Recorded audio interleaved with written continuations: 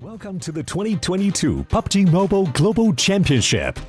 This year, we'll witness the world's best teams fight for their share of the $4 million prize pool across the PMGC League and final stages.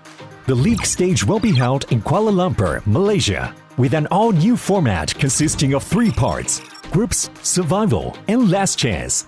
The group stage will kick off on November 10th all the way to the 27th, and we'll split our 48 teams into 3 groups. The top 3 from each group will advance directly to the finals, and the bottom 5 will be eliminated. The survival stage will take place from November 30th to December 2nd. The remaining teams from the group stage will battle to stay out of the bottom 8 spots to advance to the last chance, held on December 3rd and 4th, where the remaining 16 survivors will compete for the last 4 spots in the finals. The PMGC Grand Finals will be held from January 6th to 8th in Jakarta, Indonesia, where the 13 league finalists will compete with 3 special invite teams for the 2022 PMGC Championship Trophy and be crowned as the best PUBG Mobile team in the world.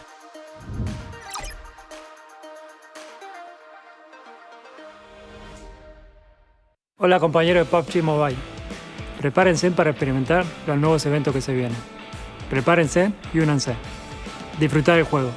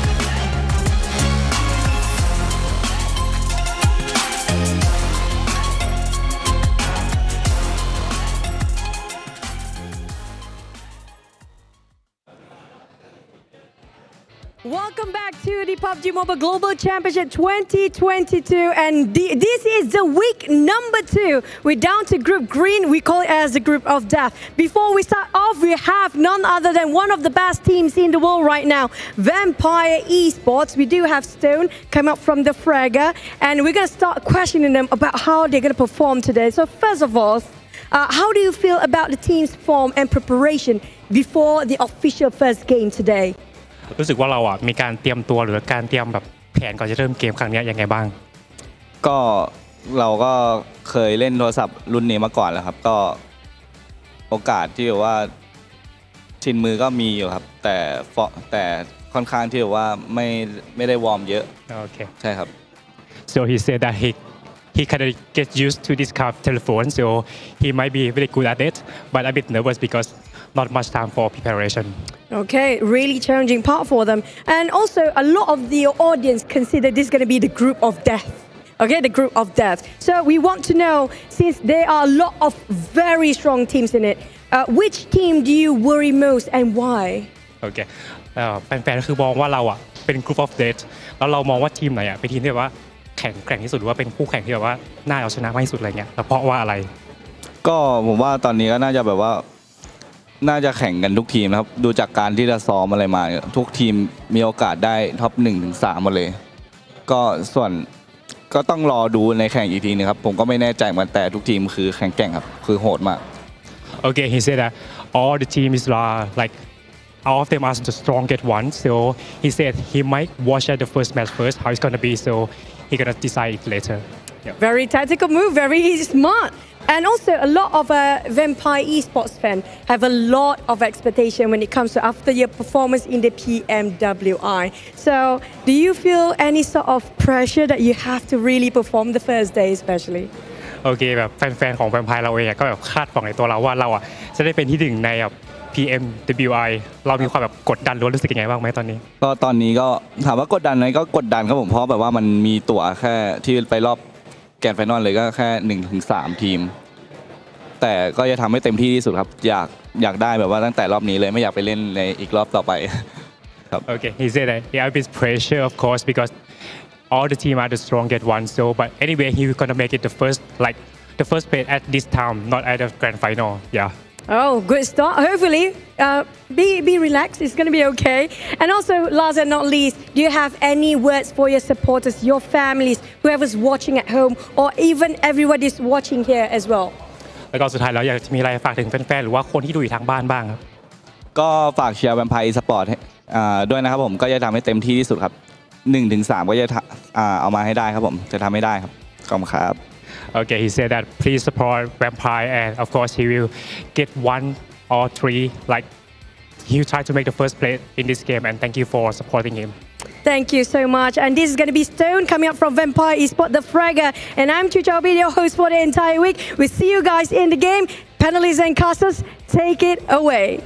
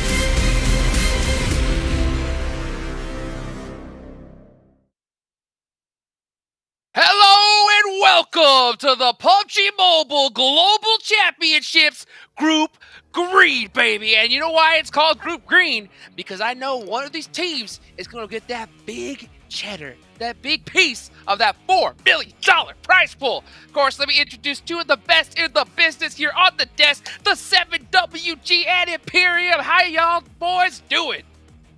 Doing absolutely great, man. We've been waiting for this moment the whole year. It's finally here. And Imperium, we get a chance to do this for the Group of Death. It is indeed the Group of Death. They won some of the biggest, most successful, experienced teams in the world are facing up against each other. And there's a minimal amount of spots available across the board. I'm just so pumped to get into it, guys.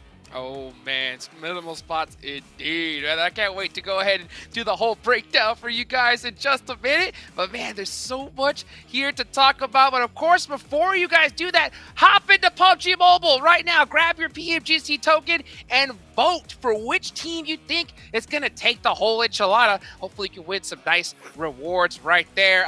Seven, have you grabbed your PMGC token yet? I have. I actually voted. I will tell you guys on Sunday. Okay, on Sunday.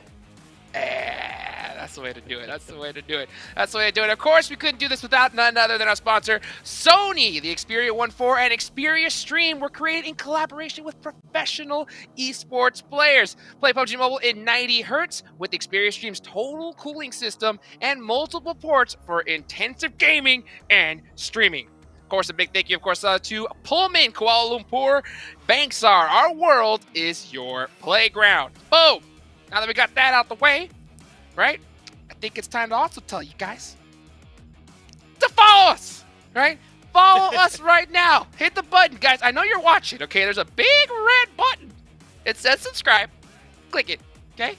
Go to Twitter, go to Facebook, TikTok. Do it all. Do it all, right? You've done it all, Seven. And you're using the hashtag too, right? Long time ago.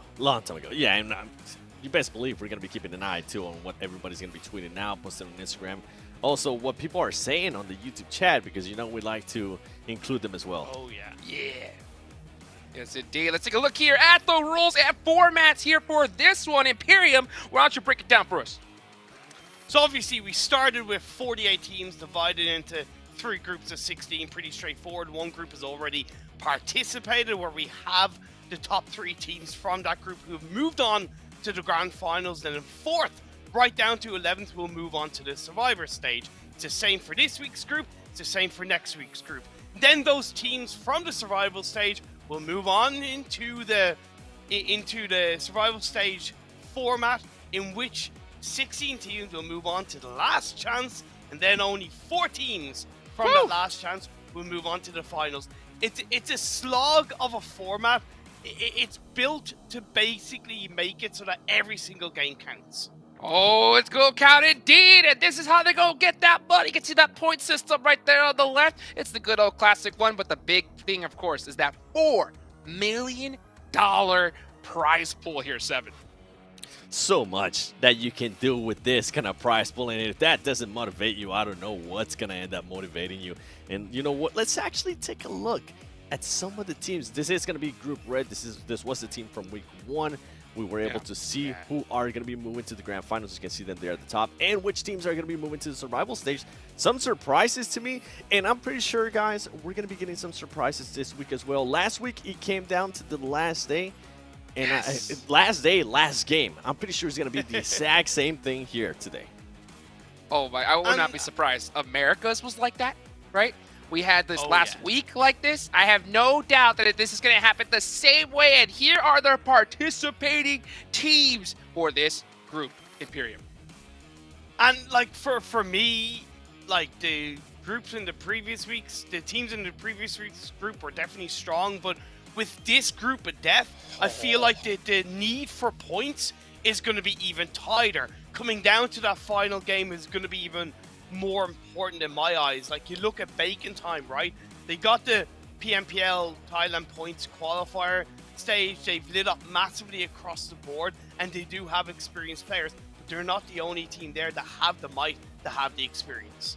Yeah, these are the teams that are going to be for week 3. But you know what? Let's talk a little bit more about our group. Just keep an eye on those teams. There are still some amazing teams there. You were talking about Team Bacon. I'm actually going to be looking at Vampire Esports. This was a team that shocked a lot of people halfway through the year with what they were able to do in PMWI. But this is a completely different beast, especially this group. I want to see if their run to the PMGC Finals is going to continue on, or if it might end here. Anything can happen with the caliber of teams that we currently have. Yeah, we can actually go into the field right here, the battlegrounds, and you can see the shaking happen right there. You know, just saying, please, please let me get the zone. That's what we're seeing right there. And like, and it's interesting because, you know, Seven, you mentioned about big surprises in the form of Vampire. We look at Downwon Kia last year. They won the PMGC East. They came out of nowhere and surprised us all. It's the same roster as last year. They do have an added player as a sub, but they've now brought the experience over the past year, and I think they could be big contenders for the top 3. Yeah, and you're mentioning about how they were able to dominate their league stage. When we went to, I'm sorry, I'm going to have to be a Debbie Downer here, but when we went to grand finals, Downwon Kia only ended up in 11th place. Not one of the best performances. I'm pretty sure that's going to be on the back of their mind, and they're going to be looking to just prove a point here, whether it's the league stage, whatever it is that they're going to be doing. This team is going to be looking to make a statement. And you were talking about Bacon. Guess what? This is a team that's also going to be bringing in that power. It's that consistency for me, Dukes, that shows that Bacon Time are able to maybe perform at this kind of, well, can perform at this kind of level, right? Because Thailand isn't exactly a poor region. It's extremely strong. So for them to perform consistently across the year speaks for their ability to step onto this kind of stage.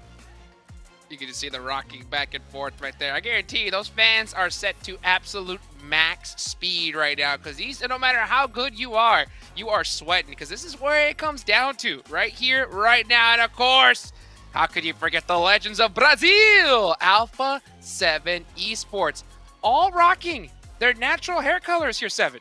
So they're not going to get the blonde hair buff. I'm so surprised. And you can see on the bottom right-hand side, you see those second place finishes. And this is a team that usually tends to start really, really well. But then on the final game, on the final day, they tend to slow down a lot. We saw that in PMWI, and you can see there too on the other previous performances that are more recent.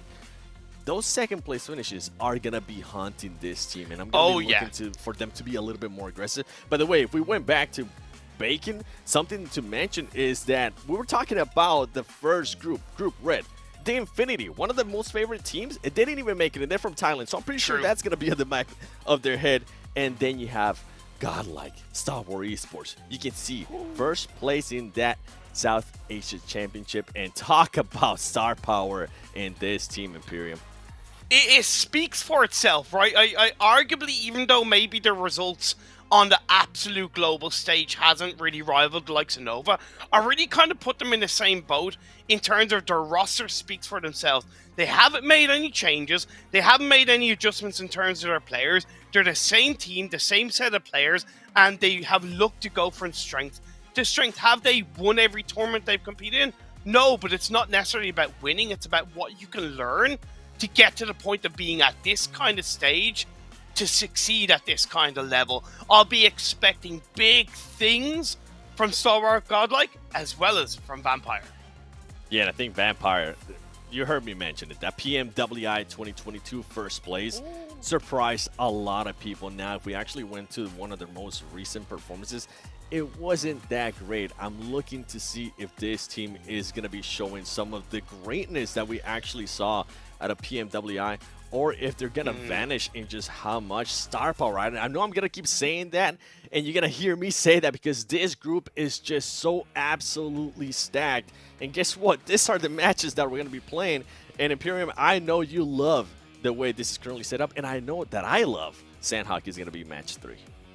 It is the perfect combination of maps in my eyes. You only have one Sandhawk, you have the 3 Wrangles, the 2 Miramar. It is the perfect storm for fantastic action.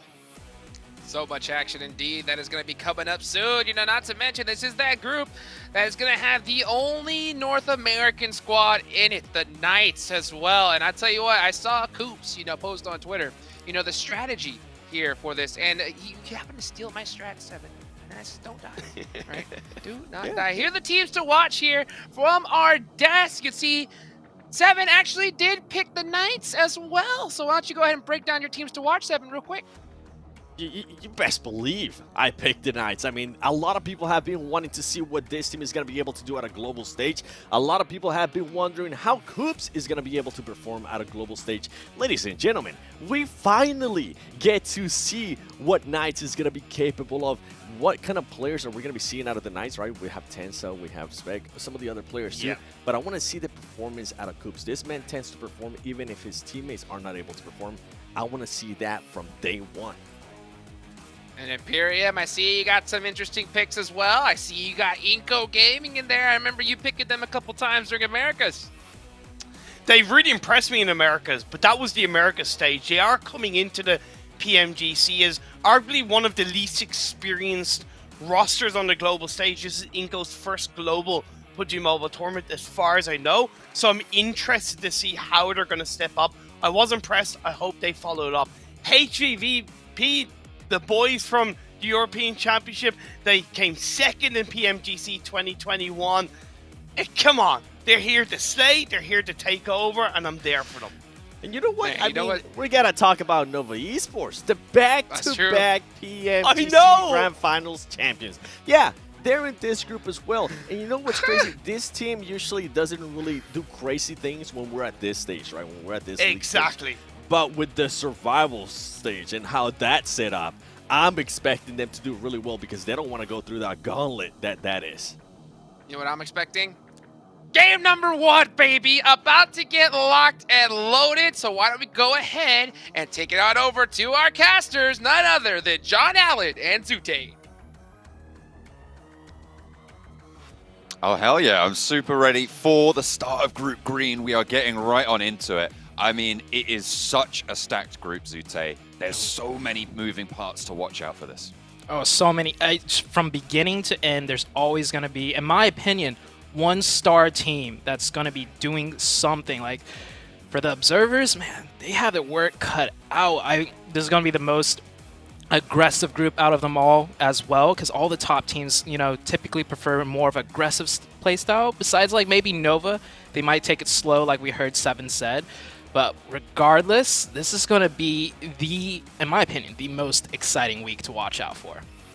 Absolutely. I mean, there's so many just real massive hopes, not only for this group, but to win the entire thing, right? I mean, obviously, as they were saying right at the end there, defending champions coming through Nova Esports. Vampire off their little bit of a dip after PMWI, after that dip in performance. Can they regain that international prowess? And HVVP obviously coming in, slugging, always the bridesmaid, never the bride. Maybe this time around they will be up there on the podium.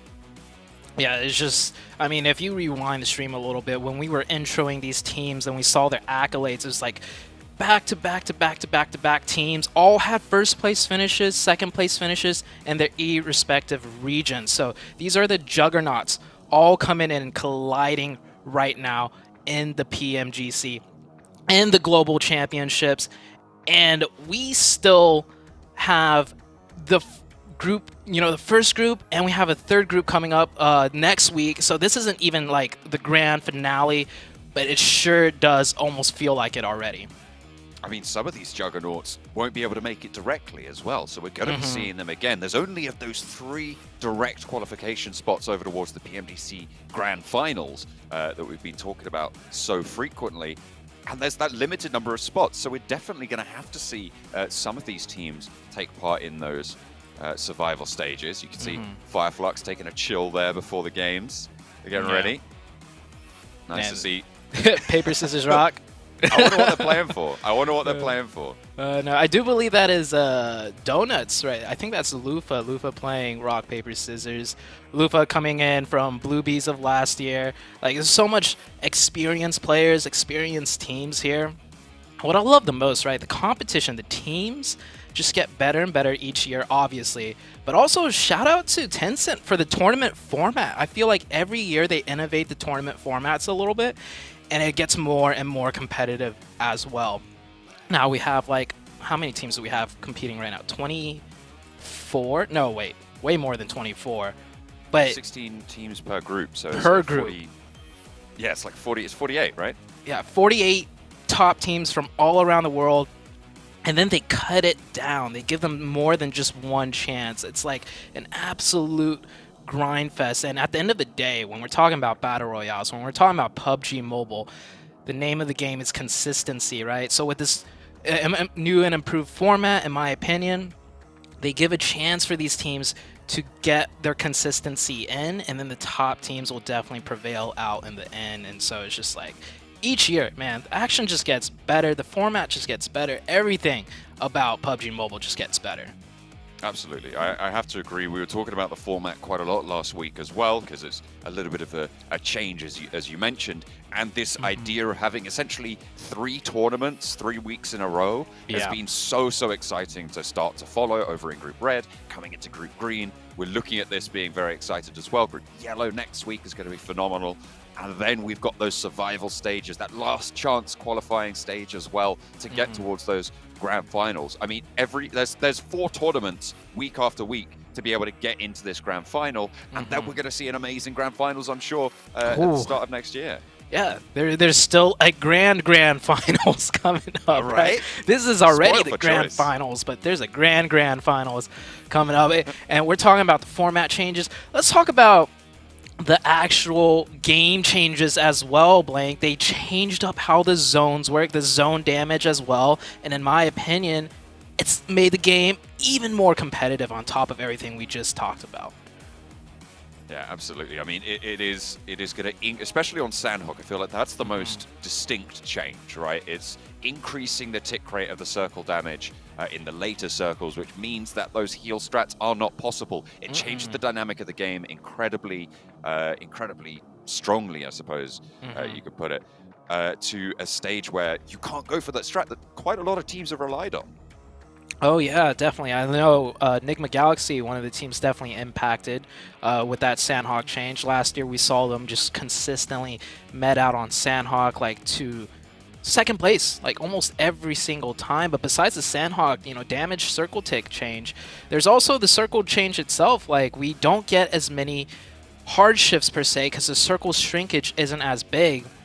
And how that's going to impact this is that there's less, in a sense, RNG involved. When the circle doesn't shrink as much, Blank, it gives every team a chance to navigate their way in without having to do, what we would like to call like a YOLO rotation of sorts. So it also gives teams all a fighting chance to get to the next circle and not just have to cross their fingers and, hope they could rotate past 4 different teams in their vehicles.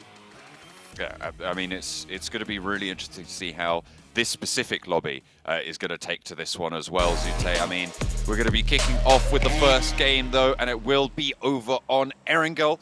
We're going to take to the skies. Oh, let's get this started. The very first match for Group Green, the Group of Death. We got so many teams to keep an eye out for. I'm wondering if there's going to be hot drops as well, because usually when you get top teams, those teams like to claim their territory. They don't usually just give it up, and with so many of these top teams in here, I'm expecting some sort of clashes for maybe the entirety of the first day for every map. Playing path from Georgia Pole down to Novo Repnoya.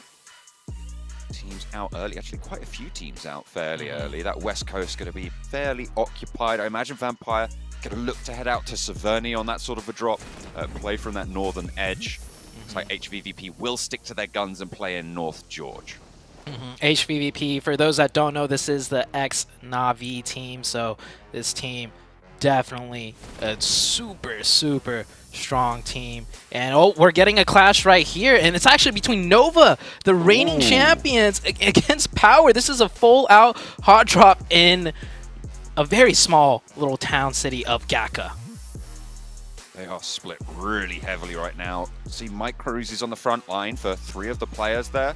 I think Paraboy's only got a pistol in his building. It has been spotted out as well.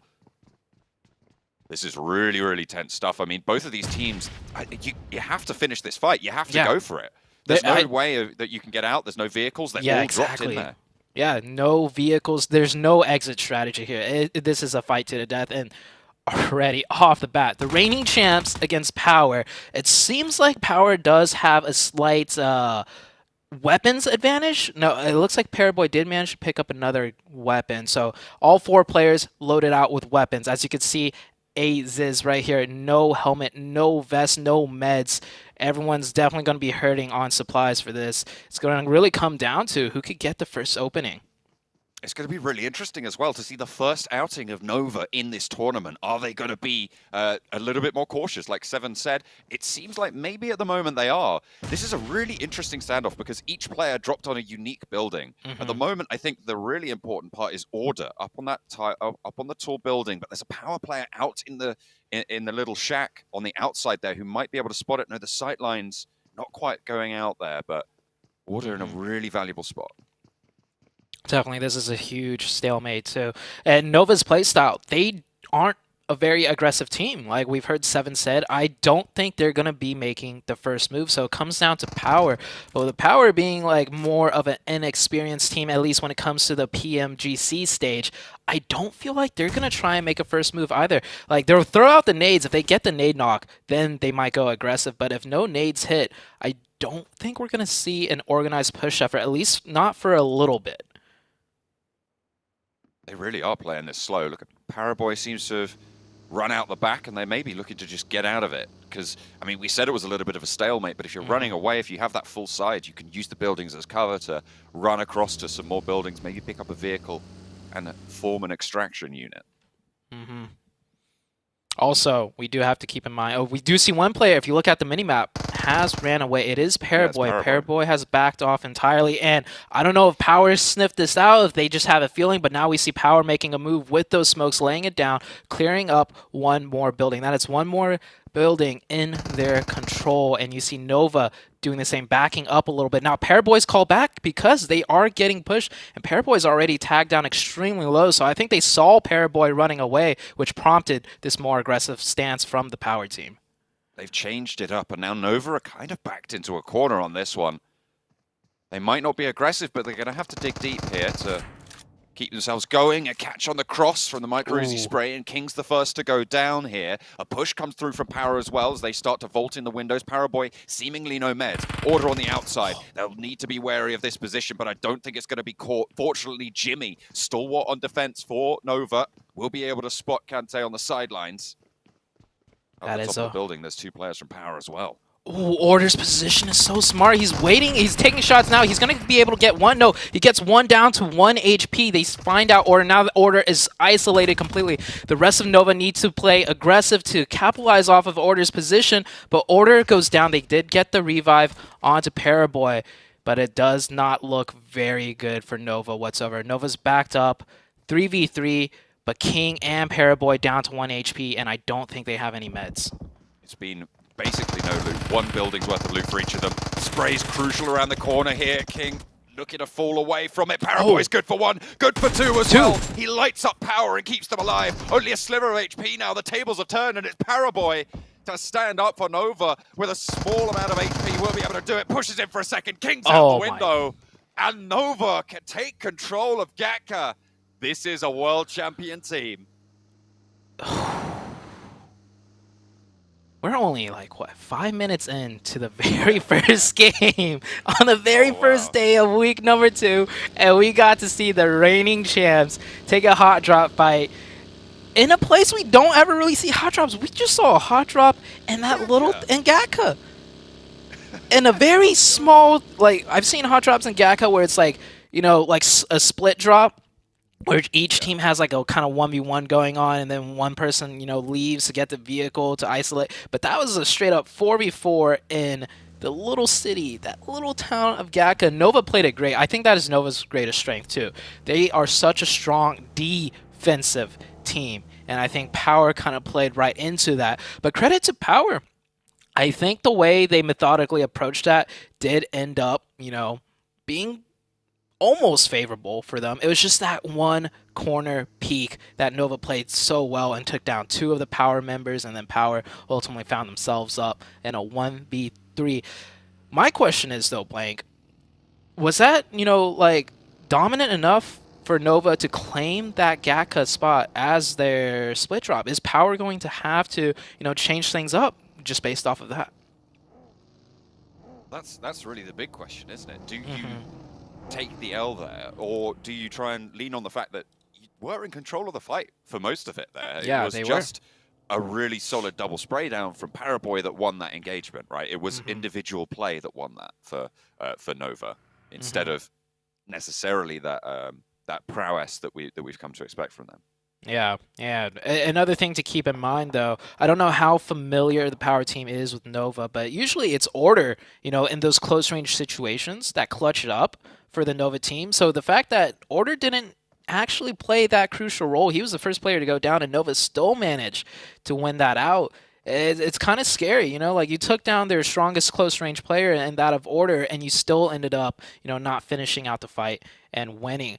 But with that fight being done, we still got a lot of heavy-hitting teams to watch out for, and we haven't even gotten mentioned to the Circle itself. The Circle is actually pretty much smack dab in the middle. It does create an interesting prospect with that river running down the middle between the north side of Erangel and the south side. So we might see some very interesting shifts coming up. But besides that, everyone just posturing up right now. A lot of teams you see rotating in. Nova, I believe, will be rotating in way later and probably even looting in the blue zone for a little bit. So we won't see them in any action for some time, I imagine, as they do need to pick up a lot of loot. I mean, yeah, look at that. They're actually just into the circle now for Nova, which is nice. But Alpha 7 all the way down south. Circle pops again. It does keep that river split in things, but it leans a little bit heavier to the north, Zute. Just a little bit to the north. And with a new change, we might not see... So we were talking about the circle changes earlier, right? It doesn't hard shift as much. The circle doesn't shrink as much. I think that makes this zone more difficult than ever before, because usually we'll see some sort of hard shift, and then teams by the third circle will know, okay, it's the north side of the river, or okay, it's the south side of the river. But this one, we might keep that river in play the whole way through, which puts a huge question mark on everyone's mind throughout the rest of this match. And here's another fight coming up.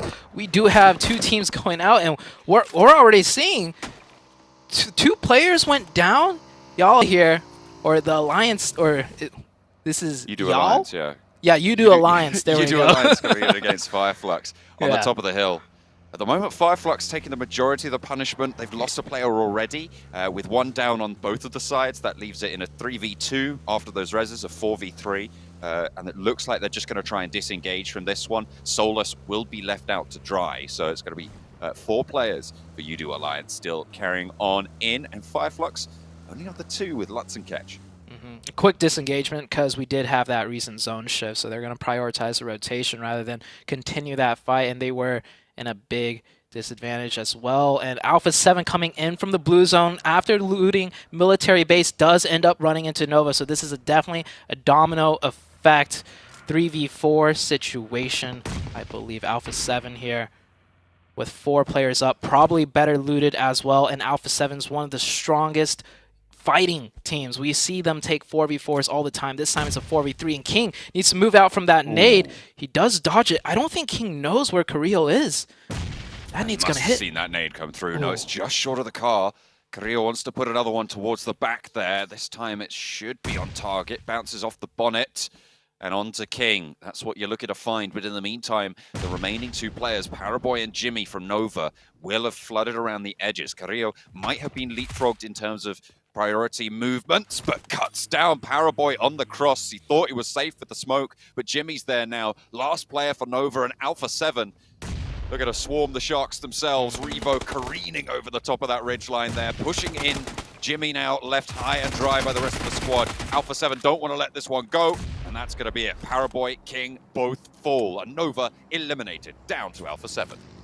Yeah, Alpha 7, a great pickup there for 3 points.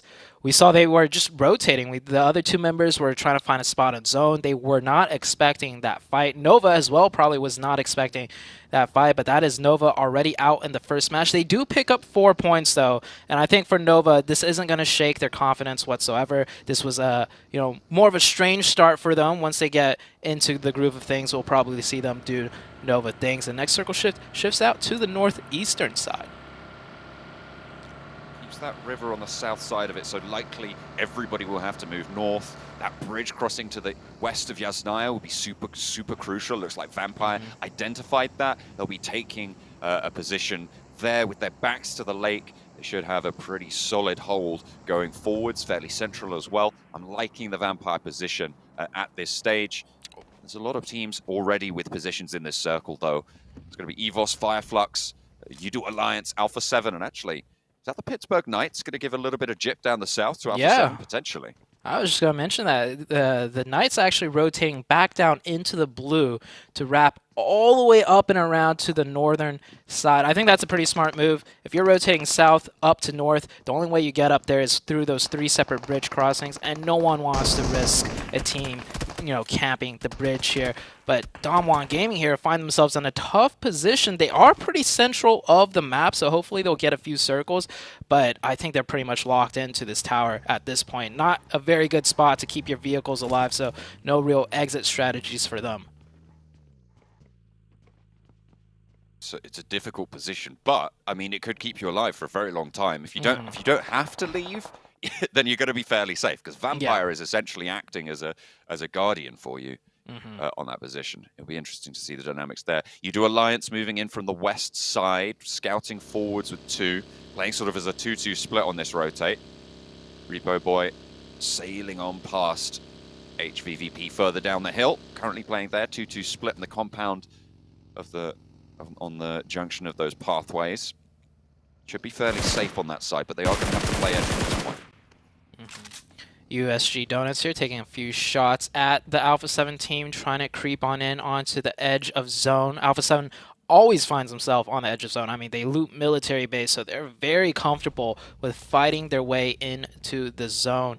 This is going to be more of a difficult fight, though, as we do have the Knights rotating in here very late as well, running into HVVP, taking a lot of shots. 2 players going down really low health. Spec is knocked out of the vehicle. Tensa down to 1 HP, and he also gets caught by Kitsune right there. Long range monsters here coming out of HVVP, and that is the Knights down to 2 players already.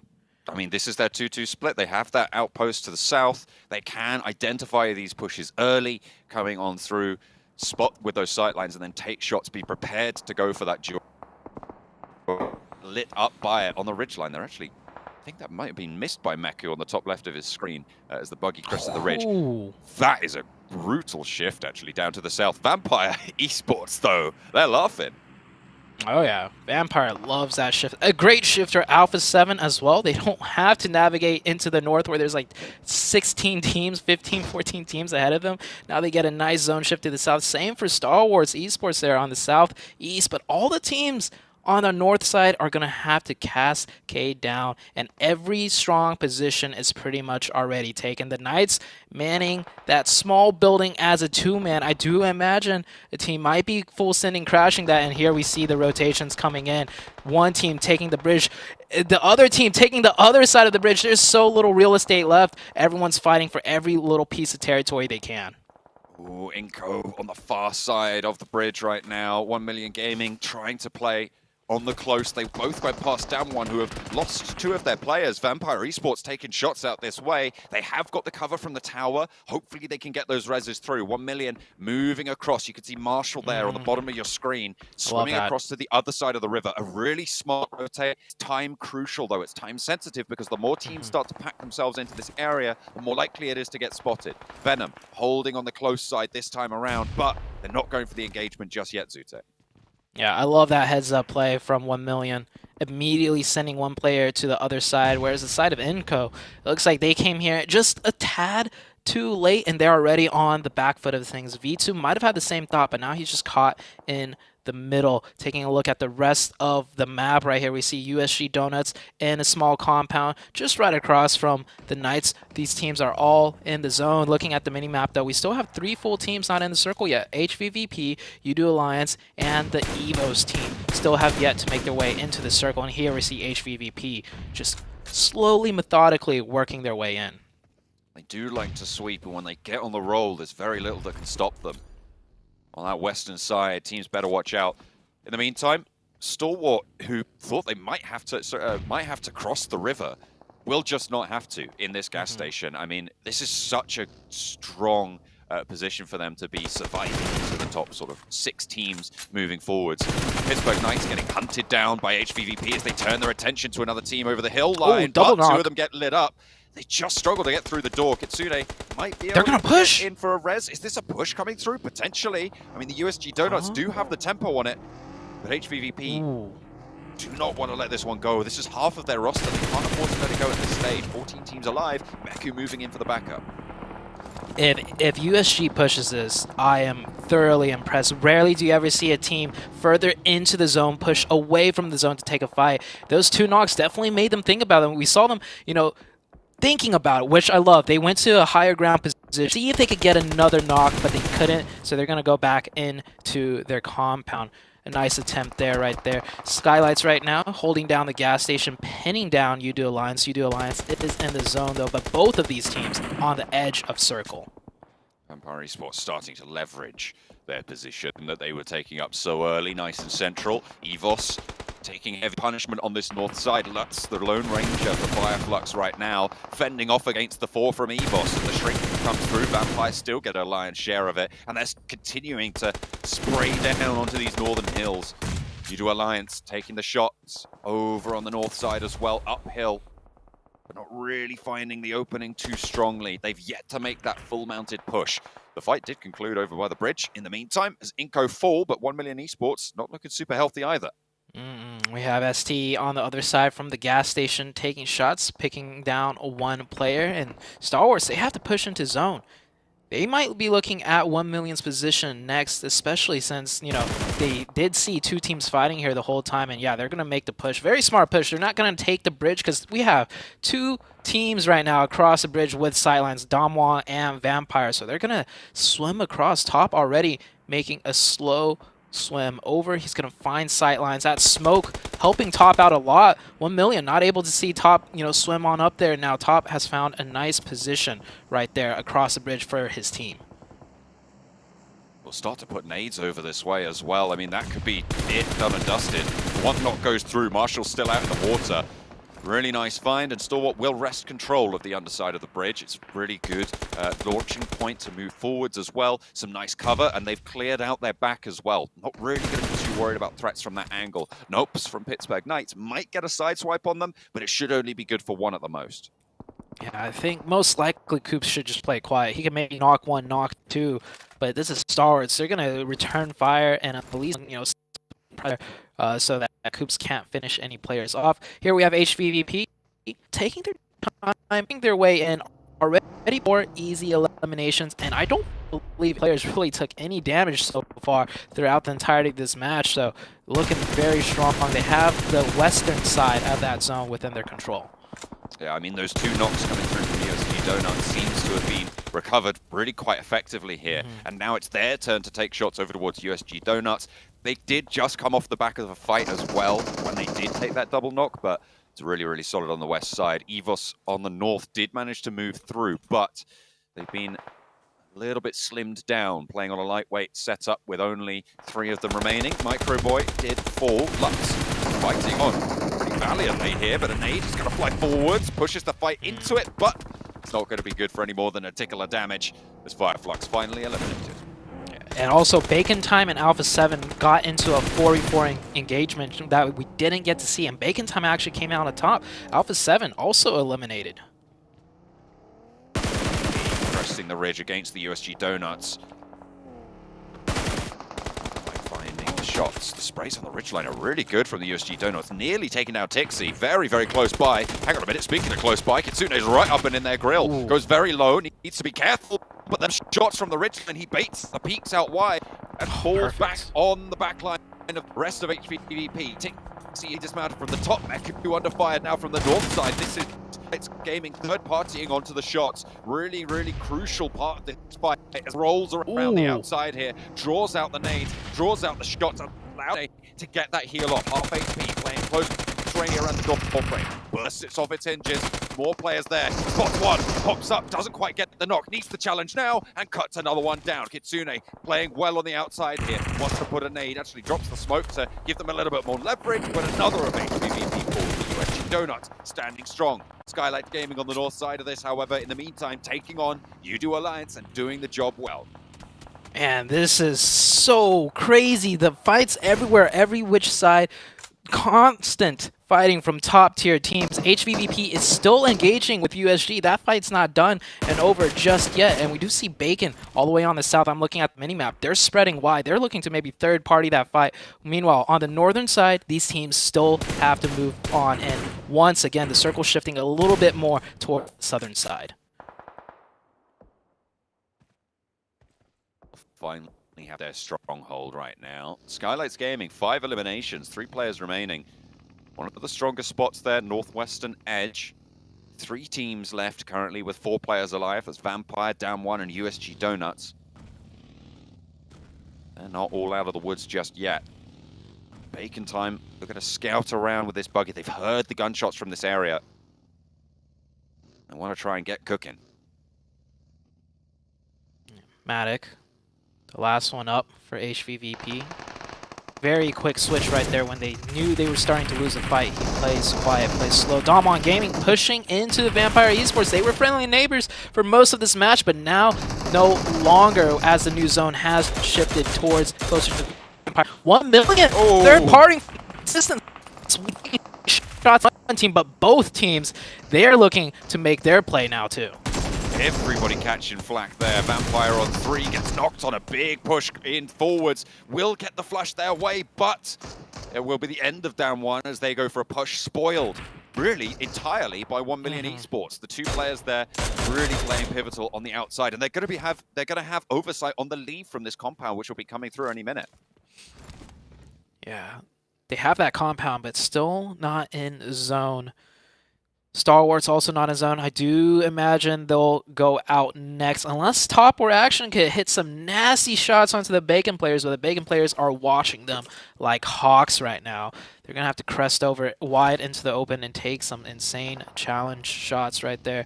Vampire needs to edge in just a little bit as well, and 1 million... I think they're going to try and prone. They're going to try and prone their way all the way through wide into the open. We'll see if they make it in the next couple of seconds.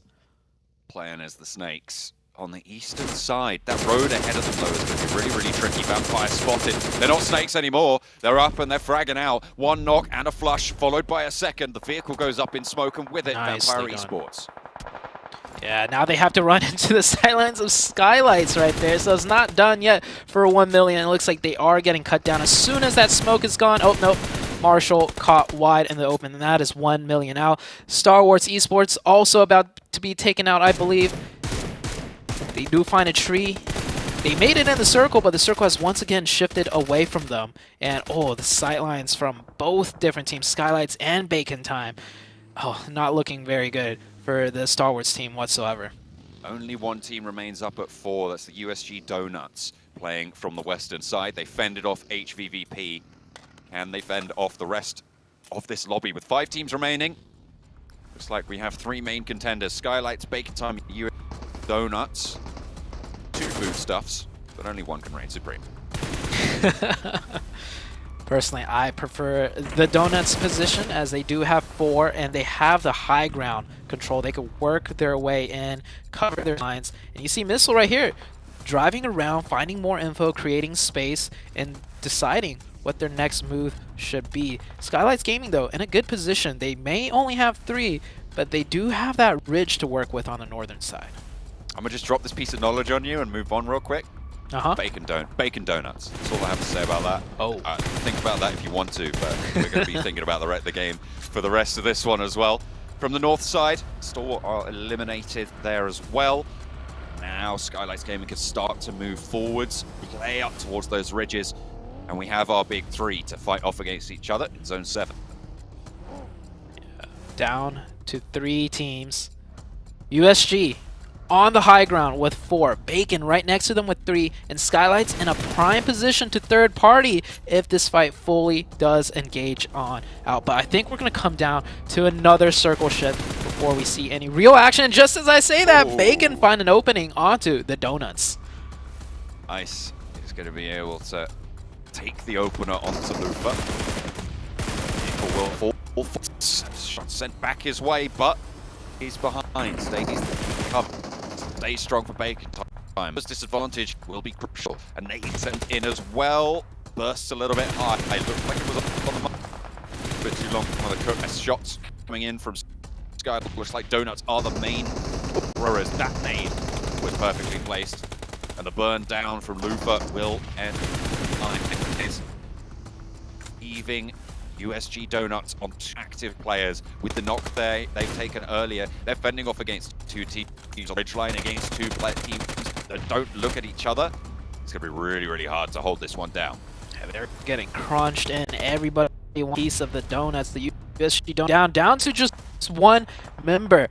I think he's going to try and stay alive as long as possible, but being between 2 different teams is definitely not good. Skylight's already up to 10 eliminations, and that is the Donuts out. We're down to a 3v3 situation, John. Final donut hole by Skylights Gaming. And they will be taken out of the lobby. 3 versus 3 across the ridgeline. It's a really open field here, Zute. There's minimal cover, but that ridgeline providing a lot of terrain cover. Not really going to favor anyone in this circle. It's kind of split down the middle. Yeah. This is a pretty even stalemate in numbers and in the form of the territory control. I don't see either team having a clear, distinct advantage on one another. It might come down to the next circle here. we see both teams trying to find angles, posturing up. Nima driving back and forth with the buggy, just surveying the land, seeing if there's a small edge that they could be, that they could take. But I think the ultimate determination is going to come down to which side the circle's going to shift to, more to the north or more to the south. Well, we're going to find out in just a couple of seconds. I think we've got 5 seconds until the zone has fully closed there. Shots over towards some of the players. I mean, that does give a little bit of information about Homestyle's position. Sprays over to Nima, so they know one player's location. Information gathering for Skylights Gaming. Aim Really at well these done. maneuvers, and he moves forwards. He knows his position is known, and he can leverage that circle. I mean, it's not going to come through because it's going to shrink right to the middle. I don't think either team has any nades. We would have seen some being thrown at those trees right across the way, so... Oh, there's a molly. Ooh. Oh, that molly's good! It gets down one. It pushes Mafia Boy off the cover and into the sightlines of the Bacon Time squad. Will be cut down. Nowhere you can go for that res. Noise up high near Nima. Crawling around near the buggy, near those smokes as well. Taking a central position could be important, but picking up these players more so. Style up close as well on that bottom of the hill position. He's with the sprays, with DP playing the trick. AJ's got a nade. That nade could be crucial in evening up this fight, but... Oh, 3v1. It's just AJ now remaining, and Bacon Time looking to sweep across the hillside, remove Skylights Gaming from the lobby, and they will do just that. It is Bacon Time, with the pink stripes down the sleeves for the first chicken dinner. It is Bacon Time indeed. Bacon Time taking the first match really well done. I think there was one very crucial rotation that they made earlier that we didn't even get to see, because remember, we only saw STE down on the south, but Bacon Time actually rotated all the way around from somewhere and ultimately came up from the south and just took out and swept the floor against everyone. And they also fought against Alpha 7 in a 4v4 that we didn't catch on camera that they won. So a really well-deserved victory for the side of Bacon Time. Absolutely, high fives all round. I mean, fully deserved.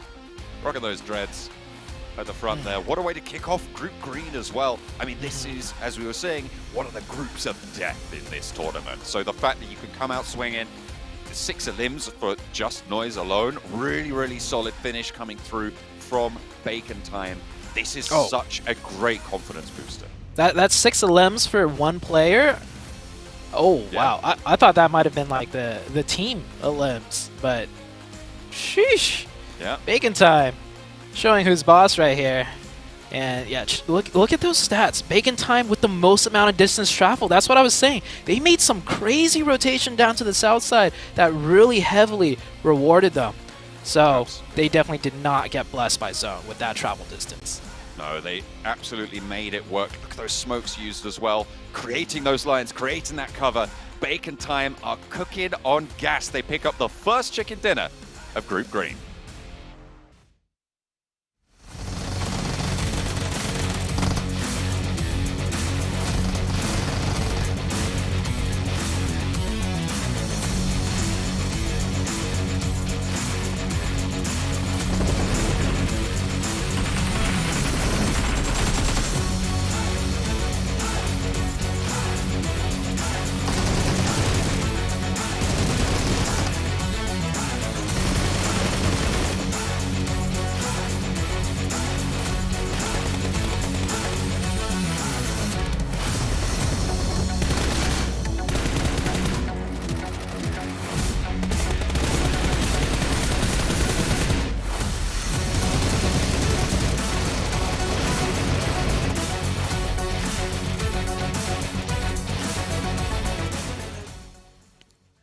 In the first match, you know you gotta bring home the bacon, and that's exactly what Bacon Time did here. What a beautiful finish here in the first game here of the day, 7. Beautiful game indeed. I mean, Sute was mentioning it. The way this team was able to perform, they took on Alpha 7. We saw what they were able to do there towards the end. Impressive stuff out of Bacon, but I also want to give some props to some other teams. Donut USG, I mean, they were able to secure 12 points. Their eliminations could have been a little bit higher if we would have seen a push when they had, I think, 2 players knock out of HVVP, Imperium. Definitely, we kind of had a bit of a conversation during the game about that, and you kind of highlighted how, look, they were understanding of maybe Alpha 7 being close by and they didn't push on the double knock. I say, look, for game 1, it worked out, but for future games, when you get a double knock and you're still up as a full squad, you push on that. Take no prisoners as we look at the head-to-head. 100%, and I mean, we see the performance here out of 9. Noise, 6 eliminations, almost 1,000 damage for him. The throws, 17 use. That's actually super impressive, and then the team contribution, 41%. He definitely had a lot to do. And what was impressive, too, is when Alpha 7 pushed them, at least from what I was able to see there from the elimination feed, is Alpha 7 knocked one of the players, and they saw that as an opening. He ended up back 5-7, and here we go with the top performers. Actually impressed to see somebody there from Vampire Esports because they were super passive pretty much the whole game. Yeah, they were. They waited out. They were kind of comfortable, but they got too comfortable, got too passive. For Skylights, this is the former DRS roster, right? And in the past, they've shown themselves to maybe be a little bit slow on rotations, a little bit too slow to react. That's left them kind of down lower in the rankings of a game or overall in a tournament. One thing that I noticed that they were still kind of patient, but they were a lot sharper, and that proved in terms of the eliminations, and of course that second place overall. Yep. Man, that's how you get it started here. Not to mention, you know, at the whole start of the whole thing, you know what I'm about to talk about? Nova. Bring it. Right? Bring Gatka, what a crazy start. I can't believe we're seeing hot drops at Gatka 7. I was speechless, okay? Power had the upper hand there, though, when they were able to knock somebody from Nova. But the way Nova was able to regroup themselves in something that Sute was able to mention perfectly well, it was happening too. Nova controlled the peak of where Power decided to push. They had 3 players looking at that one spot, and it backfired for Power in a big, big way. Now, the big question mark, Imperium, becomes, was that enough for Power to just not want to drop there anymore? I think that is enough. You know what? It's only 4 days, 6 games. They don't drop again there, Power. No, I disagree. I've got to commend Power because I think they did a great job with the somewhat opening knock. They turned order around and exposed him. I think when they're going up against a 2-time champion on the confirmation, they knew they were going up against Nova. Maybe in that moment the nerves got the better of them, which is why they overexposed. But to me, Power showed a lot of strength in that small 4v4 fight. I would hold on to that Gatka drop. I think maybe Order may have exposed himself a little bit right there, guys. Well, what do you think about that fight? Let us know. Make sure you go ahead and follow all our social channels. You know, the Twitch, the YouTube, the Facebook, the Instagram, all the good stuff that you see there on the screen. Man, so the next match is coming up here as we go into number 2. Now, this is a really big, important one because, you know, Bacon Time, they got that dub. You know, they're feeling good. That energy, that mentality is big, but those squads that really, you know, didn't get that great start, I think they got to bounce back right here, Miramar.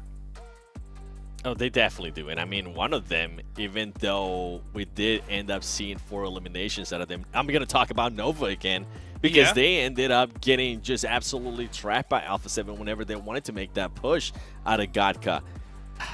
I think we want to see a little bit more out of the back-to-back champions, right? They were able to establish a little bit of dominance there, winning that hot drop. And then another team, too, that I want to see more out of, it is going to be Alpha 7 and Damwon Kia. Damwon Kia, I know you didn't like the rotation at all, Imperium. They put themselves in a particular spot that we weren't happy about.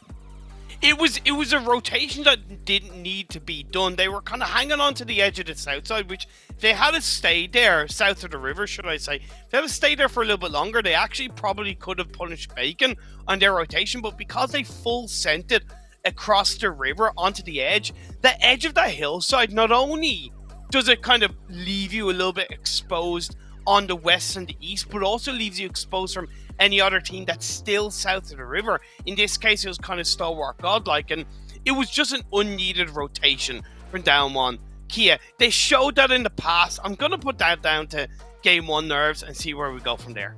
Yeah, game one's always a lot of shenanigans there, you know. But one thing is that we didn't see quite a few shenanigans from the teams that Seven has predicted here, because it looks like a bacon time is now up on the list. Yeah. I mean, with that performance that they put up, it's just the way that we're able to do it. You saw their travel time, how much they were able to travel and still being able to win the game. That's super impressive how they were able to eliminate some of those teams that they were actually getting into fights with, not having the numbers to their advantage. Just an impressive win overall. Vampire Esports, you heard me mention it earlier. I feel like they were a little bit too passive. I was actually surprised that they even had a top performance in there.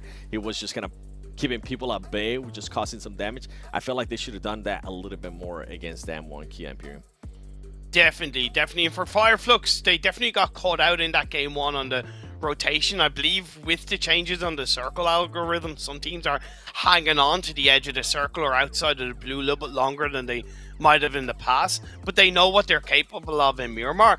Very much similar with Alpha 7, right? I've made these picks mainly based on the fact that we're going into Miramar. Alpha 7 are extremely strong in Miramar, and they know how to play the hillside, play the massive mountains of the Miramar terrain, and arguably similar with Skylights. Back when they were DRS, was their strongest map, in my opinion, and I'm hoping they show similar, especially going off the fact that they've got second place.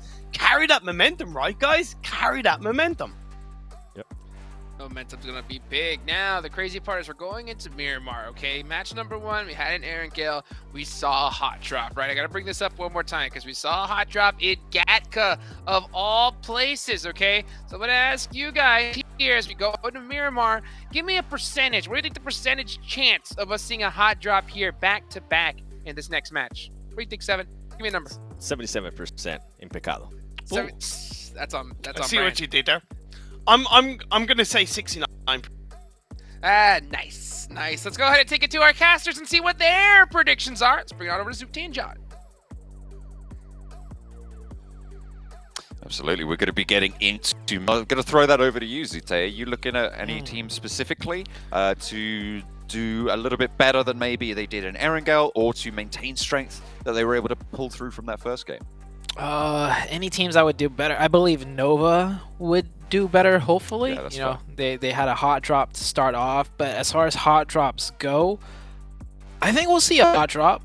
I wasn't expecting, you know, a Gatka hot drop. Like, if teams are gonna fight for Gat, that just shows to me teams will fight for almost anything at this point, especially the first day.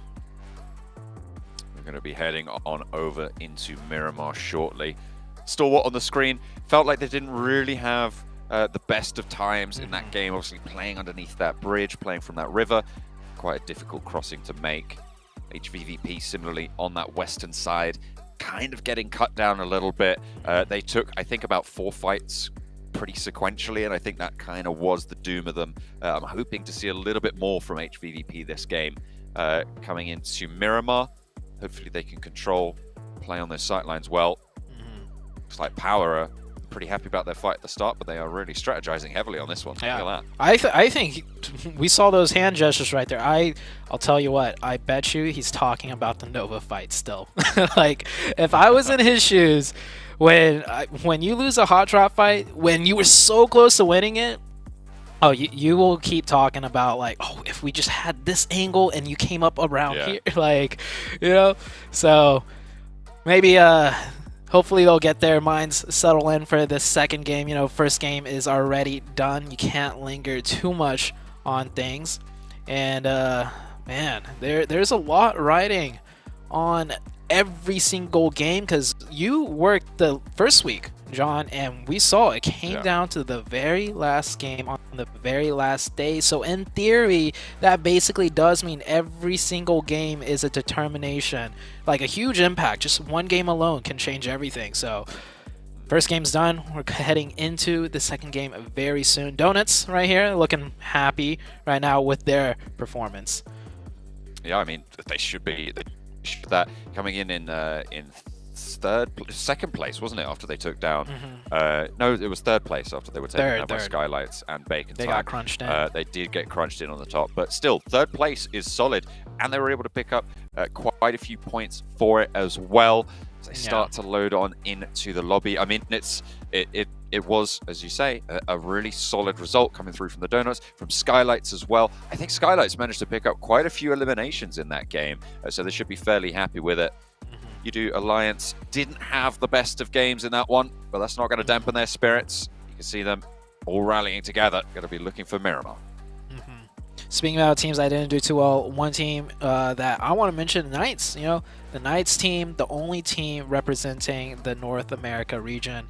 Tough first game, I would say. Maybe the circles, you know, was hard shifting quite a bit for them, but maybe they're just warming up. Hopefully, it's not because, you know, North America. Every time North America's at the global stage, we always struggle. So maybe they'll start picking things up. Fingers crossed for the side of the Knights.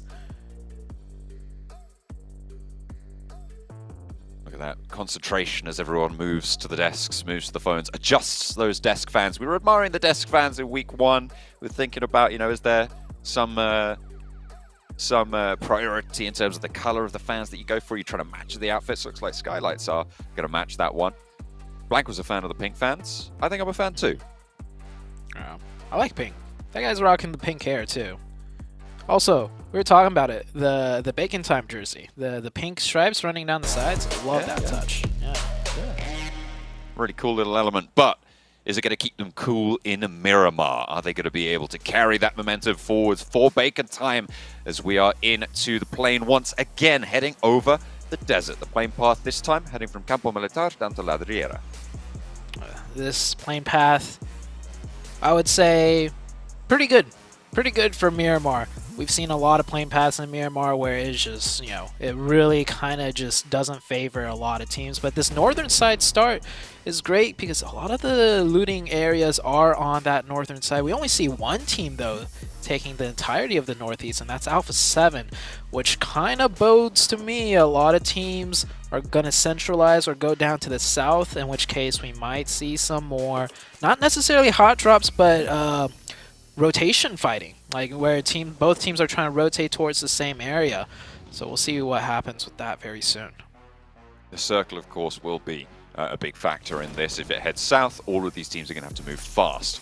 Who dropped out early? Alpha 7, though, already looting, should already be picking up weapons, vehicles, everything else that you're going to need for the battlegrounds. Should be fairly kitted out.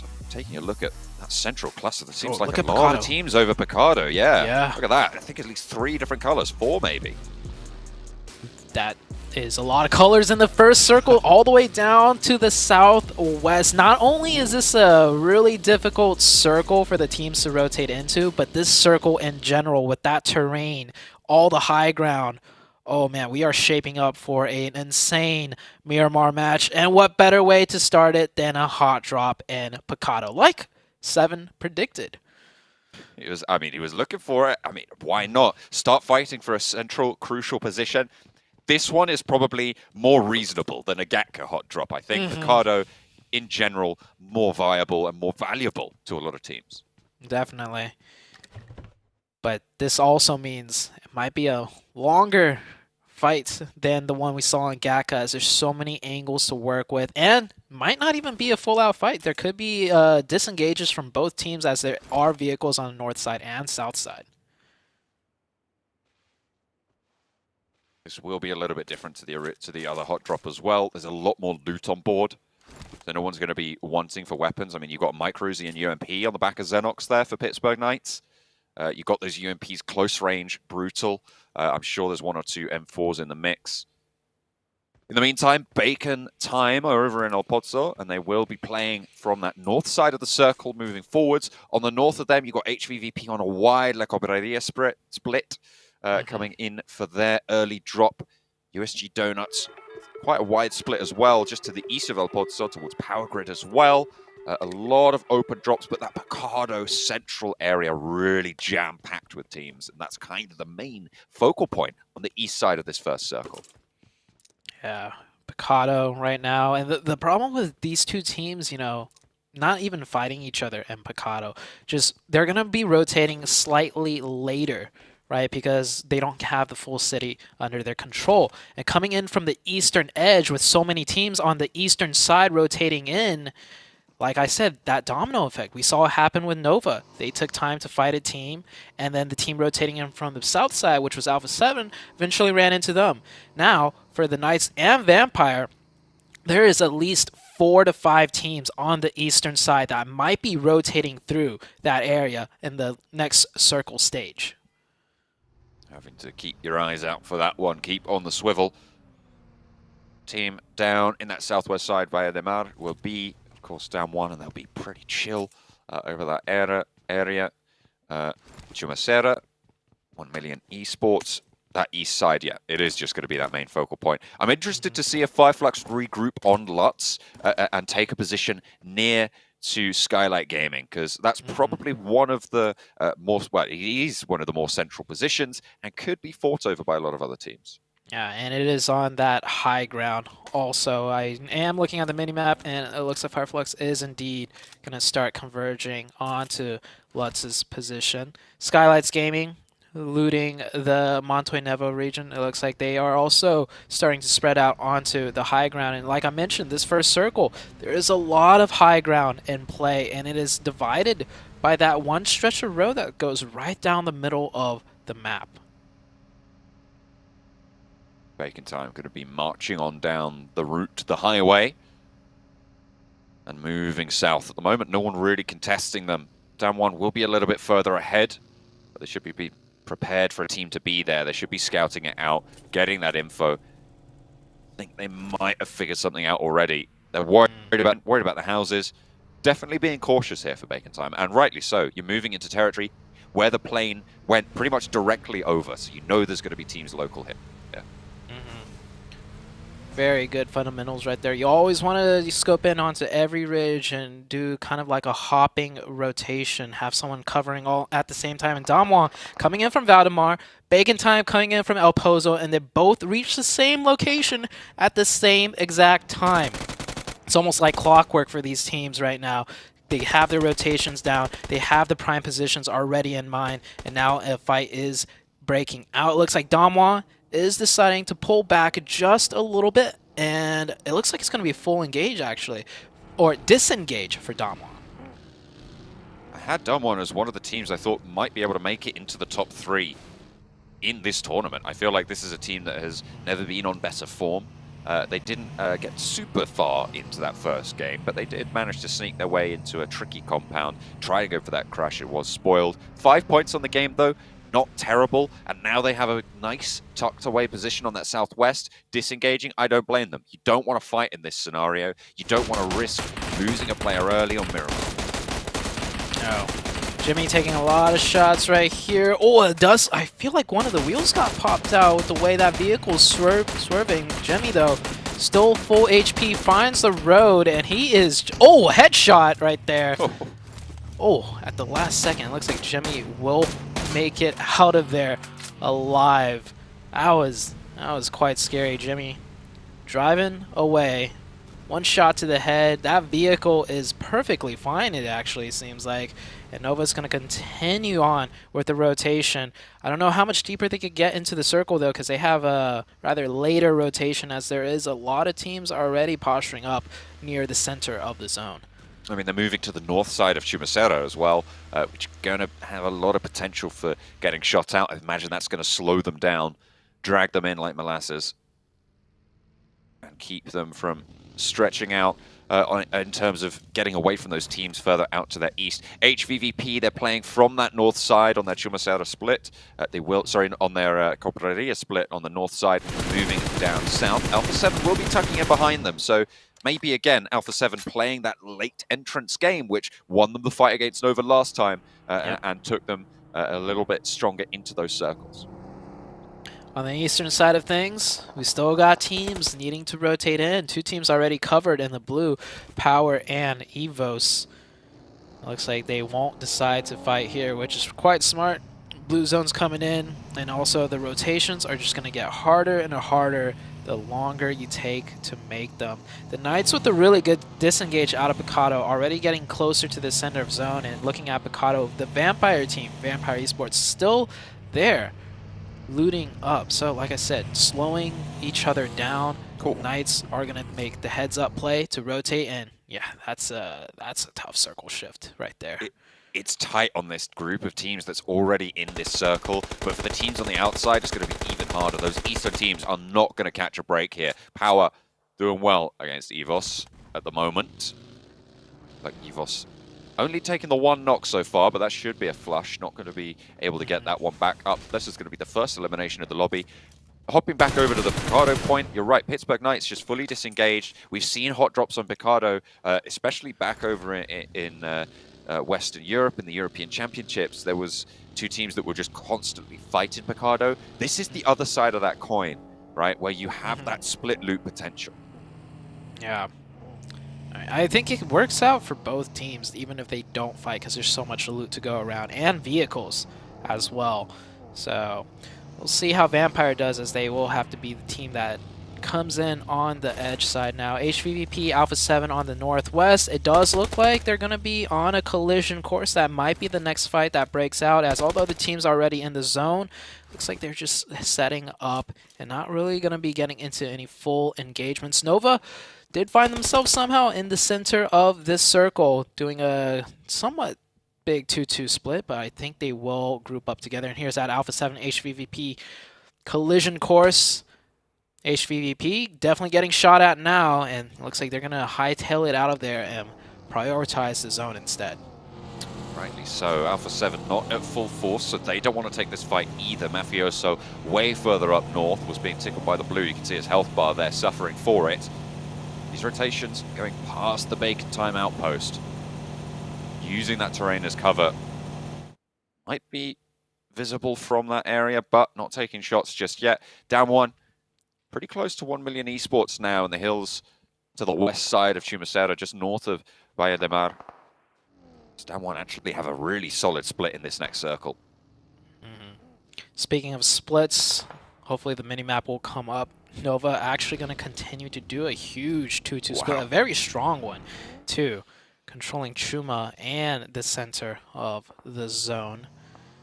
This Miramar game, definitely a bit slower paced, given the fact that it is Miramar. A lot of time spent rotating and a lot of difficult terrain to fight on, so no full-out engagements, but we're going to soon get into the breaking point of the game where everybody's going to start fighting around the edges of the zone.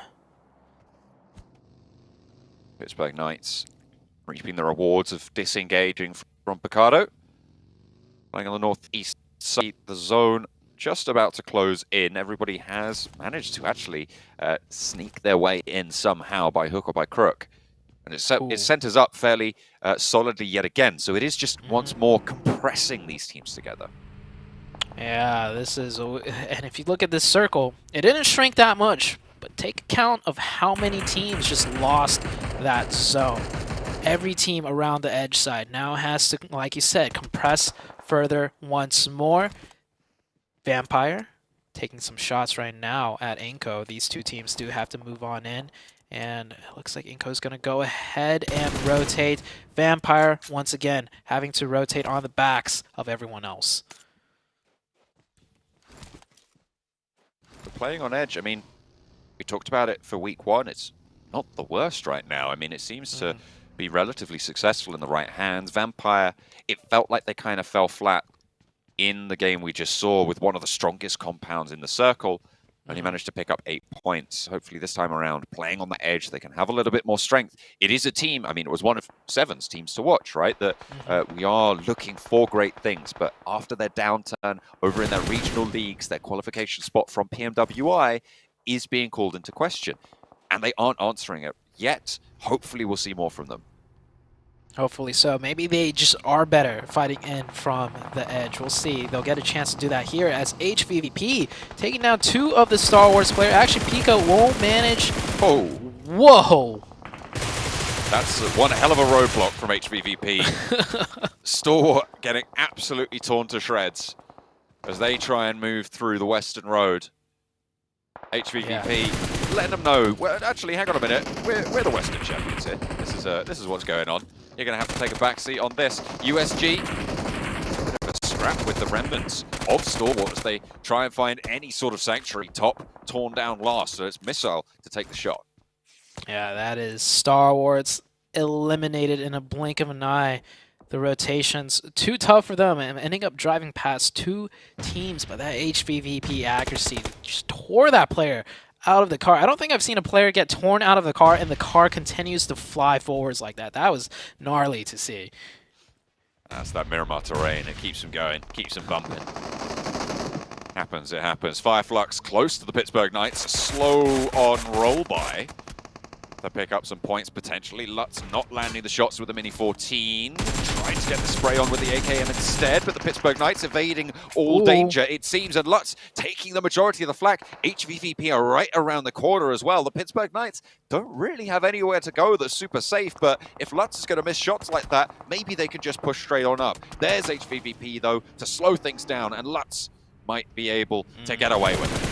I think the Knights thought they were just chasing down the Fireflux team that they were whittling down, but they end up running into the 4-man team of HVVP, biting off way more they could chew. And the Knights are getting picked apart now, and ooh, Lutz just getting peppered from everywhere right now. Next circle shifts on up to the high ground majority. Nova on that low ground, still in the zone, and we have lost 2 teams now, Star Wars and Fireflux. This is the HVVP I like to see. This is the team on the warpath, already picking up 4 eliminations on the game. Half of the eliminations that have gone through in this lobby right now, only 8 players have gone down. And they are doing work so far. They've moved from that western road over to the north side, and they're going to have to push south into the next circle. Yeah, HVVP playing this just like the Erangel game, right? Coming in from the edge, controlling the edge side, preventing teams from getting by. And it's just, this is their bread and butter. Hopefully, they might get an even better game than game number 1. Game 1, it came down to that donut crash that they could not break. So this time around, USG Donuts are actually on the northern side with them. We might see a rematch potentially between HVVP and the USG Donuts. From that first game, Vampire close by as Inko rolls right on up to Schweppes. There's no chance there. Squash puts him in to the blender. They're picked apart. That is unfortunate. Vampire losing a player on that eastern side. They tried to play from the edge. Inko roll up as 4 on one of their players. Alpha 7, also close to Bacon time. Carrillo wants the challenge over the top of the ridge, but doesn't quite win it out. Mythic wants the revenge and will be able to find it.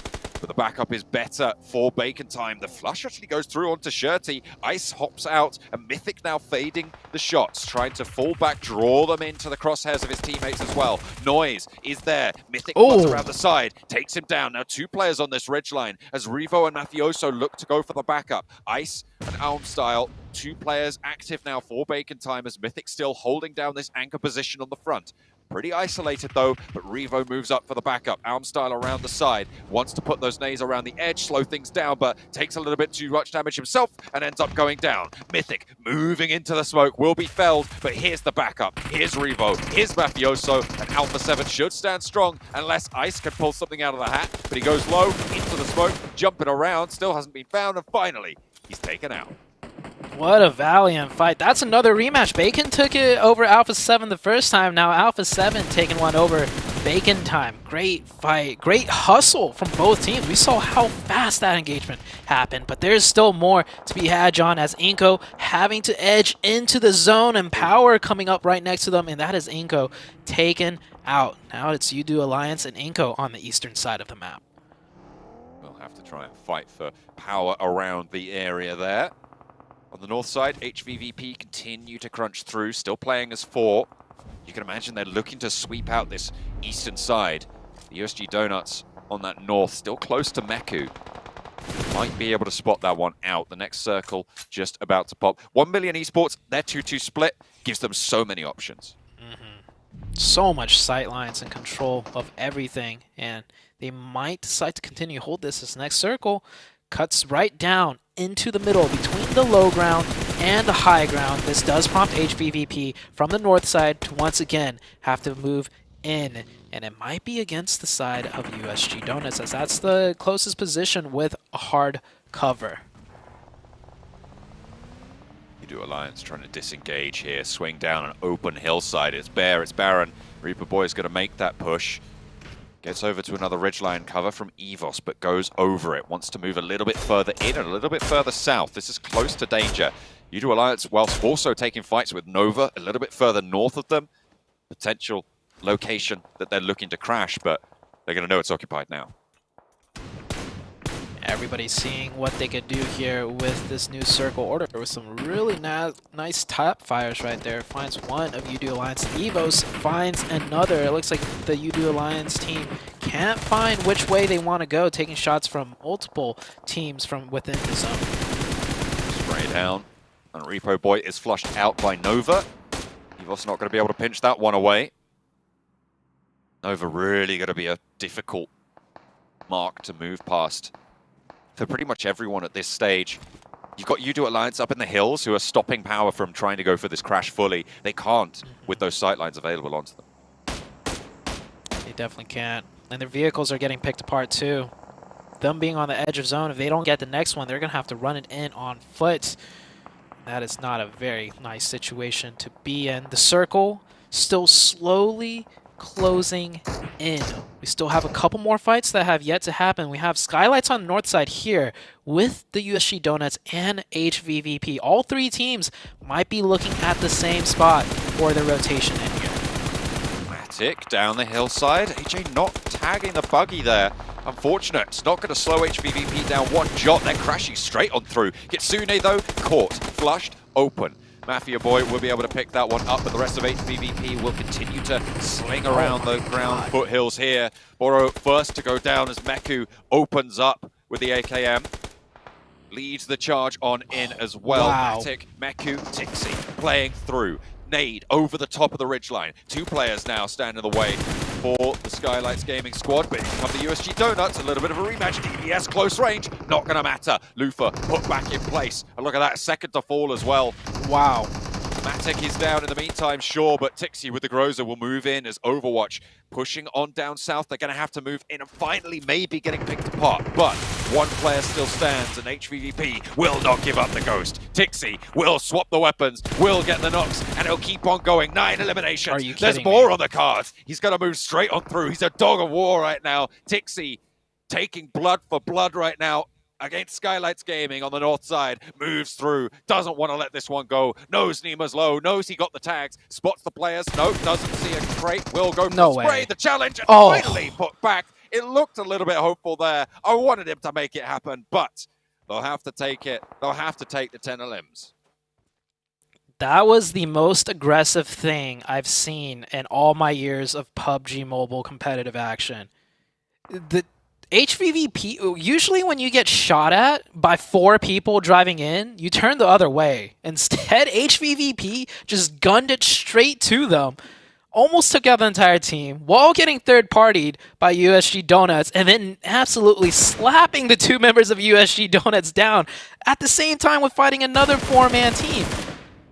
That was absolute madness. I mean, Oh my. It took 3 teams to take them down, right? They Yeah. were absolutely on the warpath there. 12 limbs on the game. That is nuts. That's, I mean, sure they went down here, but like that is crazy to be able to accrue that much this early. Yeah, I mean, the whole time you were running that play-by-play, I was just like, no way. No way. Hey, Like, I've seen these guys what? in action for like 2 months now, so I'm used to their shenanigans. They just rip those bulletproof vests off. They're just going in like, I don't need nothing. I'm going. It's like, oh, we're getting shot at by this direction. All right, we're pushing that way. Oh man, that was a sight to behold, man. I am HVVP. I love the way they're playing. They're sticking true to their guns, like you said. That's how they usually always play. I'm glad they're not changing anything up when it comes to the global stage. I mean, they have that switch to flick, and it seems like they figured out they can turn it on here.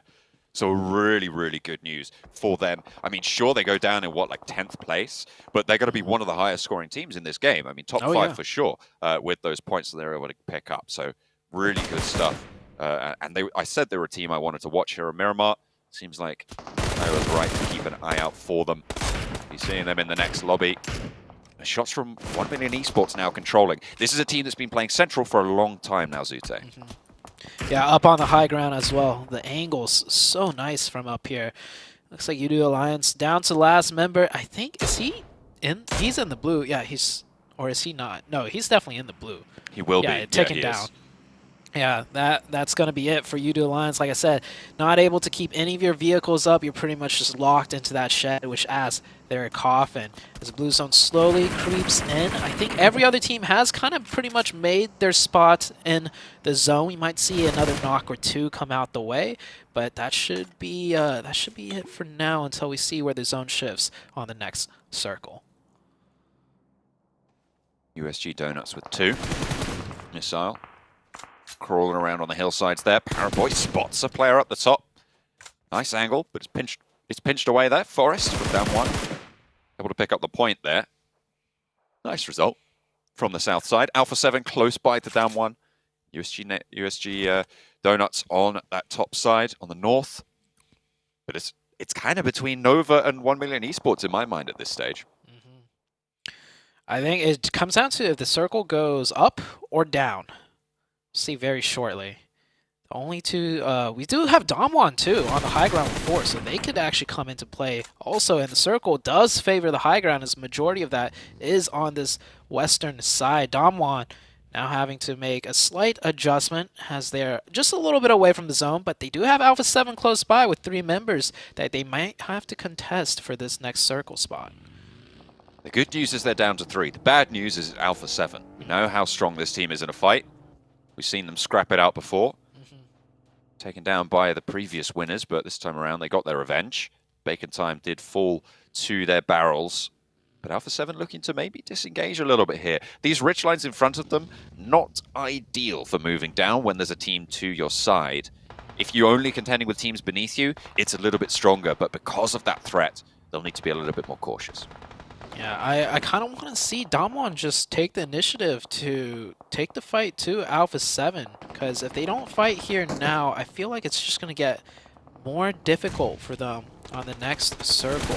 But they're safe for now, so, oh, just as I say that, Mafioso catches 1 player out for Damwon. Now Damwon is down to 3, and they are kind of making their way towards Alpha 7, but after losing that player, I don't know if they have the info that Alpha 7 lost a player earlier in the match.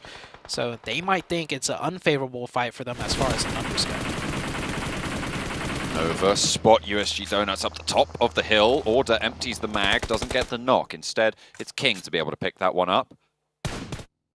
They will be looking for the flush. That opens up a little bit of an opportunity as well. They're going to take it. Both hands. Nova straight up that hillside. As soon as they get that knock, they move into a position where they're on that high ground. It's really solid decision-making here. 2 versus 1 around the side of the rock, and Nova will win it out. King is taken down. Can he be picked up by Order? Can they get this res? I'm not entirely sure they have time to go for it right here, but they can crawl forwards, move into a little bit more cover, and play with this ridgeline. An excellent crossing from Nova. Oh, and also more excellent, always keeping track of the flanks. Paraboy takes some shots, though, down to 1 HP. Caught wide in the open. Paraboy is going to go down here. And that is the member of Power picking up 1, but that should be it as he is forced into the open and multiple teams taking sightlines on him. It's actually going to be Damwon that confirms that one. Nova down to just actually 1 player now. King in Order knocked. King never got revived. 1 Million could go aggressive here, but then they have Alpha 7 over the top side that could third party. And then on top of that, Damwon could choose to act off of that as well. So I think everyone is going to just kind of play things a little bit slower, allowing the Nova team to get a reset onto 3. Yeah, no one's going to make that push. It is really only 1 Million that can go for it. But they will bide their time for now. Down 1, sending a player out in a vehicle, getting some scouting done down the hill. Forest moving that party bus. That loot crate could be really quite pivotal as cover on the hillside. It would be an obvious position, sure, but it could be a linchpin for Dam 1 if they want to try and move across this hillside once they've dealt with Alpha 7. Yeah, this is so tricky for all of these teams right now. 1 Million, who had the most prime position throughout the entirety of the match, now find themselves kind of pincered in between Nova and Alpha 7. Ooh, down one. Another knock from Mafioso. Steps up for a second challenge, Fabian. You can't take these 1v1s in order. Mafioso low, but the rest of the team are rallying on in Alpha 7. Looking good in the fight against down one. They're on the swivel. Forest looks for the challenge over the ridgeline and puts Mythic back, but won't fall for another. Revo deals with it, handles business. And Alpha 7 stay alive, but they will have to get this res onto Mythic. This is Nova's go time now, with that Chaos Zone into the Alpha 7 ranks, leaving 3 teams alive. That nade over the top puts 1 million back in their place. Yeah, 1 million. Even though they have the numbers advantage, with all 4 players coming out of one little chokehold, might not actually play out into their favor. We see the nades coming in, a lot of nade damage, and also Alpha 7 over the top, taking shots at them as well, and that is 1 member down from Venom. Venom falls on the outside, gets to cover across the way, but Nova are spreading out their line very, very effectively. Shots again from Alpha 7 up top. 8 eliminations with 2 in the oven to pick on up, but Nova steals one of those away. They pull it out, and they're pulling 1 million out of this compound as well. Only Lazy Boy is there. Order knocked back by a nade, so still a chance on the egress. Sprays from down low onto Revo from King. Actually, Mafioso falling as well. King last standing for Nova down the bottom. Hang on a minute. No, he's got Jimmy still in action. 1 million eliminated. Jimmy moving forwards. 1 player to fall. Jimmy goes down in the 1 versus 1, but now it's Mythic versus King. 1 versus 1 on the hillside. And it comes from the top rope. It's Alpha 7. Gonna be able to pop off for Brazil. What a great ending. The trades back and forth, the kill feed popping off. I didn't think Nova had it in them to take 2 fights at the same time. They cleaned out 1 million while also getting trade knocks on Alpha 7 back and forth, but ultimately Alpha 7 came out on top. It came down to that 1v1. Both players down to that 1 HP. That was an intense last ending. I mean, we saw Influence Kemin last week do quite spectacular things. A Brazilian team again answering the call here in Group Green in one of the hardest groups again. So phenomenal to see that. National pride through the roof right now for the Brazilians, but plenty of other good performances. Nova picking up the pieces from that first game.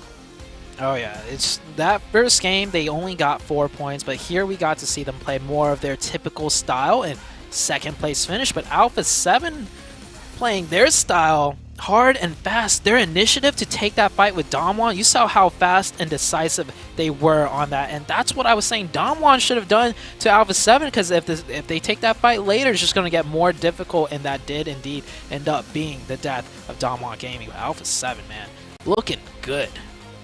Really, really are. Phenomenal stuff coming through from the Alpha 7 roster, but you can't forget HVVP on this one. I mean, they were absolutely mental this game.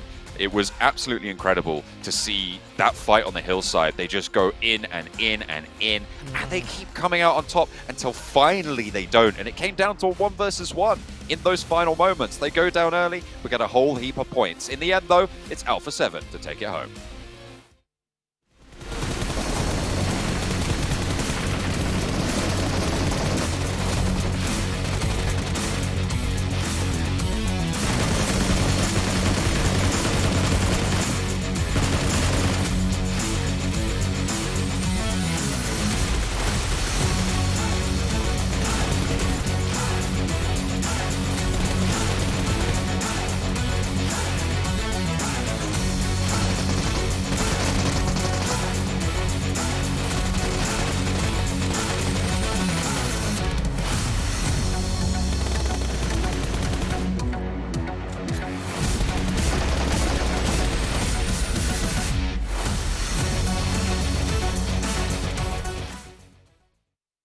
Imperium said it. Alpha 7 was the squad to watch in Miramar, and boom, Alpha 7 come out with the chicken dinner right there towards the end. I mean, man, they controlled that high ground, and they just took it over. I mean, what else can you do? That is the one Kings team of Miramar, man. Not want to get zoned.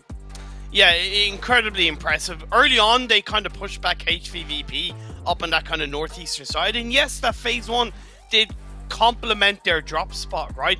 But then, off the back of kind of pushing HVV back, they then scaled down south, and they looked to control the southwest edge.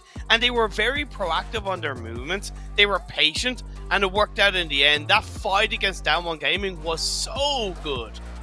It was really good, but I mean, what Dixie was able to do in that last match, it was absolutely impressive. You can see the numbers right there. 6 eliminations, 839 damage, 31% contribution, and obviously we just saw what Mythic was able to do as well. Something to point out for Alpha 7 is that now it's back-to-back games that they have come across Bacon time. Luckily for them, they were able to actually win the engagement here in Miramar, but I wonder if this is something that we're going to be seeing a lot more of, Imperium. Indeed, indeed. Looking at the kind of top performers, Tixie, Mythic, Mafioso, we expect to see those three. Lazy Boy being up there 4 eliminations. He was the one player from the team to be kind of, for the majority of the game, kind of outside of the team. Like, he covered a little bit on the western edge. But arguably, he also symbolized the overall team performance. It was quite lazy. They hung on to that compound for far too long. Far too long indeed. You know, and that's what happens here, especially with these kind of teams and players. I mean, if you just make that hesitation just for a little second, they will take advantage of you. And I love the fact that Nova, right there towards the end, they realize the situation. They realize the zone, and Alpha 7 is looking at Nova and say, hey, why don't we worry about these guys here and figure it out who's going to win at the end? And it came down to that 1v1. And of course, you know, Alpha 7 pulled up the dub. But hey, Nova putting up some big points on the board here, 7. They definitely are, and this is kind of the bounce back, right, that we wanted to see out of match 1. Is something that I was kind of hinting at. Yeah, they did end up getting 4 eliminations in the first Erangel, but it's not the performance that we wanted to see out of them. And now, if we're keeping track, technically, it's 2-0 for Alpha 7 because they end up eliminating Nova again. I want to rewind a little bit, though. 1 million. I feel like, and this is something we were talking about when we were watching the game too, Imperium. You mentioned it perfectly. They were just too lazy. They didn't want to do anything. I felt like they were just waiting for everybody, for all the other fights to play out, and they decided to just be way too patient. At the end, it ended up backfiring because they just waited too long. The fights had played out. Alpha 7 was looking at them, and then Nova was really right up on their nose.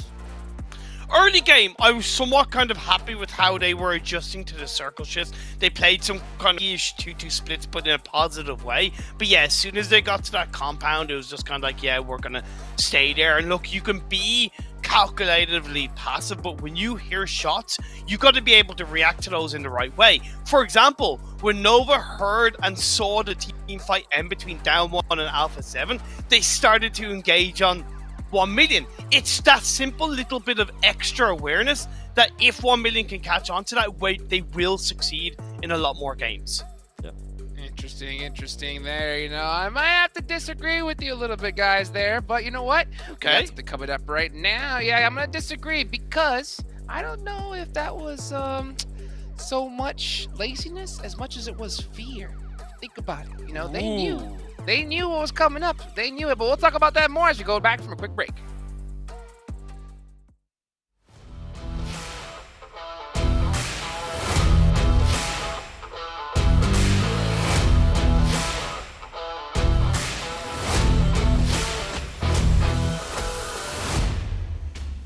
Hola, compañeros de PUBG Mobile.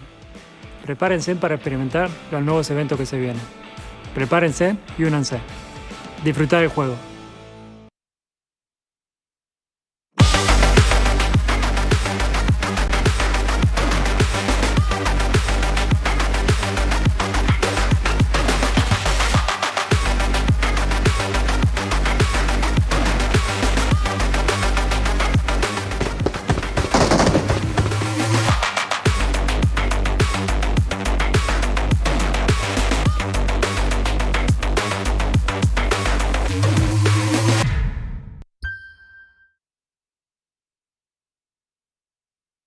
And we're back here. So back to the point that I was talking about earlier. When it comes to 1 million hanging back, you know, I know you said it could be a little bit of laziness, but I really do think it was them just seeing the situation, all right? Yeah. You look, you say, hey, you have the spot.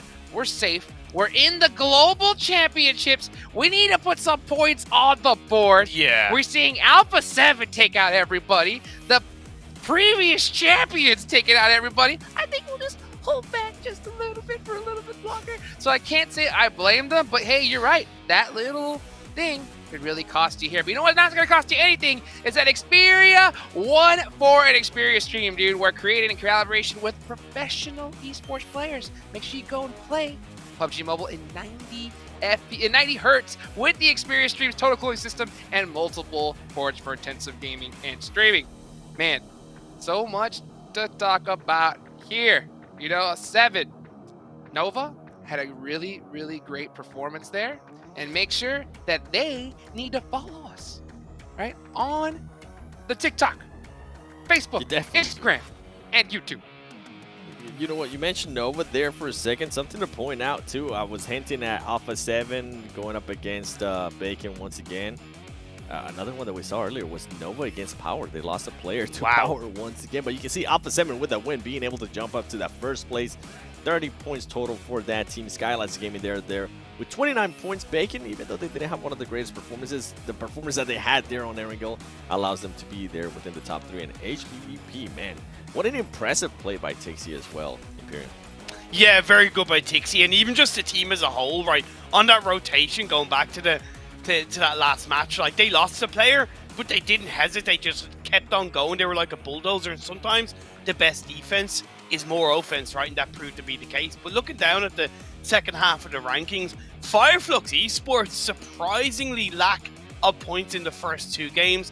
PK, yeah, I expected them to struggle to begin with, but I do sense that there's potential for them to climb back up, of course.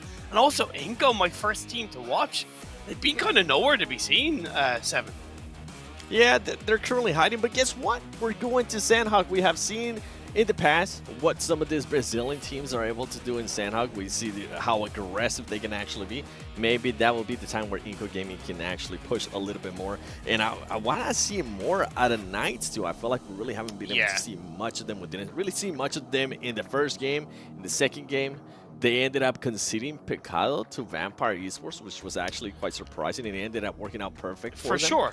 But in the Sandhawk here, come on. Let me see that firepower that you guys tend to showcase in Americas and North America. Knights. I think it's going to be a bit more of a slow burner for Knights across the board.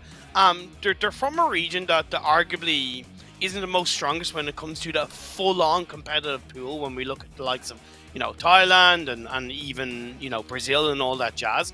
So I think it's going to be them kind of looking to utilize the 4 days and the 24 games they have to kind of feel into that. Dukes, and I think in time they will show it. Yeah, hopefully they do. Let's take a look at the teams to watch that you guys picked here for this match. I know you got Knights there on the board. Hopefully we can. I got the fingers crossed for them at Sandhawk because, man, this is a heck of a group to be in. Yeah, it definitely is. And I mean, with what I was talking about Knights, they tend to perform pretty well too when it comes to Sandhawk. They tend to be a little bit more aggressive. I know you mentioned they're coming from a region that's not very strong, but they continue to be that aggressive. Yeah. I would be surprised if they completely change their playing style because they are currently here in Global and more teams are going to be able to out-frag them or just be more aggressive with them. That would just be a Knights that I'm not used to. So that's why I'm hoping they actually start being a little bit more aggressive here. And when you think of Sandhawk on the global stage, you think of Stalwart, right? Stalwart godlike. This team has dominated Sandhawk game after game, going back to the South Asian Championships and otherwise. The thing that they're going to have to contend with is with the shift in the circle algorithm, you're naturally going to have more teams inside the circle coming into Phase 3, Phase 4, Phase 5. So that is going to put a bit of pressure on the possible landmass that the likes of Stalwart have and the amount of potential third parties that might go against it. But then again, you can say the same for all of the teams in this lobby. Anybody can pop off. I mean, literally, any one of these teams. We're in the big show here, and this is the hard part. It's like, we've been waiting for this for so long. This is the time to shine. It happens once a year. It's right here, right now, and you got to show up. Even the previous champs have to show up if they want to make it in the finals.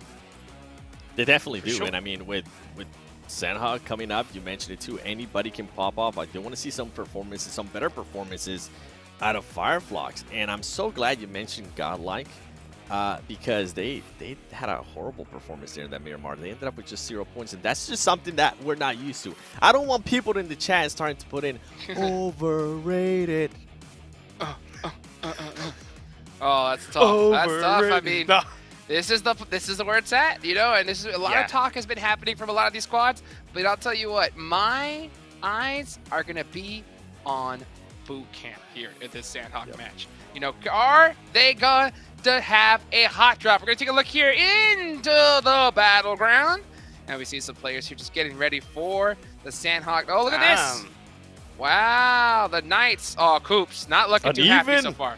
But yeah, just want to point that out because it's something I didn't really have a chance to mention. Uneven is a former NA Pro player. He's currently playing in the Japanese Pro League as well, and he's come to help to support the team from a morale side, throw a little bit of advice in between games, and I'm really hoping that his experience, his expertise will really help the team succeed in this group. Yeah, I know they definitely have their coach with them, but I mean, if they're able to get a little bit more eyes on the game and get a little bit of a different perspective of what's going on, that's hopefully going to help out the Knights even more. Skylights, this is the team that I was mentioning. I want to see even more out of them. They have showed great potential so far. They're second overall, 7. Yeah, I know. That's what I'm saying. I want to actually see a chicken dinner out of them, and I want to see it here on that first day, Imperium. And that's what worries me about Skylights, right? Is because they tend to play a little bit slower, and although they've shown a bit of sharpness in the first 2 games, it tends to be where as you get through a tournament where other teams adapt a bit quicker, they get drowned out. So you're right. I really want to see that kind of Skylights former DRS roster really show their strength in this day 1 and grab a chicken dinner.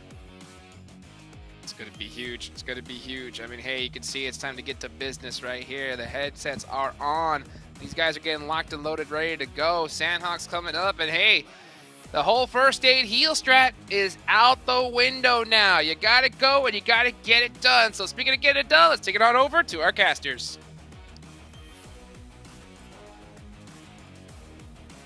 We are heading into Sandhawk. As you can see, all the players locked and loaded, ready to get into the jungle for the first of the new Miramar lobbies of Group Green. We saw it last week. Some heavy dynamic changes into the zones, and this time around I'm expecting no different. Yeah, and I think this time around one thing that we can expect are maybe increased hot drops with so many heavy hitting fighting teams that like to take those 4v4s. We saw one already in each game. A hot drop did come out. First match it was Gatka, second match it was Picado, even though a full out fight didn't break.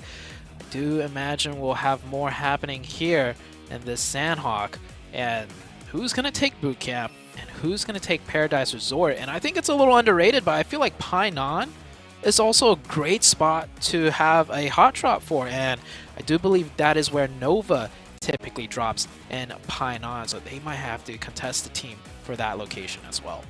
I'm interested in I spoke about them a lot in the last game, but I'm interested in HVVP because in their tournament play, they've gone for some interesting drops on Sandhawk. I'm wondering if the dynamics of this circle are going to change that. They would drop in a 2-1-1 split, 2 over towards the Northwest Island Mountain, leaving 1 further south on one of those confluence compounds on the trifecta on the west side, and 1 on the east side as well. So I'm wondering if they're going to be given that space here as well. We're going to find out momentarily as we head over Sandhawk.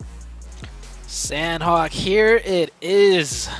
The most brutal map of all, with the most brutal group out of all 3 groups playing, making this potentially the most brutal game that we are about to witness. People are jumping out of the plane here.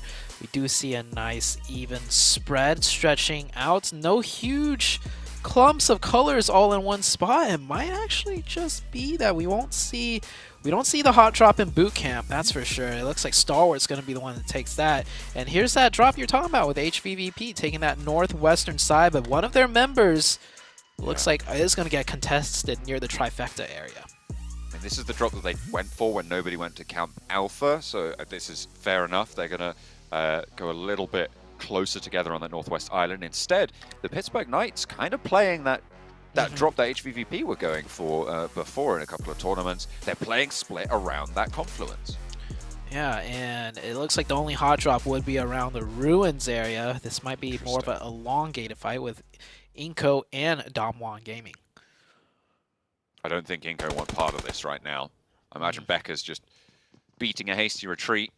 But then again, the rest of the players can move in, find some angles. If Forrest is caught out in the open, it's a really good opening. His left flank is very, very exposed, but Becca being a little bit more drafty right now. As the rest of Taiwan are rolling straight on in. They know there's a player here. Has only got that UMP. Unlikely to have meds on this early of the drop. Junie bringing that DBS in. They pioneered it back in PMWI to bring it back to the forefront of the meta. And then DBS will be looking to enter into this one as well. Out for the knock, out for the flush. Man, Taiwan descended upon him like bloodhounds right there. And it looked like you said, the rest of Ingo had wanted no part of that. That's one player down. We're going to get a second casualty already. So no hard hot drops, but the action is going to pick up very quickly as EVOS will lose a player as well. So Power on the north side, on the northwest side of Paradise Resort. A little bit of a spread drop for Power. Kante at the moment on the southeast side will bear the brunt of the egress from Evo from Paradise Resort. And we'll be able to hold out strong. I mean, they've lost, as you say, not fully lost the player just yet, but there's no way you get that player back up. EVOS maybe being baited out by Kante. And Yeah, they're just going to go for that flush. I'm looking at the map right now. So many teams are dropping extremely split all throughout the map. We see 1 million on the north side, right? Not in Tapmock or Cow entirely, but instead just spread across the northern hemisphere of the edge. And oh, we might see another engagement here between Star Wars and the Knights. I don't think Spec has any idea whatsoever that Pika is right there. Godlike Stalwart, it's pretty crucial that they secure a route out of boot camp, and this is what Pika's going for. Caught in the cross. Spec blindsided there, and Pittsburgh Knights lose a player on what was probably one of the stronger positions as well, which is really unfortunate with that with that confluence of rivers, that trifecta slap bang in the center of the circle. With 4 players, they could have exerted so much control over this topic. Yeah, typically the Knights get boot camp for themselves back on the Americas side, and they always go for that compound that Spec was at. But this time around, you know, if you're not starting off in boot camp, they kind of have priority. They're a bit quicker to get there, and Spec will suffer because of that. Here we see Fireflux coming in, also wanting to take control of this mountaintop. And with the Knights losing that one player, it looks like they're going to give up the hill entirely, because every single time this zone comes up in the Americas region, we will see the Knights up here taking full dominant control. This time, it's going to come down to Fireflux doing a quick rotation, getting 1, 2, 3, maybe the entirety of STE here. Ooh, it looks like, I mean, Godlike Stalwart, they've just been picked up on rotations, I think twice in a row now. Yeah. It's been so unfortunate for them. Pika now the last standing for the squad. Fireflux looking to burn him out of position as well. Once again, retreats to the edge of the shack, lines up 2, but it's not going to be enough. And Godlike Stalwart fall down 16th place. It is not good enough. Stalwarts is struggling a lot here. That's the one problem with boot camp. When there's that much loot, you might take a little bit more time than needed. Fireflux, by the way, they did a huge split, like 2-2, from stretching from the eastern side of the quarry all the way to the western side of the quarry. And because they did a split, they didn't have that much to loot, so they hustled up to that mountaintop very quickly and completely caught the Stalwart team off guard, and that Stalwart's just once again out, only with 12 points total so far over the course of 3 games. Nova playing on either side of Painan right now, seeming to favor the western edge. Paraboy scouting out on the hillsides there. They want some information, if nothing else. Power, after picking up a player from EVOS, will move south. They're just hitting the northern warehouses and the northern side of boot camp now in this circle. Does give them that opportunity to rotate west across the water if they need to shift over to that northwest island. Power now coming in from the northern side, taking the boot camp area that the former Stalwarts team was just at. Here's that quick replay. The 1, 2, 3, and just getting cut down to shreds right there. What do you do? What can you do? Yeah. You just get blindsided. Oh, look at that. That is... Oh, yeah. he's slamming the table. Yeah, no, that's a desk slammer. Yeah, I would feel the same. They had the prime position, great loot, great everything, and just they knew they messed up. They took 1 second too long to make that little drive over, and it cost the entire team, and they are frustrated due to the first 2 games as well. Bacon Time coming in from the southwestern edge on the water. Third party in this fight between Inco and Damwon Gaming. Seems like this western edge, you're right, it is really kind of quite jam-packed at this stage.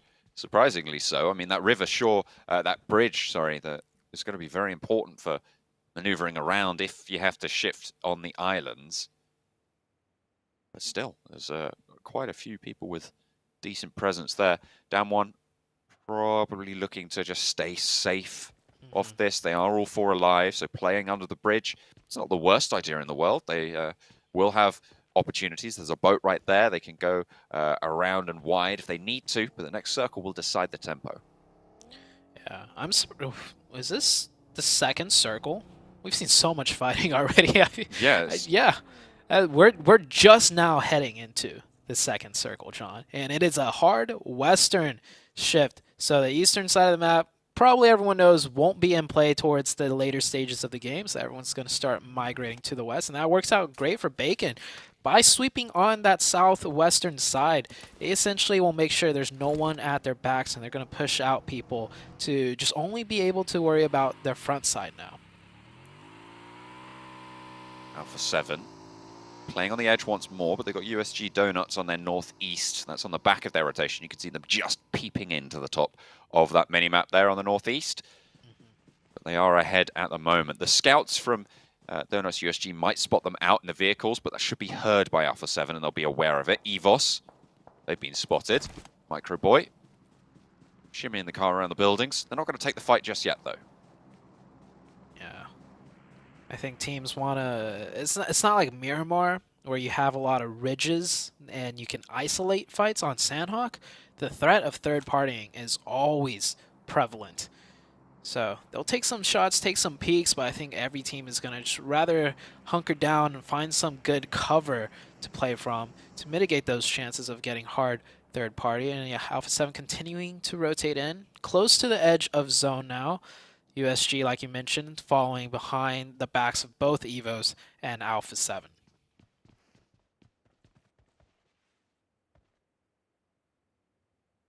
Fireflux as the backstop for all of these teams on the eastern side. It all depends really on when Fireflux decide to move, and that's going to be a difficult decision for them to make. They're in this circle. They don't need to move right now. So I imagine we might see quite a few teams start to move south around Fireflux, potentially even moving through Painan into where Udo Alliance are and Nova are on that western side. Inco, not looking super healthy. They only have 2 players remaining and they're wild split. So V2 2K at the moment, basically a solo for Bacon Time to pick up if they drop down a level, but it seems like keeping quiet's working out for now.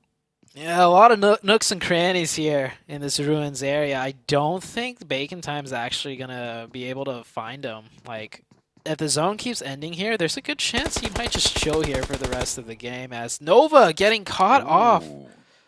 Nova right now, looking at the map, they were playing a huge 1-1-1-1 split, and one of them gets caught right there. So not working out too well for Nova. Nova down to 3. You can see right here, if you look at order on the minimap, no other teammate in sight in that top right. So yeah, everybody's playing extremely split from Nova, but I mean, that's just how Nova does. They always like to play split up in the center of zone. This time around, they will suffer a casualty because of that. This is the Fireflux roadblock in effect now. Players are starting to fall. EVOS lose 1 to a knock. Alpha 7 also under fire. Everybody forced to fight on this lateral north-south line. V2 2K, okay, hang on a minute, we're hopping right back over to Ruins. Remember, this is the solo player from Inco. Going up against the entirety of Bacon Time, holding his nerve on this staircase. We'll be able to spot the player close to it. Wants to put a nade in from Noise. It's a little bit too long on the cook, but down they go, flooding in. We'll be able to find it. There's the knock. Bacon Time losing a player, though. Pretty impactful. The next circle pops on in. And further to the west we go. Alpha 7 right now getting caught by the USG Donuts team. And yeah, Fireflux right now causing trouble for everybody on this eastern side, forcing them to fight. And here we have Power on the north side getting some shots in onto USG Donuts as well. And it looks like Donuts are they going to go aggressive and take the fight with Alpha 7? I would like to see that because that rotation that they have to make right now is way too tough. They may as well secure the points, and Alpha 7 not catching a break. Evo's now coming in to take a fight. Taking shots over towards Carrillo. Micro Boy able to land those when he needs to. Go under pressure behind the rock. Will need to leave. Oh, I think he just catches sight of him through the corner of the tree there, just between the branches. Wow. Revo takes some shots over the Micro Boy's way, but is going to be enveloped by the blue now. And as we know, you can't out-heal the blue anymore in Sandhawk, so you do have to get a move on. Taking a look back on the side of things with Nova right now, they are in this new circle shift. Now they can find themselves on the edge. They have to worry about what's in front of them and on the flank because there's more teams coming in from the eastern side. U2 Alliance might get the reset onto their fourth member there. Smoke's come down. I think he's going to have to crawl back because they're worried about that spot getting naded. And the Knights looking okay right now with 3 on the edge of the zone at that trifecta bridge compound area. Swimming action from Donuts USG as the teams from near boot camp are going to opt for the river rotate, but with Coops up top, I mean, this is going to be tricky if he's going to play on this coastline, play on this northwest island in the position that he is. He has excellent sightlines over towards any swimmers, moving through Pittsburgh Knights with a solid split. This is the control that they were looking for playing this area. It's unfortunate that they lost that player. Yeah. It is a strong split, though. They have their sightlines covered. They have support from for one another. If Coops goes down, though, I don't think he's going to be able to get revived, but he's fishing. He should be okay. But Lufa is actually up on the rocks, so he's got to be careful. Lufa might swing over the top and get Coops. Coops still has the support of his teammates looking over his way. They do have that suppressive line. Coops actually dropping down very, very low. Wants to finish off a flush if he can, but it's going to allow the Donuts USG team to get up onto the ridges and play from there. Might be spotted out by Tensor, though, in the meantime. He sees that crossing. He's identified the crucial part that's going to go up. HVVP have been very quiet, but with this shift, it's going to start to heat up for them. The compound that Meku currently holds the south corner of is going to be huge in this next circle. You know, it's actually favorable for all the other teams that HVP does get the zone, because then they won't go on a warpath eliminating everyone. But this might be a huge chicken for HVP now, because towards the end of the stage of this game, they will have that high ground and they will have 4 up. And they're going to be shredding everybody moving from the South Island. Zute, there's so many teams there. Yeah, it is a cluster down there now on the south. But who knows? The circle might go back down south and keep the south side in zone. I mean, this river has been in every single circle shift, so there is a chance as USG doing what they can to stay alive. They have 4 members, but 2 of them are knocked. Blue is pressuring them from behind. They're caught between the Knights and Vampire. They don't know which way to go, and I think this is all but done for USG very soon. Yeah, the blue zone will be doing the job if the bullets won't. The Pittsburgh Knights controlling the river will finally have to leave. Get on a little bit deeper into the circle. Yeah, they're just getting peppered away. Knights not able to secure any of these points, though. They have yet to find one. They're still at 0 eliminations. And, oh my gosh, HVP from the top of the mountainside, just sniping away some points here. They do pick up 1. Vampire, they're in a good spot. Vampire's right next to the zone, and Coops finds 2. So that is 2 points for the Knights. Much needed points right now for the Knights. The Knights, and overall, I think, yeah, if you take a look at that right-hand side, 15. Trying to get some points on this game, try and ladder on up at the moment, though. Ooh, Nenebete doing a lot of work from under the bridge. The last player from Inco, by the way, taking down 2 of Skylights. Bacon Time are going to know about it now. Nima and Mr. Board will be going for the swim to try and get past that roadblock that was instituted in front of them. Only over of this position under the bridge is in the next zone as well. Gonna have to move. I love how active Inko is. He knows if he just plays quiet, he's going to eventually get caught out with no points. So he's trying to stay as active as possible, but still cautious enough not to just go out early. Next zone coming up, and like the south side, still barely in zone, but that does give HVVP a lot of high ground still to work with. And when did Fireflux get up there? What's going on? They were on the eastern side of the map. We're going to have to get the desk to talk about that one, because I have no idea. They were... I mean, sure. I mean, they just hopped in the TARDIS and teleported on up there. I have no idea. That's crazy. There's no way they could rotate through all those teams to get up there. So well, I beg to differ, Zute. There is, because they've done it. I mean, it's like... I mean, did they loop back around from the east deep into the blue? I don't know. I'm so Maybe they confused. did. Maybe they came. Maybe they swung up north. Well, whatever it was. Pièce de resistance of rotation right there. I have no idea how it happened.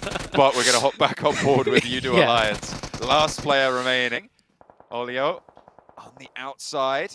Playing off in the blue against that one, who've got one player stuck a little bit in the sidelines, but two players further forwards. Forest finds the route of egress, but gets cut down in the time being.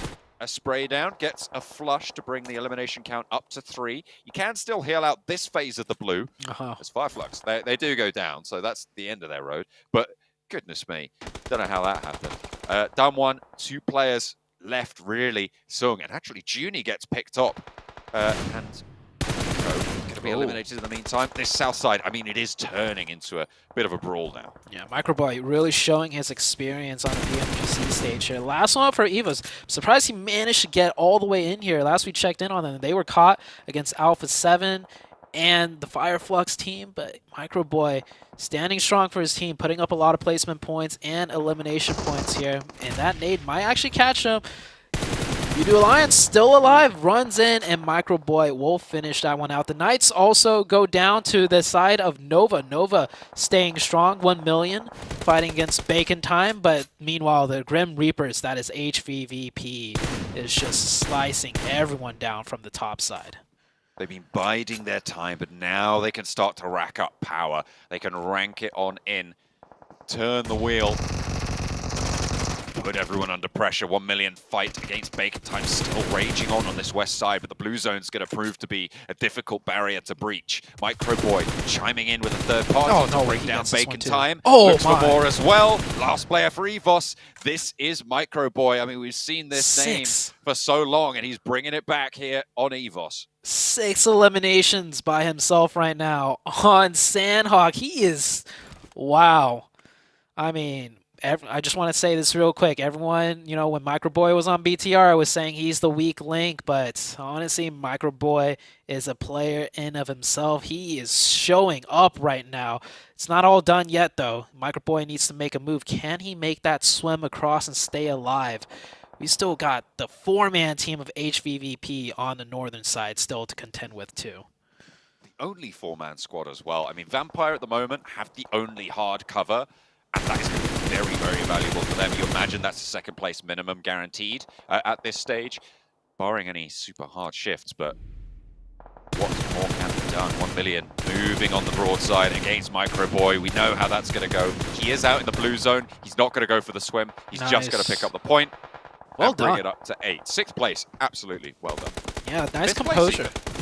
Yeah, 5th. Yeah, nice composure to not worry about the blue and trying to go in, and he maximizes another point. HVVP coming down from the northern side, getting shot at by Nova and Vampire. So HVVP, as strong as the position they're in, it's not as nice as it might seem.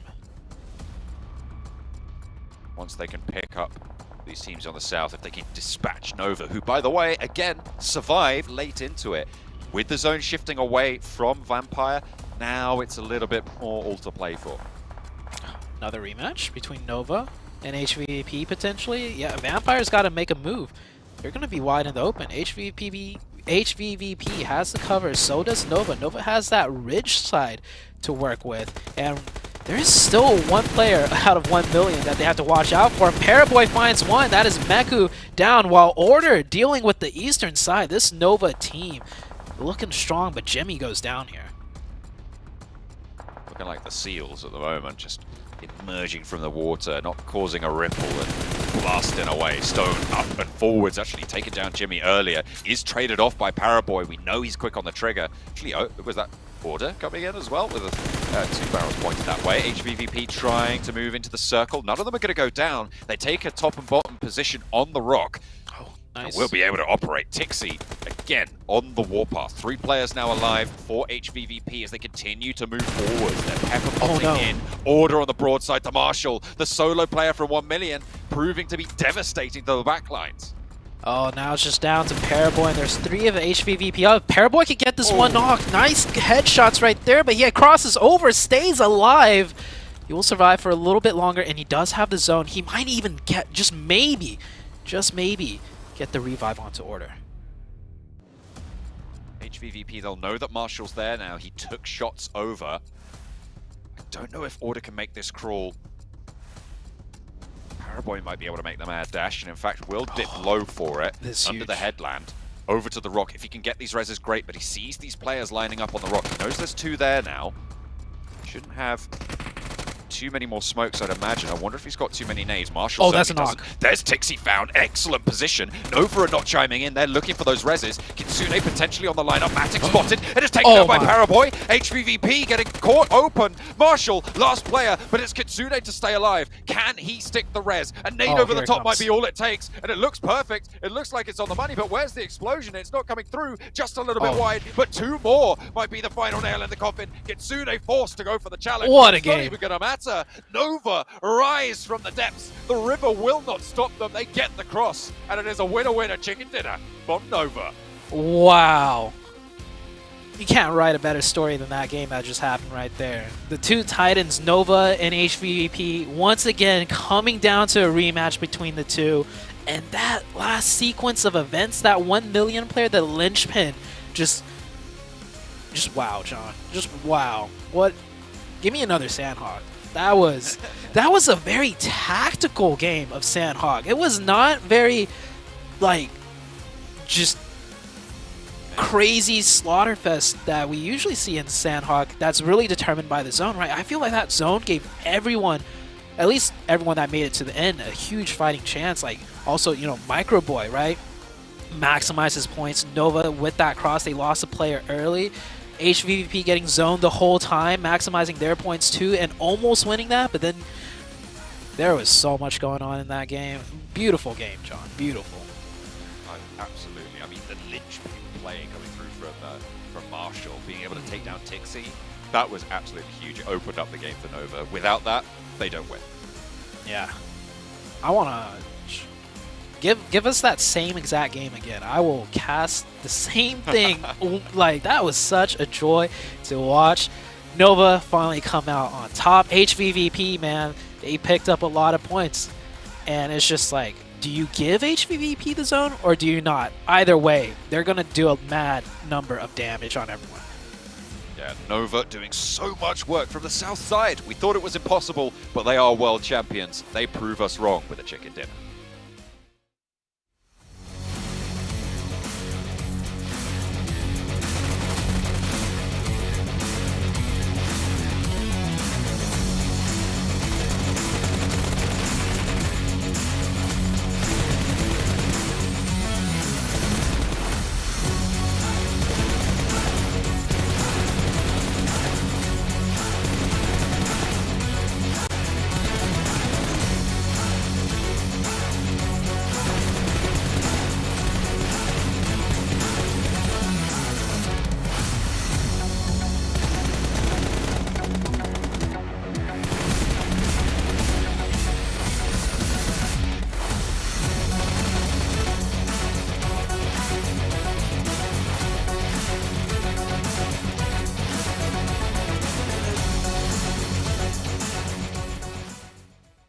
And the first Sandhawk here of this group, it's the previous PMGC World Champions Nova that pull out the chicken dinner. And man, that was a close one from all regards.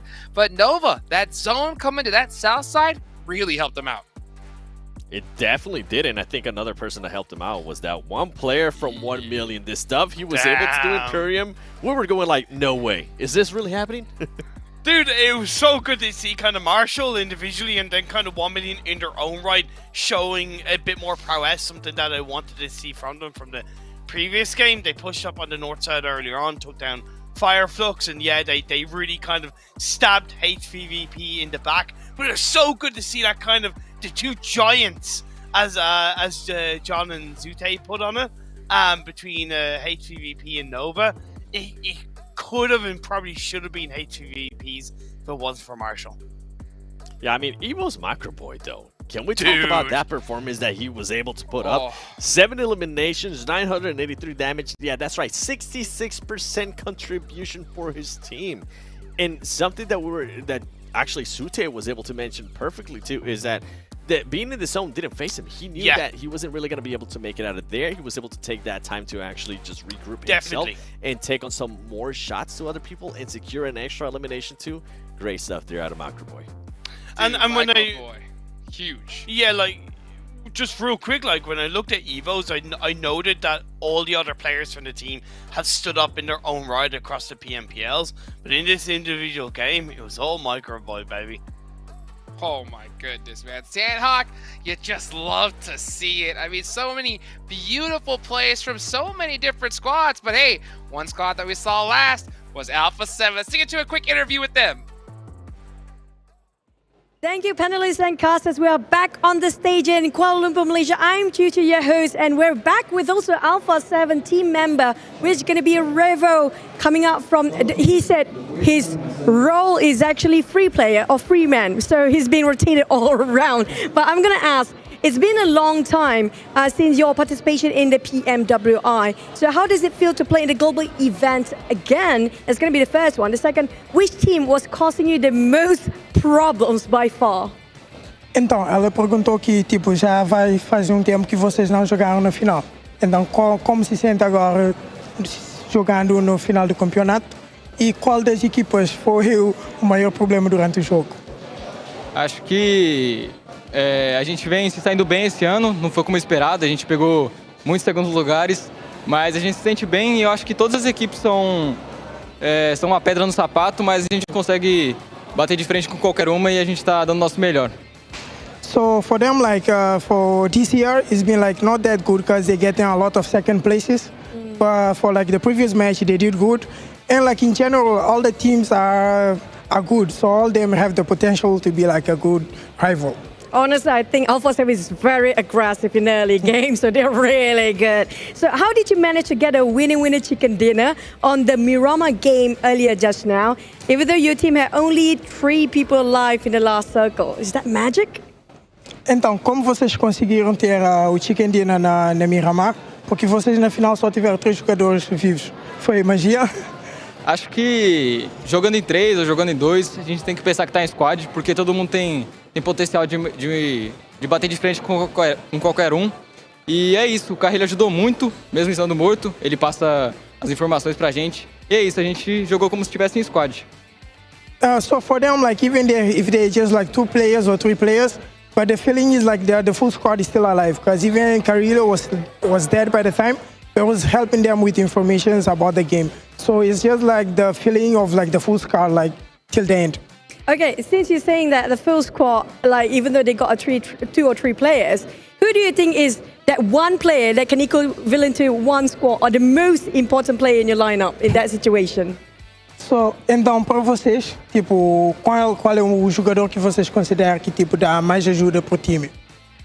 Acho que o jogador que dá mais ajuda pro time, na verdade, são todos. Todos têm um potencial absurdo. Tanto o Swaggin, que é nosso reserva, mas quando ele entra, ele faz o papel dele. Então todos têm um potencial absurdo. So for them, actually, like all the 4 players, including like Swaggin, like the substitute, they all think like they're all the same level. They all can be like, they do their best to support like the whole team. And that's why we have to learn a lot from Alpha 7. They've been really good since the start. Now, any last words for your supporters, for your families watching out there, or even your team members playing, anything that you want to say to them? Então, o que queres dizer, tipo, à luz das suas palavras agora, tipo, ao time ou mesmo para os fãs aí em casa?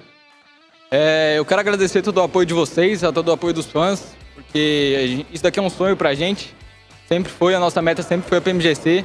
E a gente vai dar o nosso melhor para trazer esse título pro Brasil, classificar agora, se Deus quiser, e na final trazer o título pro Brasil. Então a gente tá dando o nosso melhor e amo todos vocês, Ianca e Nice, amo vocês e eu só agradeço por todo o apoio de vocês.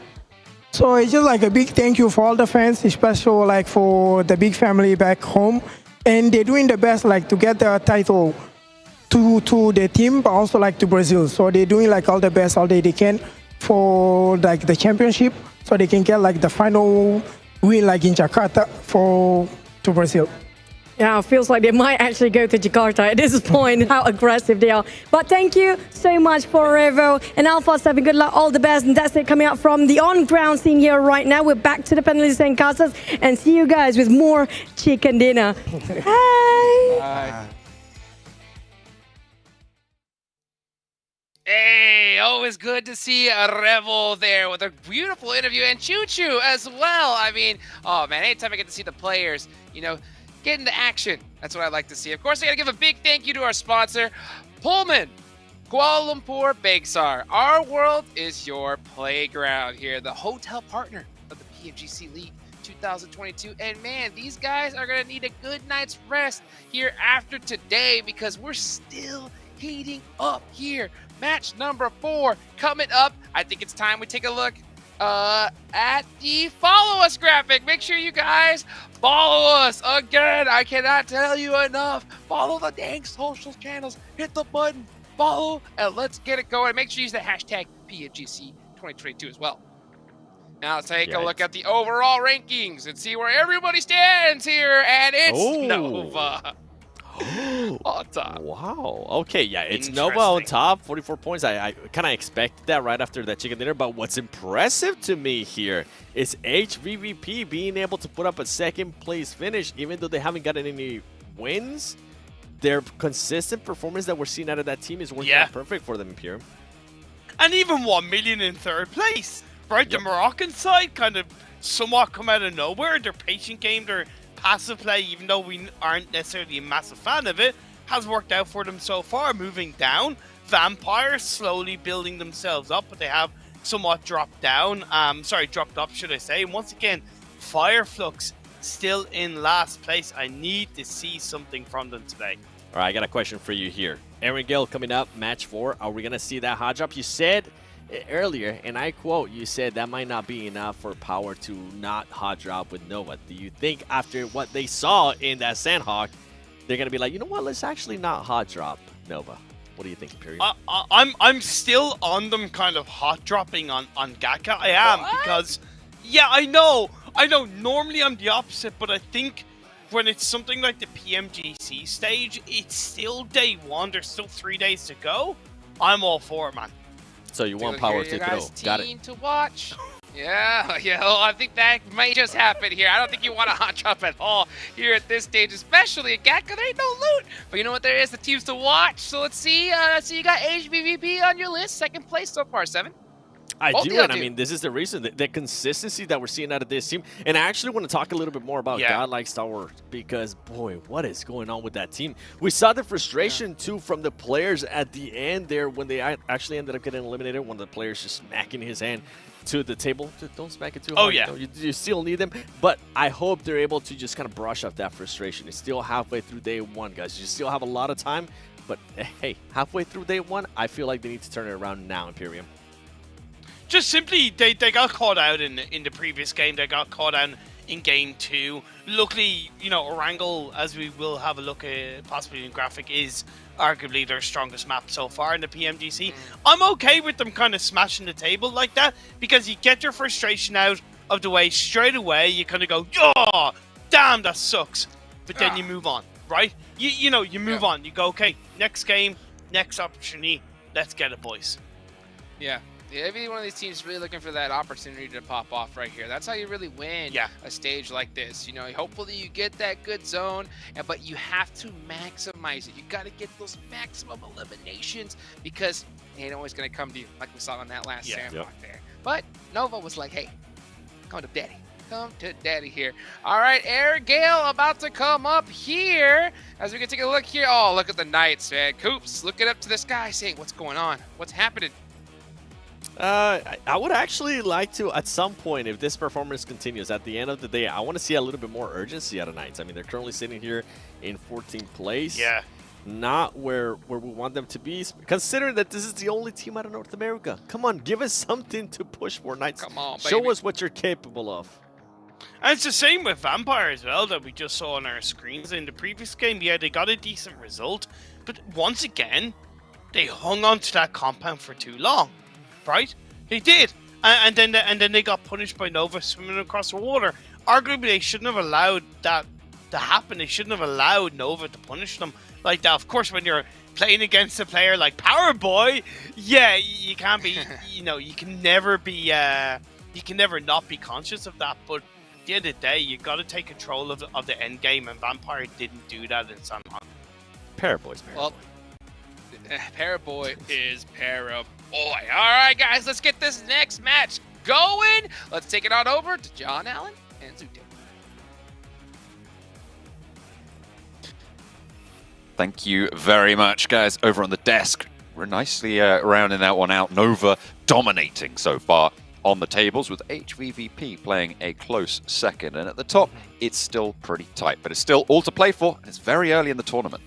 Yeah, it's so close. Nova getting that huge win, but HVVP, like the Des mentioned, no wins and only 3 points behind. I touched on it a little bit, right? Like HVVP, if you give them the zone, they're going to end up, picking up a lot of points. If you don't give them the zone, they're going to go on a warpath and definitely take out some teams. It's like, if you're the teams going against HVVP, John, like if you were in here playing against HVVP, would you rather them get the zone so they could just stay in that little circle, in that bubble, or not give them the zone and fear them, just doing a warpath onto your team? I mean, it depends, right, in what position. I feel like if you force HVVP to move and you've got multiple teams around you, that could be a better scenario because it takes a couple teams to take them down, seemingly. So, I mean, maybe in that scenario, it's better if they don't, right? Because you know that as soon as they move, everyone's going to look their way. They're going to get shot down and probably only get a maximum, maybe, like 30, 40 kills, eliminations on the game. So, should be all right.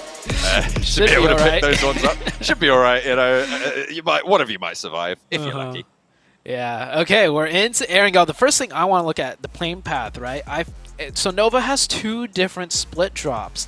If the plane, which it is not, went from east to west, they have a different split near the farm area. But once again, this is west to east, which means Gatka will be the first area for the plane to fly over, and we might see that hot drop once again between Power and the Nova team. I do see Nova already jumping out. The NV is on the plane. It is out of the plane now. It is coming down, but do we see Power with them? I see a P. I think I might. Yeah. I think I might see it. Yeah. I think I see it. Are they both going to go to Gatka There's again? Or are they going to no way. split around Gatka? They got to change it. It has to be no. They are going look like it is. straight to Gak. Oh, no. Oh. 3 players from... There's a late drop from one of the Power players or a split drop, potentially. But Power currently operating with 3. There comes Kante onto the rooftops as well. No weapons to be seen. And it's going to pop off a lot faster this time around. Jimmy immediately dispatches D7H. First blood over to the Nova squad. And that is great news. They've turned it around as well in terms of position.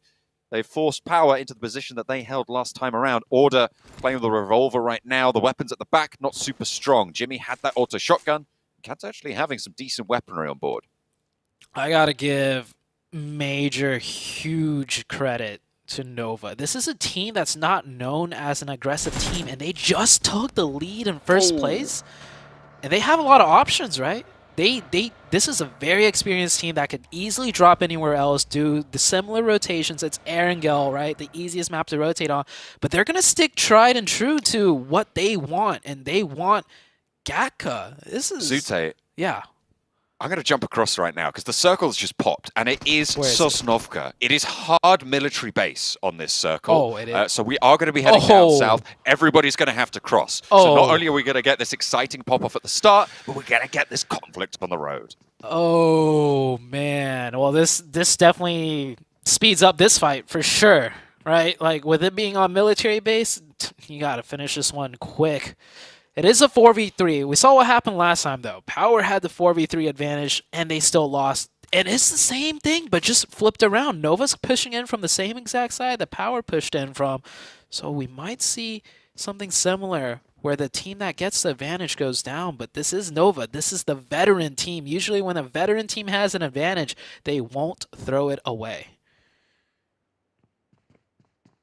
Certainly hope if you're a Nova fan. Chinese roster playing forward. Paraboy with the Molotov in hand wants to just burn anyone who steps forwards.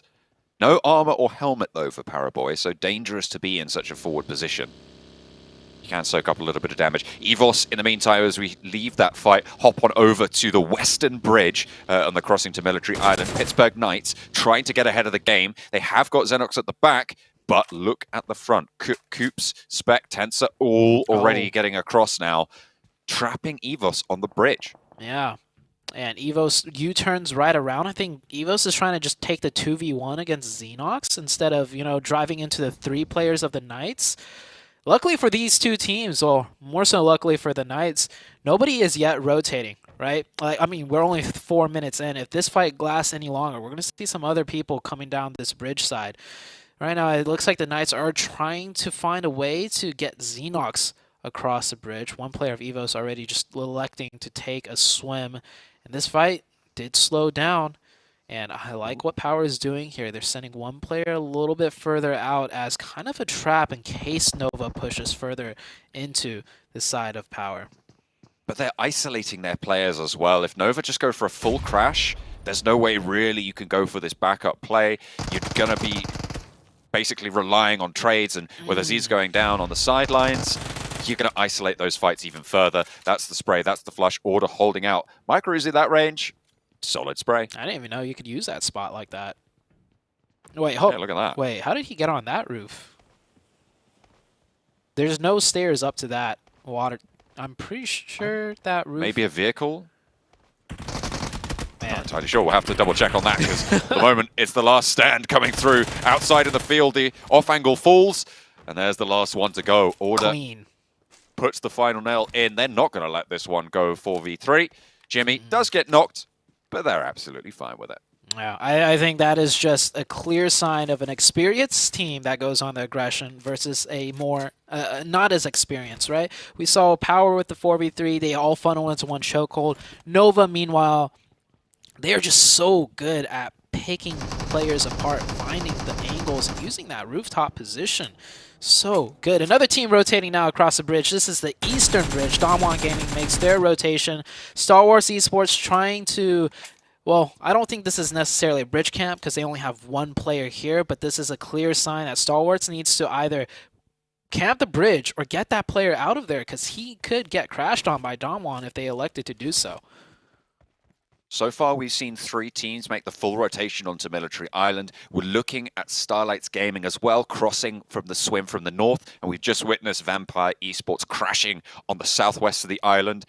In fairly short order, we're going to see Bacon Time as well on the south side of the island. They've managed to take a boat all the way down. Looks like 1 million are also going for a boat. So far, 3 boat rotations to the south side of the island. Other teams looking for the bridges right now. Inco on the Eastern Bridge next up to bat. Yeah, only one team really camping the bridge, and that is the side of the Knights. And it already worked out for them. The Knights managed to pick up one elimination. See 1 million rotating in on the boat. Damwon deciding to go just center, going into the military base. And now some of these teams that are rotating so early, they might not have the loot that they want either. So they might be, crashing into certain compounds like Damwon here to look for a few more weapons, maybe some ammo. Evo's having to back off here. Evo's doing great rotation too. They got caught on the bridge, but they managed to regroup as 3 onto the heart and center of Military Island. I like that little graphic on the right-hand side, because there's a lot of, when you talk about Nova, there's a lot of Paraboy. But Order for the longest time has just been this consistent machine of just damage, eliminations. I mean, you look at what he was. There was a question earlier, I think, that flashed up on the screen during the last game of who got the most eliminations in PMGC 2021, and the majority, I think it was like 60% voted for Paraboy, but the answer was, in fact, Order with 141 eliminations. Yeah. It is a name that we look at a lot and have reverence for, but I feel like people don't realize exactly how much of an important aspect of this team he is. He's so crucial. I feel like amongst the competitive players, right, people know Order is the harder hitting one, right? As far as status and legends go, it's Paraboy, because they're both extremely strong in different, aspects, right? Order's known as the long-range god. This guy does not miss when it comes to mid to long distance. The best support cover player you can ask for. And then Order, of course, is just, not only is he really strong close range, he is so clutch with his IQ when it comes to close range fights. He just always knows how to move around without having to do anything too flashy. Like, his close range IQ is on another level. Yeah, those two players, just the dynamic duo, right? And then, of course, Jimmy, the IGL, the brains behind everything, and King, the support player, to make sure everything is anchored down so that when a mistake is made, King is always ready to step up to, keep things covered. Like, that is the Nova Championship team right there. I mean, there's a reason they are 2 times, right? Like, they have got so many accolades under their belt. They came second, though, over in PEL. I mean, this is why we're seeing them here. They're not direct qualified into the finals from it, so they're going to be looking to take a lot more. But to be fair, they do get a massive chance at getting a hefty chunk of prize pool from this. I mean, the top prize is 950k, right, for winning your group. Yeah. So maybe that's what they're looking for. Tactically, coming second place, increase your earnings. Yeah, not just that, you get more practice too, right? That's true. Like, I think last year they didn't get direct either, but I do remember there was one PMGC where one team got a direct. HVVP and Nova again clashing, and this might actually work for Nova as HVVP just got surrounded. They haven't even confirmed Jimmy yet. Order firing off some shots, missing some crucial bullets, but once again, King, as I said, he will hold it down. Order actually did get knocked, so King is the last one up. 1v2 and no first aids. Tixi behind the vehicle, not going to take those shots yet. The cover from the car just a little bit too strong. Wants to put a nade back uphill. King, though, ticking away low, steps out wide and goes boom. 2 players down, and in comes Udo Alliance with the solo outlook here. No one really too close. Everybody else has left, but he's going to prove to be troublesome for HVVP, bringing them down to 1 player going. Matic falls. This is disaster for these 2 top-of-the-tables teams. This is a chance for 1 million to step up, for Alpha 7 and Bacon Time to try and challenge for one of those top 3 spots. Oh, why did Udo Alliance? I don't agree with that. I mean, they're leaving a player up back, and it's worked out. They've swept 2 of the strongest teams in the lobby away from being a problem. I mean, those are free points right there.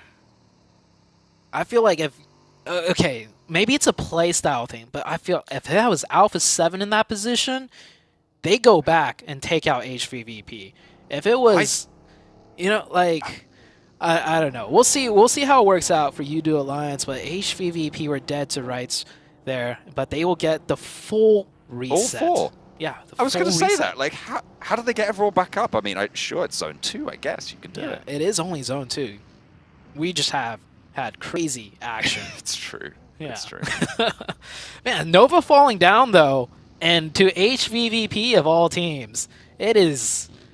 Man, it's almost like this is the last game of the entire Grand Champion every single game, because these teams are just like targeting each other constantly almost.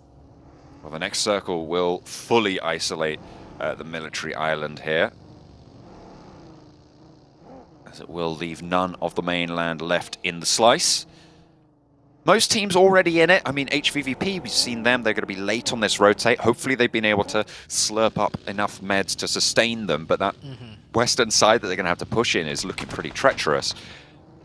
1 million as well from the south, going to have a difficult path through the Pittsburgh Knights. Yeah, she here rotating in extremely late due to where they dropped. Will find themselves pretty much barricaded by multiple teams. Can't get any deeper into the zone. One thing I do enjoy is that we didn't see too much bridge camps, right? I feel like bridge camps are always messy and a very prolonged fight. It looks like all the teams here is just going to forego that and just get onto the island and play the game from there. HVVP here rotating in and making it in. Solus needs to be a little bit careful, and HVVP... Oh, I thought they were about to just four-man pull up on Solus like they did to Nova. But they're going to keep rotating. But Fireflux, they have the angles. They have everything set up. HVVP will lose one player for sure, but a return fire.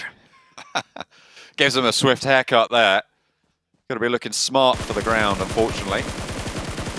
The second duo rotating past Sol K, not quite connecting on the spray. Running out of ammo. Matic has cover. Solus sailing wide with that spray. Wrong tree, my friend. Matic has the opportunity to go for a heal. The zone will be pushing in, but with Ketch down, they're losing that middle player. They're losing that middle position, and now HVVP can start to exploit. Kitsune being down, sure, unlikely you're going to get that back up, but the rest of the team, they're still on the warpath. You realize HVVP is winning this fight right now? They drove in, lost a player against the four-man split setup defense out of Fireflux, and HVVP is the one that's winning this fight. They just got pulled apart. The nades just completely tore them down now. Two players on the front eliminated, and with that, I mean, you said they were winning the fight before. How about now? 3v1. I just had to make sure that sunk in. It was like, you know, HVVP is the one winning this fight, and they will pick up 2 points right here. Solus, I'm pretty sure, will go down, will not get revived. And oh my god. Too easy. Tixie, my man. This guy is absolutely one you do not want to come across in the battlefield. Sol K. Yeah, just last turn tail. standing. Yeah, turn tail. Just get out of there. Run away, man. Wow, wow, wow. 5 eliminations already, but over in the military base, we've got Udo Alliance facing off against 1 Million. 1 Million currently a third-place team at this stage, despite being, I would say, fairly quiet and not really doing too much too special. They get third place in Miramar, third place on Sandhawk. Maybe they're looking to follow it up with a third place over on Erangel here. Third place gets you into third place. Yeah, overall on the third place position. But it looks like they're playing a little bit louder here, picking up some points, going over for a revive. 1 Million right now doing the quiet consistency so far out of all the games. Not really putting themselves on the radar, but still looking good in terms of points. Up the top of the hill, Bacon Time stretching out their leg and opening a nice line of fire for themselves to operate for the next circle, which comes through a little bit closer to the observatory, which catches the entirety of Stalwart in. They're playing 2 up, 2 down right now. 1 Million losing a player to Pittsburgh Knights. We said this approach was tricky because of them. Seems like that is going to come to pass. Udo Alliance right now rotating through the minefield, so to say. It's a hail of bullets running in from both sides. HVVP now find themselves against the Bacon Time. HVVP only down to 3 now, however, so their firepower will be stunted just a bit. So they're only about 3 times as good as the rest of the lobby, apparently, in this game. Sort around. After losing a player, no, of course, but I mean, they have proven that they are incredible in a firefight. When it comes down to those clutch scenarios. Unfortunately, only Nova really were able to overcome them, and that was with the help of a third-party engagement in the last Sandhawk. See what happens. They are on the edge of zone. They do have a ridge, so it might be stalemate, but knowing HVVP, they never resort to stalemate. They always push the action. Star Wars in a much, much better position now. Yeah, and like it's already popping off. Tixie goes over the top. Tags a couple and gets back with a flush, stays alive with all of them. Bacon Time, they're not going to have an answer, not yet. Tixie has another nade, cook it up towards the smoke, spots the player dodging out right, goes for the spray. Not quite going to get knocked. That is Noise actually answering with a volley of fire with the AKM. Fortunately, there's teammates for Tixie. I know it doesn't seem like it sometimes, but he's low. Can they go in? Can they stick this res? Meku going to have to make the dash. Matic tags it first, blooms the smoke, keeps him alive. That's an MVP player right there. When you have two teammates left and they're both beelining it towards you to make sure the revive goes through. But yeah, he was very low. And Bacon Time actually now down to 1. I think they got into somewhat of a long distance crossfire, so it's not just HVVP they had to worry about. HVVP, they're not the ones to necessarily close out that fight, but HVVP are the ones to push that fight and force Bacon Time out of position. And HVVP now will have to contest with Damwon. Okay, I said they're only a 3-man team, but they're playing pretty much like if it's a 4-man team. I mean, we heard that interview with Alpha 7, right, coming through, where they were saying, oh, you know, it doesn't matter how many of us are alive, we always feel like a full squad. HVVP, they are laying that bare on the battlefield. 3 of them alive, 7 eliminations with 12 teams remaining. 11 teams now after the last team went out, but this is a really big game again from them, already picking up 7 eliminations. They might be on the chase for Nova if they can keep it on going. Oh, I think they've passed Nova Nova up. went out. Yeah, they've passed Nova up already, and that zone is going to help HVVP out as well. We've already seen 3 strong dominant games out of HVVP, and if they were to go out right now, I would say this is a strong dominant game for them already. Man, this team is, you know, last year PMGC, they did not get that first place position, and I think that really pissed them off because this team has been just in the grind ever since, and they are looking like nothing like before. Like, absolutely insane. But Damwon will get the opening. Will they push this fight, though? Ooh, looks like they might want to figure something out. I think they just want to regroup into the zone because it is crunching in. HVVP, they're diminished down to 2. If they went out right now, I believe the placement points would tip them over because currently it's a draw exactly with Nova, and they would add on that placement point. And they lose another, but it is right down to the wire at this stage. Tixie getting shot out, only Matic remaining. Yeah, I think this is the end. This is the end of HVVP. He's forced to step up. He gets 1. Don't count those chickens yet. Matic is still going. He's got the nade. He's sandwiched, though. He's sandwiched extremely hard. Oh, he's given the them the second one. Turns it around, Matic finds one more, and he's up for a challenge. He's going for yet another, has the DP, so many bullets in the magazine, but finally, it's Inco. Third party's the only way to take down HVVP. They were so close to it. 2 players stepped up to bat for Damwon. It felt like they should have had more there, but they will be able to isolate with that HVVP. They'll be able to challenge for that top spot, but I don't think it's over just yet. Nova going down gives Alpha 7 a chance to try and jump up with the big boys. Knights showing signs of life, finally. 4 players up, 4 eliminations already, in a dominant position to take down U2 Alliance. He's down to the last player, M4 Spray. He peeks out. Coops with that DBS headshot finishes him out. Great position for the Knights, too. They are on the low ground, but it is a ridge, so it actually kind of plays in their favor, and they have 4. Damwon close by with 4. Knights take down 1. I think Knights have been playing very well in terms of their aggression. They just overextend sometimes, but this is a good one for them to get aggressive. It is an isolated 4v3 for them, and they need to clear out their sides. Damwon struggling. They are now the filling in the sandwich, which is not ideal for them. Close by Inco. Spec spotted by Vampire, who are playing south side, just on the north edge of those military compounds that still remain in the circle. So, cooking the nade. One sent over his way, but the vehicle sends out wide. They'll spot the crash. Don't want to get run down by the buggy. Sidesteps it, falls back. Great play out of Inco. Right now, trying to put some pressure using the buggy as a tool. It looks like one player of Damwon did go down. So now Damwon down to 2. Inco should smell weakness here. The next zone shifts out. Better finish out this fight now. Pick up those points and then get into the zone. The new zone shifts towards the east. Good zone for Stalwarts, who will just hunker down right there. Evos, I think, down to 2, also with hard cover. Pittsburgh Knights disengage from the fight that they had up the top of the hill, but they might be having their backs shot out there. Inco move up past Damwon. They turn their attention out the Pittsburgh Knights way. They say, oh, hang on a minute, there's still a player from Damwon. Deal with that. Now they can look to control on the southeast side, but they are outside of the zone. They'll have to move forwards, and Eva are in the way.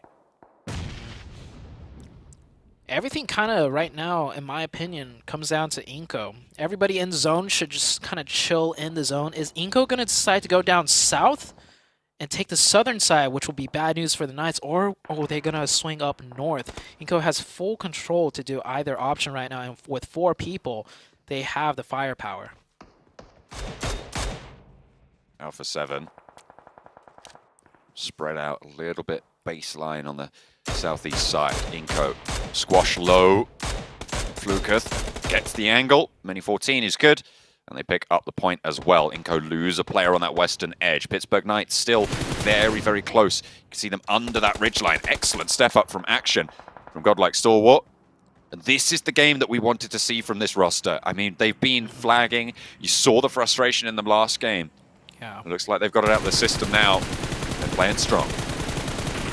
Looks like Inko finally deciding to make a play, and they choose the worst one of all. They go down the middle, which opens up silence from everyone onto them. I want to see them do a hard swing to the north or a hard swing down south. But going down straight the middle, they will get blown to bits. Inko now down to 1. And I think everyone else is pretty much in zone. Inko still has 1 player that needs to make it in, but I don't think he's getting into this circle. Yeah, Vito 2K going to be really suffering now after losing Nenabete there.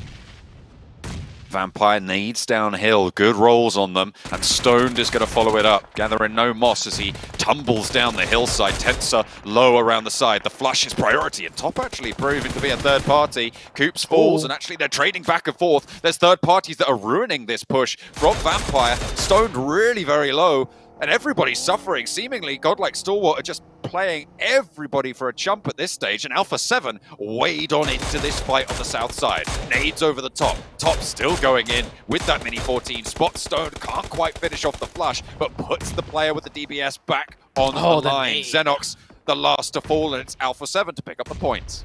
Alpha 7 third party, when they smell points, they go for it. I love that decisiveness right there. Keeping track of what's happening on the battlefield. What a great team out of Alpha 7. We do see Alpha 7's down to 3, so I think Mythic is probably the one calling it out for them as well.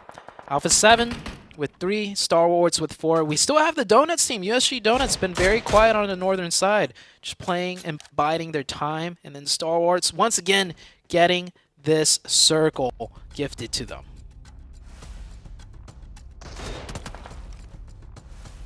Stalwart really, really solid here. I don't see a way they don't win this. I mean, if they can't win this, then I feel like those previous games must have been getting to them, but this is the time that you are able to win. There's no 2 ways about it. You've got to capitalize on this sort of a circle. Definitely. But I feel like the circle will... I think Alpha 7... I think every team might be able to stay alive here. No, USG looks like they have the edge of zone close to them, but it is not a good spot. So USG will have to commit somewhere. I feel like they're going to be looking at Evos' direction, and Alpha 7 making a move right here, and oh no! Boom goes the car. Schweppes puts the DBS to work. Picks up 2 points for Vampire Esports. Last player surviving, and Alpha 7's hopes have dashed on the Darcia. Alpha 7's probably Star Wars Esports' biggest threat too, so that just really made things a lot easier for Star Wars. Mafioso, last one up. He might be able to pick up a knock. Here is USG's push onto Evos right now. Ufa close by next to the tower. The other 2 players providing support, I believe, from distance. But they will have to make a move soon as the blue circle is closing in on them. Nade came through from Evos to find the ground floor. Donuts USG going to be taking heavy casualties now. Only 1 player left standing. And Evos aren't going to make that too easy. Scry action. Top. Pika all staying strong. They have so much control over this zone. Absolute control. Mafioso forced to run down now. Is he? He might be in zone on that. Oh, never mind. Mafioso goes out. We're down to 3 teams. And USG is still up. They got the revive. It's 2v2 here with 4 players of... They should definitely move off of that knock. They have the numbers, they have the angles, they have everything. They need to get more elimination points, not just the chicken here, with how bad of a 3-game Star Wars have had so far. Although, to be fair, just getting that chicken dinner after the games they've had would be great news. It looks like they've gonna get it. Look at the movements that they've made. They've pushed up, they're controlling the ridgeline. They know that they're gonna have the center of the next zone as well. Yeah. There's no way that they go down here. I would put a good amount of money on it. It's just no way that it happens. All the UC in the world. Yeah, they Absolutely. just need to maximize points. They get 1, they get 2. There's only 2 points left. They should look to get both of these. And no way can they throw this now. I want to see them commit, like try really hard to get 1 more point, because they should know both of these teams are just going to die to the blue otherwise. Yeah, Action really wants to hunt this one down. They know there's a player in the shack. It looks like they know that where Redface is. There's the nade. There's the point. Action knows the bathroom will be the place of the final hold for EVOS. It won't be enough with just the 1 player, but the rest of them flood on Nicely in. done. And godlike Stalwart, what a relief for this roster. Yeah. Coming back on in after a set of lackluster performances. I mean, you could see it. Look at that. Yeah, That is relief. Relief is the perfect word. I love that you said that, because that was not a celebration we just saw. That was just relief. Pure relief that they are managing to pick up some points and put themselves back on the board. And there's a little bit of celebration now, a smile, as it's settling in, that they realize, like, hey, we still got this. We still know what we're doing. We're still a top contending team. Great job out of Stalwarts. Man, what a game. HVVP once again showing up. Nova and HVVP continuing to duke it out. The hot drop, it happened again on Gaka. John, it happened again. I mean, I imagine after this one it might change up a little bit. I was agreeing with Imperium on the desk about his points that, you know, it looked like they really should have won that fight for power. It was just Paraboy who turned the corner and got 2 knocks, one after the other, very fast, that won them the fight. But this time around, it was clear. Nova had it all in their hand. Maybe Nova wants them to hot drop, because Nova has managed to pick up...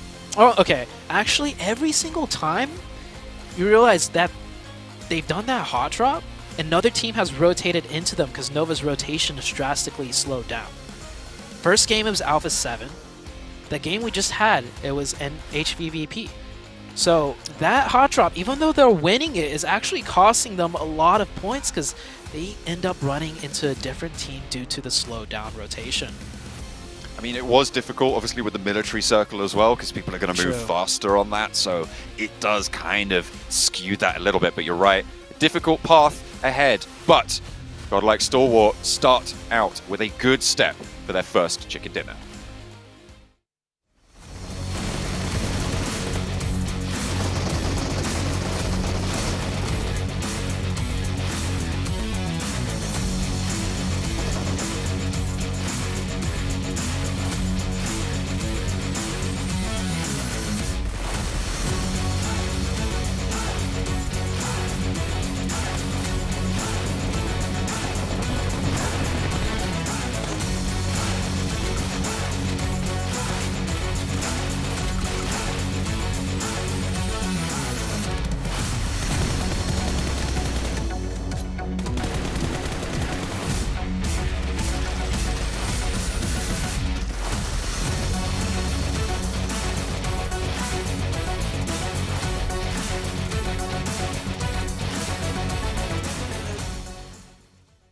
And another Eric Gale is in the books, and godlike Stalwart is going to be that second Eric Gale match here of the day.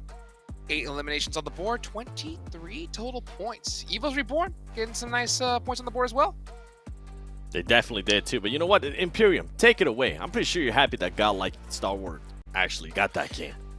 Man, a massive relief from 0 to hero, from kind of smashing the table to giving high fives. And I really like that Zute highlighted the fact that it wasn't necessarily a celebration, it was a relief for the players to say, hey, we can do this, we can close out the game. They were early on the rotation, they were early on the control. There was a 2-2 split that was a little bit risky, but as soon as that circle moved away from the radio tower, they repositioned. The awakening, ladies and gentlemen. This is what I've been expecting out of Coops, being able to put out 5 eliminations there, 835 damage. And guess what? The time that Coops is actually here in the top performers is when Knights have actually one of their best matches. I think they ended up with 9 eliminations total. They did. Which was really, really impressive out of that team. And that's what he's kind of highlighted about Knights earlier on. They're a bit of a slow-burning team, and we've seen that progression up and up. It's that scale is moving upwards. Yeah, they might hit that plateau at some point, but in my eyes, for day one, they're on the right path, Hot Jukes. It's about time. It's about time. We're waiting for it. Hopefully, we can see that rise, you know, start burning hot. And you know what? Speaking of hot, I know that you were wanting a team to hot drop the previous champions, Power. How's that going, Imperium? Look, I like that John had my back on that one, because there's definitely logic behind it, but now I'm like, no, do not hot drop Nova again. Let them have Gatka, find a different position. There's plenty of areas that are kind of to the west of Gatka that are possible. There's open terrain. Don't know how much information they've been able to gather, but they can do that. Regardless of the logic, it shouldn't have happened. Okay, I'm just gonna put that out there. They shouldn't have done fair it. enough. Fair enough. Bad logic. Bad logic. Let's go ahead and take it on over to a break, and we'll be right back.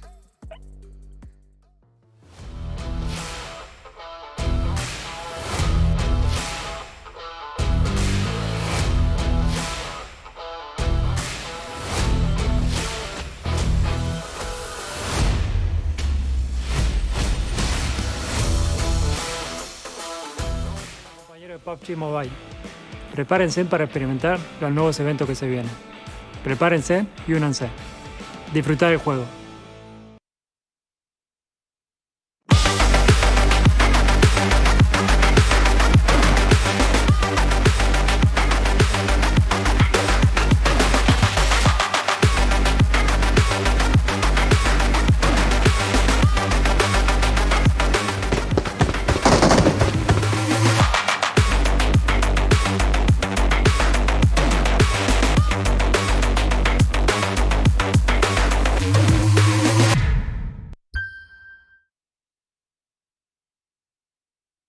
Welcome back, everybody, to the PUBG Mobile Global Championships. Of course, I got to give a big thank you to our sponsor, Sony, with the Xperia 1.4 and the Xperia Stream were created in collaboration with professional esports players. Play PUBG Mobile in 90 Hz with Xperia Stream's total cooling system and multiple ports for intensive gaming and streaming. Guys, still so much to talk about here as we go into match number 5. There's still 2 matches left to go. Okay, so they have plenty of time to put some good, solid points on the board, get some of that energy going into that next day, you know. I wonder what we're going to see come up. Are we going to see, you know, a team really come out hot? Let us know right now on the socials. Use that hashtag PMGC 2022 as well, so we can keep up to date with everything that you guys are talking about here. And while you're at it, why don't you throw us a little follow as well? You know, Hot Juice, 7WG, Imperium. What do you think about that, huh? Now, oh, yeah. All of those? Yeah. Yeah, follow us all. Why not? Gotta stay up to date as we take a look at the overall rankings. HVVP. But look how close it is. 7, look how close it is, though. The top 5 are divided by just 9 points. That's nothing. Yeah, it's absolutely nothing, but what's impressive is that HVVP is able to do this with 0 chicken dinners. And if we went back to just the past go that just happened, I mean, technically, in regards to placement points, they didn't really have the best performances, but they're able to put up those elimination points, and that's what's so impressive about this team. Exactly. They're being able to put up points, whether it's elimination, whether it's placement points, it doesn't matter. They're being able to maintain that consistency. And now, as we go here towards the second page, Fireflux Esports currently in last place. And the reason why I was saying that regardless of the logic, it shouldn't have happened is because Power Esports is currently in 15th place. They shouldn't have done that. Yeah, I agree. For sure. 110%. Pittsburgh in 12th place. Down in 11th. They haven't really, you know, improved across the 4 games. It can be difficult to evolve your gameplay. They're showing that sign that they did last year when they would just full center it without any real kind of awareness of what's going on around them. I hope they change it coming into the last 2 games of today. Going back over to Miramar, back to the desert here. Looking to see some more action in Pecado, Sin City right there in the center. Hopefully the Knights can come and make it happen. Yeah, Power, unfortunately, just really off to a really tough start here. Take a look here at some drop locations. This is where everybody is expected to drop. I wonder if we're going to see any changes here, Seven. What do you think? I'm actually intrigued to see if we're going to see any changes there in Picado. We saw Knights being able to just concede that spot very quickly to Vampire Esports. It did end up working out for them because of the circle that we had, but I would be surprised if maybe we get more of a favorable circle, more of a center circle, if Knights is willing to take a fight with Vampire Esports, if they do hot drop each other in Imperium. Yeah, definitely. And Miramar has always been a tricky map when it comes to drop spots and looting, because it's so city heavy from a loot standpoint that compared to Erangel and Sanhok, arguably you tend to get a couple more hot drops in play. Right now, Udo Alliance has lost Leona's all to themselves. I would possibly, if there's a team in the lobby that has lost Leona's as a hot drop in their own regional tournament, that is a place that is more than capable of holding on to two teams. So that's something that could be down the line in day 2, day 3, or day 4. Yes, indeed. Let's take a look here at you guys' teams to watch here in this upcoming Miramar match. Oh, I see the Knights is on both of y'all's picks here. Why the Knights?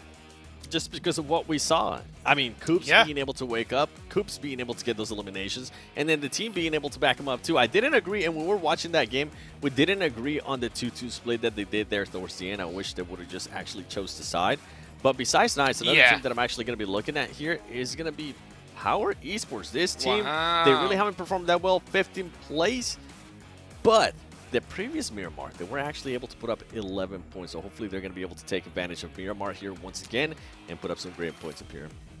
And for the opposite side, I put Godlike Stalwart on my teams to watch because the majority of their points have come from Erangel.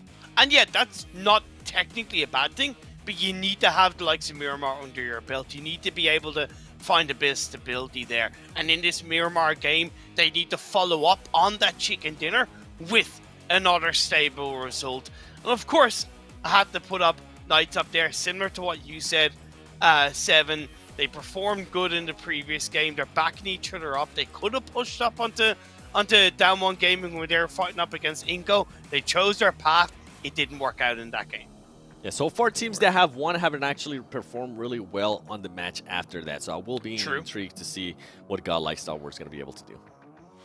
Yeah, so many different teams to keep an eye out on here. This is the last Miramar of the day. This is the big show, and I think it's about time we get it going. Let's take it on over to our casters.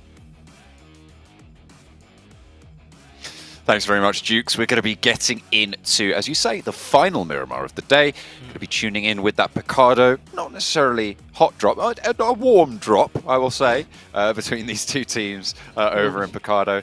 Taking a look at a couple of these other squads as well. Where are they going to go? Are there going to be adjustments?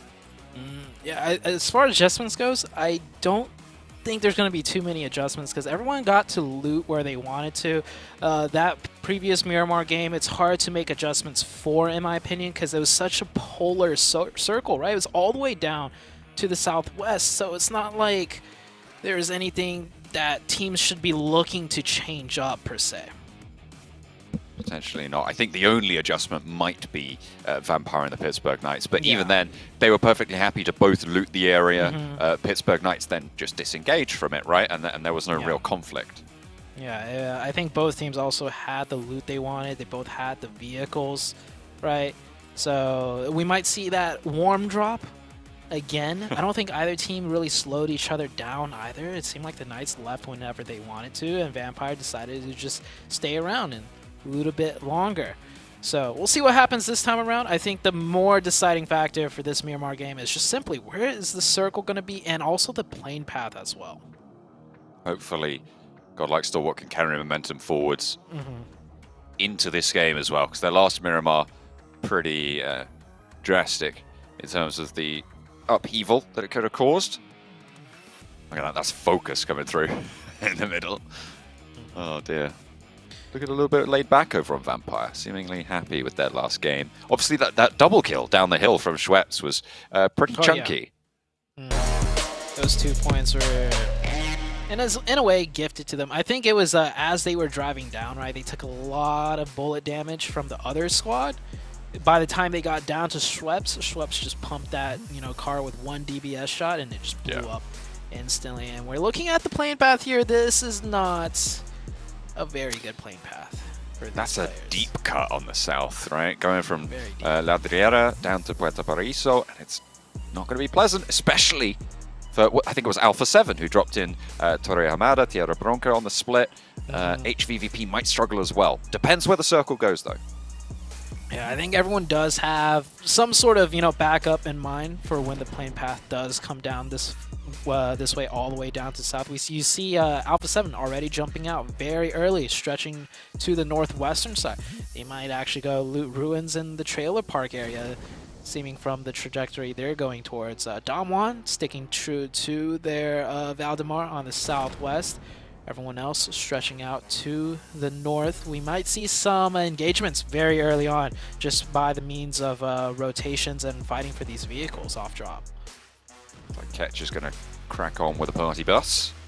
For Fireflux, fairly central, you can see him just to the southwest of Picardo. Team's still in their parachutes though. Vampire looking to drop in towards Picardo. Looks like we will see the drop, both of these teams close by. Don't imagine we'll see too much, but the circle just came on the screen at the end there. It does go northeast, so it allows teams to move up a little bit further north if they want to. Vampire on the aggression this time. First time around, Knights got the north side. Vampire stuck to their south side. This time around, Vampire is dropping even deeper into the north, not dropping into the casino or that high-rise building. So Vampire looking for a fight, or probably to just claim this spot as their own for the rest of the tournament. Pittsburgh Knights looking to pick up some weapons. Spec only with the Winnie there. Might have another one on the back, but it's actually Coops to find the first. And what? Hang on a minute. Wait. That's not a Vampire player. What? Okay. Well, Coops gonna kick it off well. Why? How did Coops even spot? Okay. You have a four-man team dropping in front of you, and you have the wherewithal to look behind you with the mini and pick up a play. Wow. Okay. I mean you one of their it. players, It's Coops. one of their players dropped in late, so maybe they were just completely on the swivel. I mean, you know that they're not pushing aggressively, maybe, so you're sort of just keeping an eye out or just catching it in peripherals. Oh no! Dear, another difficult position. This is not good news for Oh no! Oh, this is awful. Godlike Stalwart. It's back to business for Stalwart. They are getting torn up. One player left, and we're only 3 minutes into the game. I feel so bad for those boys. That was a drive-by with shotguns and a Winchester. That's... Okay, all right. Spec here. I mean, anybody but Stalwart, please. I don't even think that's a table slam moment for them. I think that's just a sigh of, like, Guess here we go again. Yeah. All right, Spec. He's got support. He's got supporting sight lines, so Spec is able to back up some. So playing to his teammates really well, but getting shot from a different angle is going to force him back inside the building, and Spec will go down. 3v4 situation. The Knights on the back foot. It kind of comes down to Xenox's position. If they don't know he's up here, and that's a big if, Xenox might be able to do something. We'll hear those footsteps underneath. Exactly, yeah. So knows there's a player up top there for them. Stoned on the outlook. Tensor. Coops holding on the high ground at the back. Looking for a little bit of an answer. Fluketh with that Winnie. Wants to sling a round or two out towards Tensor, but Tensor's not giving him an inch.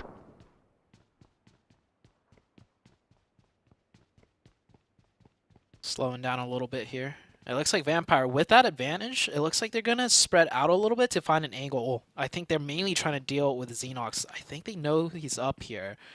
And I do believe if he gets all the way to the top of the roof, he might be able to just get a very slim angle onto Xenox, even if he stays prone. And there we go. There it is.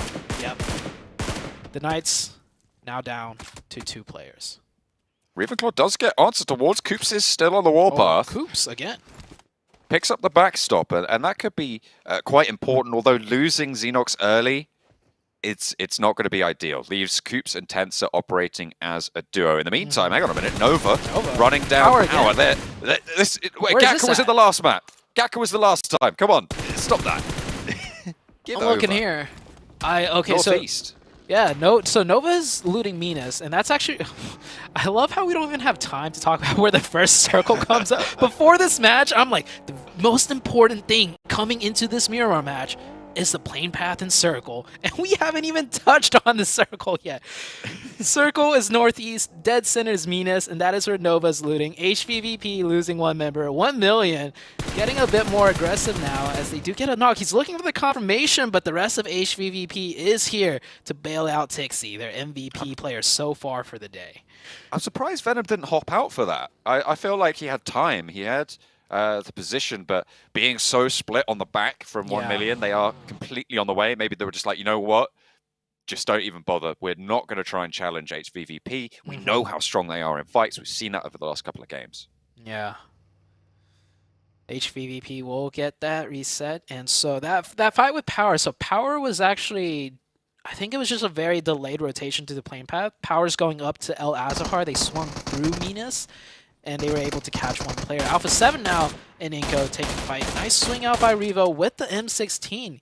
He's going to pick up an elimination. And this is all the way in the northeast, so Alpha 7 did end up rotating from the northwest all the way to the northeast, looting that Campo Militar area, and Inko's also there. And we got another fight happening with the last lone member. This might be 2 points for him. I don't think they know there's a solo player here. He might pick up the 1v2. He's playing at the top of the staircase as well. Likely that he can pick up at least one here if Solke goes up the staircase. Oh! Lutz saw him. He was ready. That is... I mean... I think he left the vehicle there. It kind of had to happen, right? Yeah. Like, it got like Stalwart. You had your chicken dinner. Now it's back to getting no points on a game. You know, just chill out. That's rough. That is really rough. It is really rough. Yeah. I like how our camera guy also was kind of caught off by surprise because he was like, wait, huh? Had to zoom the camera back out. Yeah. Jumped to another angle. Like, oh, that's what happened. And that is Star Wars once again out. But, okay, overall, this is only day one, right? They're in 6th place. They go out with 0 points. That sucks. But this is day one. We got a couple more days. So they're not in the worst of positions, right? They're not in the worst of it. But they're definitely not happy with how inconsistent they have been performing. Needs to step up a little bit. I mean, teams like Fireflux, Power also just have had much less of an impact.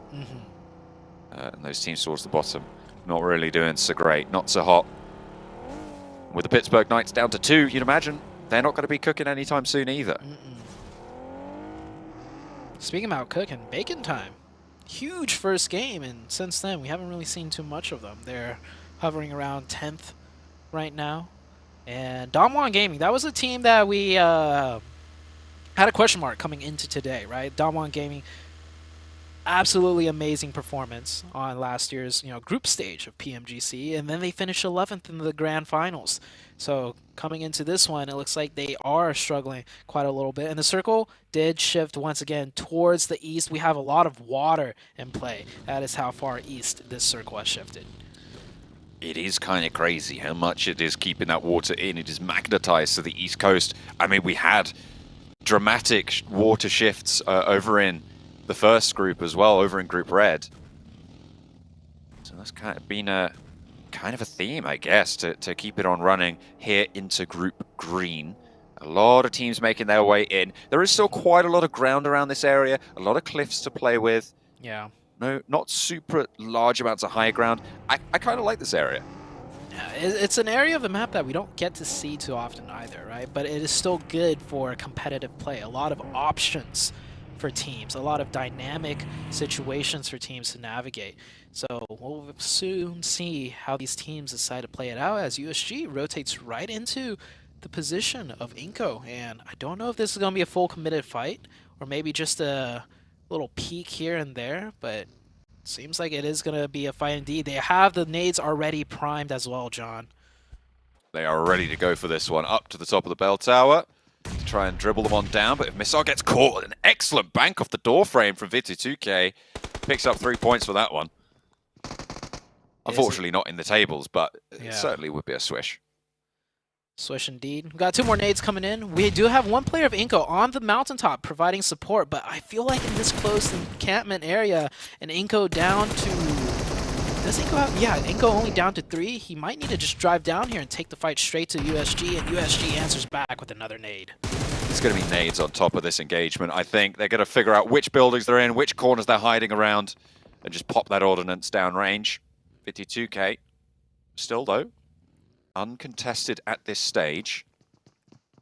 It's on the north side of the current circle. We'll close in just a little bit. V22K gets information, sees the player pushing close. Yeah. Missile's like, someone naded me, okay? Somebody naded me, and then it's not the guy in the church. There's someone still here. They're looking for him. But it looks like Ninibete has problems of his own as he retreats from the fight and runs into a power member. It's a 1v3 pretty much for him here. And he gets tagged in the back by a different team completely. Look at where this circle is going. Ninibete down to 1 HP. Not looking good on the low ground as well. Not much he could do here. He might just want to lay low. And there we go. The support fire from the other team of Evos actually gets the knock. Keeps him alive, actually has the medkit as well, so can get back to full HP. A nice little turn of events for Ninibete, up and over the ridge. Looks for the flush, looks for the spray, and it's good. That is bold, but it needs to happen. When you're down to 2 like that, it's just a good trade. You take that point where you can get it. You know you're not going to get too much further. VT2K might have an impact on this fight as well. I like how he's scooched from next to the doorway all the way back to beneath the stairs, trying to stay as small as possible right now. Last member up, and the zone pulled away from the water, so we do have this flat, hilly high ground in play. We see a lot of teams starting to converge around here, and then we do have, you know, down to the middle of the map, we have that road splitting right in between everything with some very strong compounds too left in play along the roadside. Evos playing with 4 very central in a compound in their buildings. They've got oversight over to the hills. The power currently occupying a whole host of teams are ready to slip on in behind if the opportunity presents itself. Nova taking a wide split over towards Junkyard Way on the southeast of it. HVVP on this very southeastern side. They don't have anybody to their back besides 1 solo member of the Yudu Alliance, which might cause trouble. And Damwon Gaming is here now. Now it's USG versus Damwon Gaming, and there's still that solo player of Vitu lying in the wake. Well, Damwon are going to be much more cautious of it. So they might get spotted. Vitu2K stands up, though, and looks for the point, looks for the flush. Able to get it done, and Damwon are thinking, hang on a minute, there's 2 teams here? What's going on? And USG Donuts will flee around the side with certainly one of their players, leaving one of them behind. Just Lufa on the inside has got some nice angles to play with. Floods out towards the south side of the building. Trying to play, but there's a broadside to the mountain. Damwon moving on in. Want to take control, but Missile's there and forces them to a single side of this engagement. Yeah, Lufa right now really needs to play in the support lines of his 2 teammates on the high ground, but instead he isolates himself inside the building. More difficult, easier said than done, actually, should I say, for Lufa in that situation, as there's other teams coming near the top side. Skylights Gaming now on the northern side. A lot of teams on that area looking to get a piece of the action. Seems like Tixie knows something's up, but doesn't realize just how close they have their player there. For the Yudu Alliance, the circle goes towards Evos Central. They will keep that one in. Fireflux as well. Very, very middle position. I feel like HVVP also have a really solid spot. I mean, on the south side, no one really actually playing in the same direction.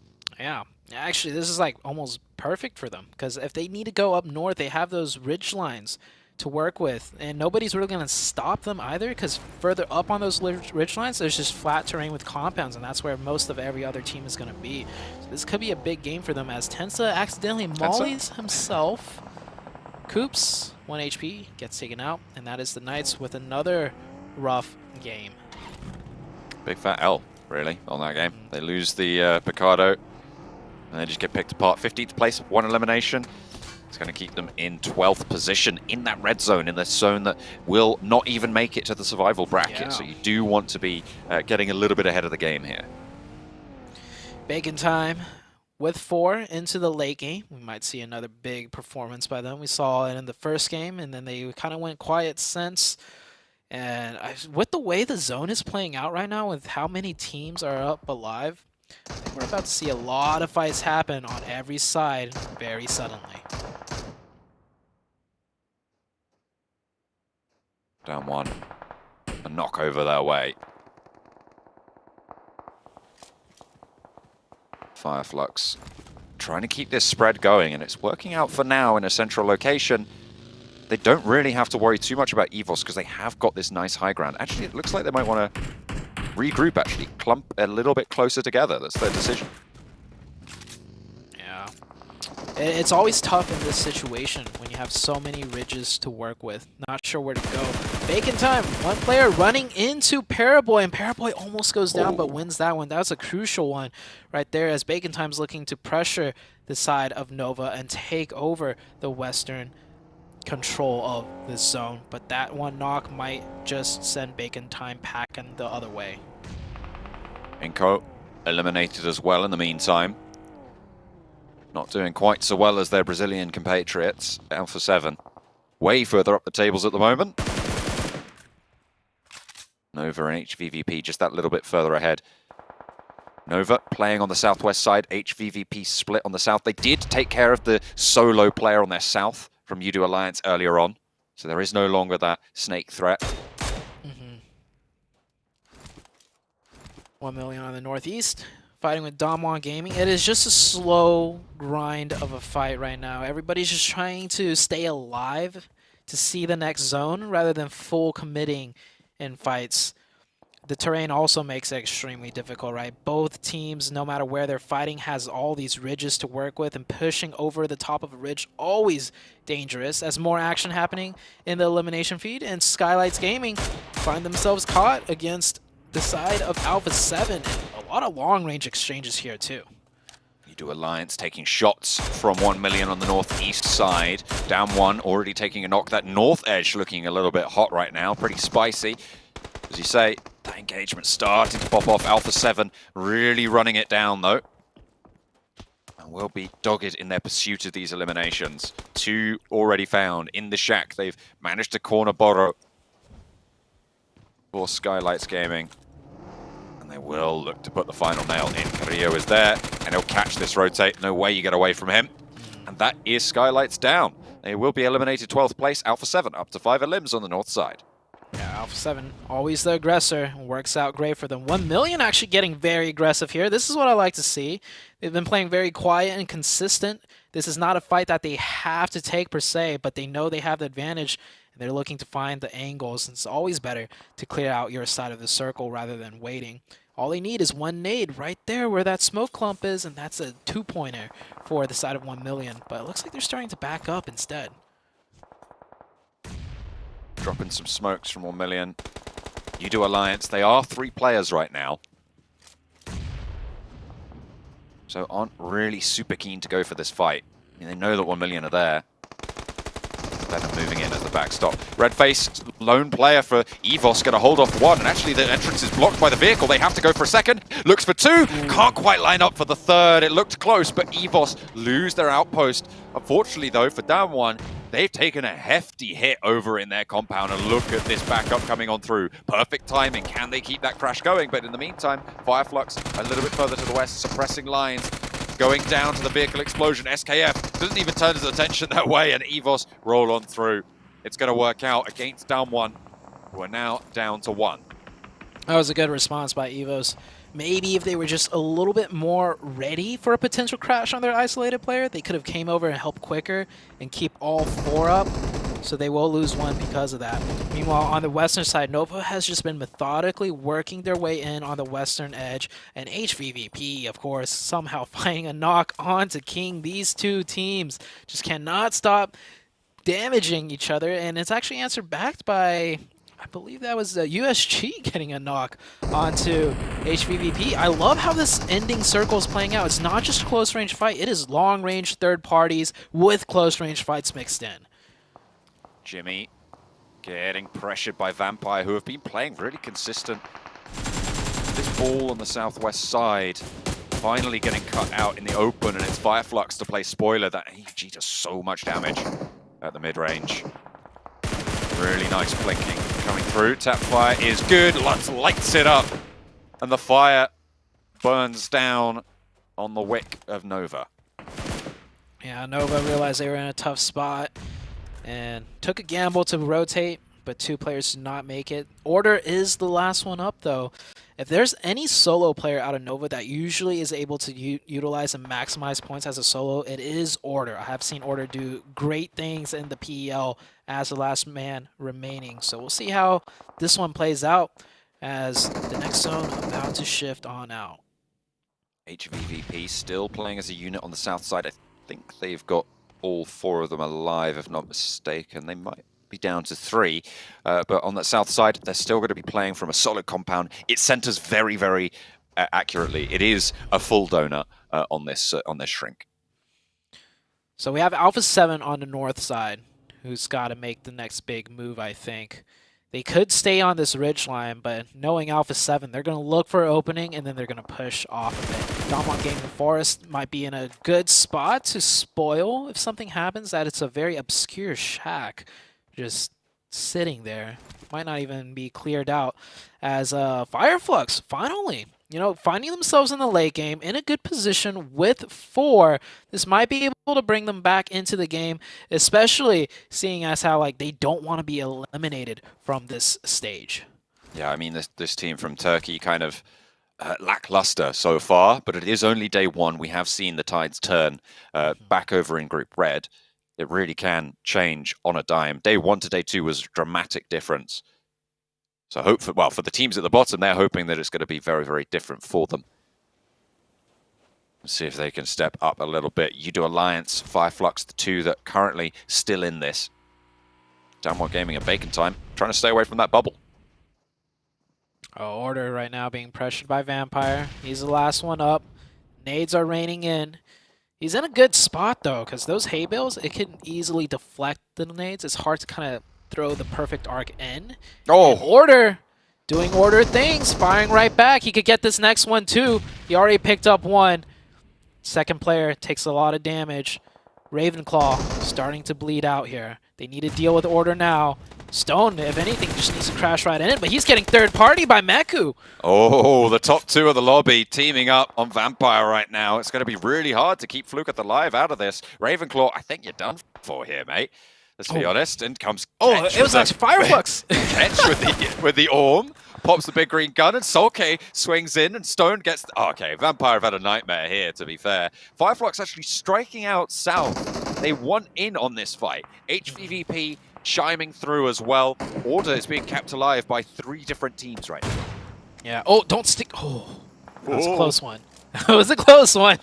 That's a haircut right there. And for Fireflux, if they just get a little bit more aggressive, if they sweep a little bit further down the side, I do think they have great sideline onto the entirety of HVVP here, too. So you see Solke right now pretty much anchoring down the south side. So Fireflux, if they wanted to, they could stick their heads out a little bit more and cause more damage to the rest of the lobby while still remaining very safe. The thing now about Order is that his position is known. People know that he's in this area, in this position. So it could be a little bit more tricky. Udo Alliance losing one of their players on the top of the hill. And 1 million will be the claimants to that title. Playing against now 1 player from the Udo Alliance. Down at the bottom of the tables, they will fall down as well. 3 limbs on the game. It's, again, not going to be good enough to see you up a little bit higher on those standings. They'll have to go around for the final game of today, but we'll have to conclude this Miramar first. New circle comes up. Order not in the zone. I don't think he's going to be able to make it to the next one. We have the side 2 4-man teams. Alpha 7 on the north, or 3. 1 million on the northeast, Alpha 7 on the north, and the 4-man team of Fireflux. This is going to be the most difficult rotation for Fireflux yet, because they lose control of the ridges and they have to just commit to taking something over now. 7 eliminations on the game for Fireflux. All 4 of them alive. This is the best chance they've had so far to be able to come good on a game. But Solo's getting picked up by Order, who's still going. Solo player. Yeah, the most deadly solo player right here. Just can't take him down. It's going to blow up that buggy. Maybe get the confirmation here.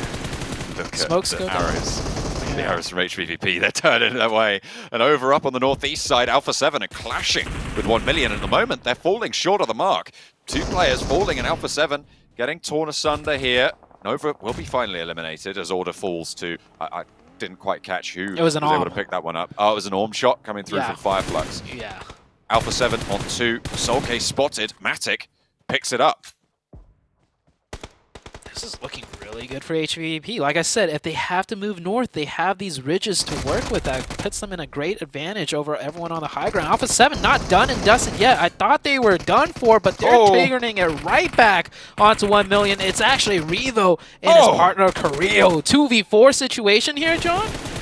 They are moving through like a hot knife through butter on this north side. Only 1 player stands in their way now. Can they keep it going? HVVP on the south side similarly moving strong. Senke, the last for 1 million, still standing.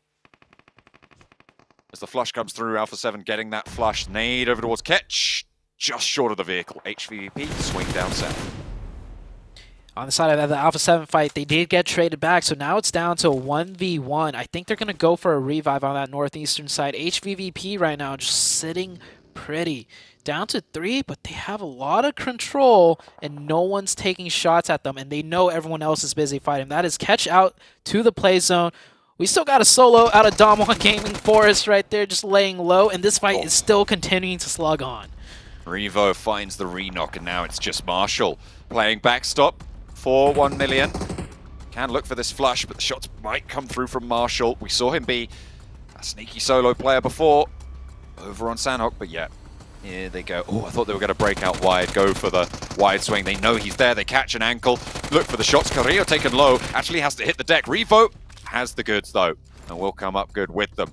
Alpha 7 stay alive with 2, but HVVP in the meantime have moved across the terrain. They are up and on the hillside.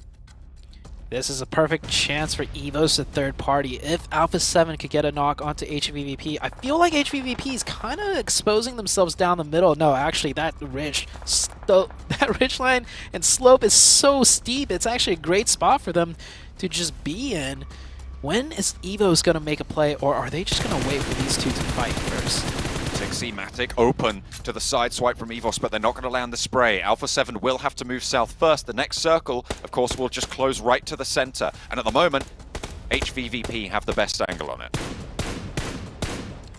They're looking for openings right now. I think Evos had a chance right there, but missed one too many shots. Now HVVP is well aware of the angle that they need to be safe from.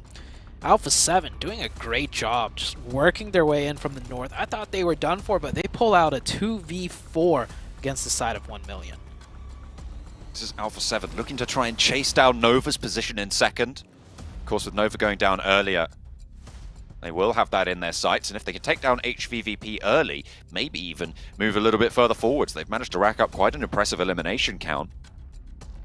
If HVVP go down now, they definitely have the points profit total, but the circle will close, and they are right on the edge of it. Center controlled. HVVP launched that nade. Shots ringing out towards Evos as well, but Alpha 7 bearing the brunt of everybody's damage. Meku spotted by Carrillo, but he will not be able to bring it back. And again, Matic and Tixie on that ridgeline will be able to stay alive. Carrillo finally dispatched, and now it's a 2 versus 2 coming through for HVVP and Evos. Tight fight. It looks like it's going to be a 2v1 as Tixie goes down. Meku's got the MK14 though, but they're going to get the revive. It's going to be a 1v3. It's not looking good for HVVP from this downhill angle. But they have the center of the zone, and it is closing. It's going to force them there. Does he not see Microboy? I don't think he caught it. Will spot him now, though. Takes a nice little lick and a second as well. Has the time to heal, as there's no chance that they can go for these reses. With the zone pushing in, it's going to go in for the nades. No, he doesn't have any left in the back pocket. Tixi flushed out, no information more. Meku sees the run forwards, sees the dash, has managed to get the heal off, has the sim sticking up, but has the health disadvantage around the side. HVVP claim it, and finally they find the chicken dinner. They don't even need it. Super hard. They're super chill. They're like, yeah, whatever. Just another day in the office. They're like, yeah. Seems about right. Seems about right. That's entitlement right there. Yeah. No, honestly though, with the style of their play, they don't need chicken dinners. They just pick up so many elimination points every game. The chicken dinner that they just got, yeah, it's a great boost in points. 15 points. That is huge. But like mentally for them, they're just like, hey, we got a chicken and a lot of eliminations this time. It's kind of nice. Good job, guys. I don't think they got as many as maybe they used to there. I mean, yeah, you can add those up quickly. What's that? 7 eliminations on a chicken dinner. Yeah, that's probably their lowest amount. Yeah, exactly, right? I mean, they're trading off those points, right? Yeah, that's why they're just like, okay, good job, guys. I mean, you usually get more eliminations, but... I mean, I guess that works, right? So you get points somehow. It's going to be good. But Meku able to take I think it was a 1 versus 2 towards the end there. Yeah, it was a 1 versus 2. They never were able to get that revive due to the play zone closing in, and man, that MK14 shot just so precise. That headshot, and oh man, HVVP. It's way too early to say, but I'm gonna say they're gonna make top 3. And I want to see them do this in the grand finals. Hopefully it's not a Jinx, but great game out of them. Absolutely. From that south side, they just marched forwards and forwards. They never stopped. They put so much pressure on everybody else, forced them into the arena of gladiatorial combat, and gave them the thumbs down at the end. It's HVVP to take the chicken.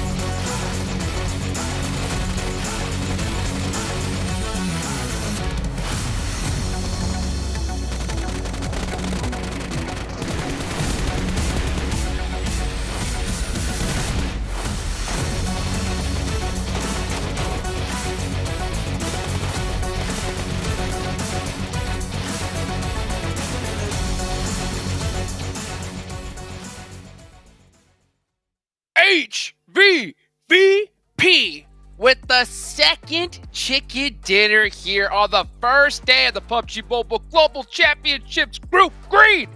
22 total points. These guys were already in first place. Man, have they put a nice lead ahead of themselves. Yeah, they're definitely going to put a nice lead ahead of them with Nova, because Nova ended up with just 6 points. Them being able to put up 22 points. By the way, with only 2 players, that's what's so impressive, and that's what we've been seeing over and over again out of HVVP today so far. It doesn't matter if it's just 1 player alive. It doesn't matter if it's 2 players alive.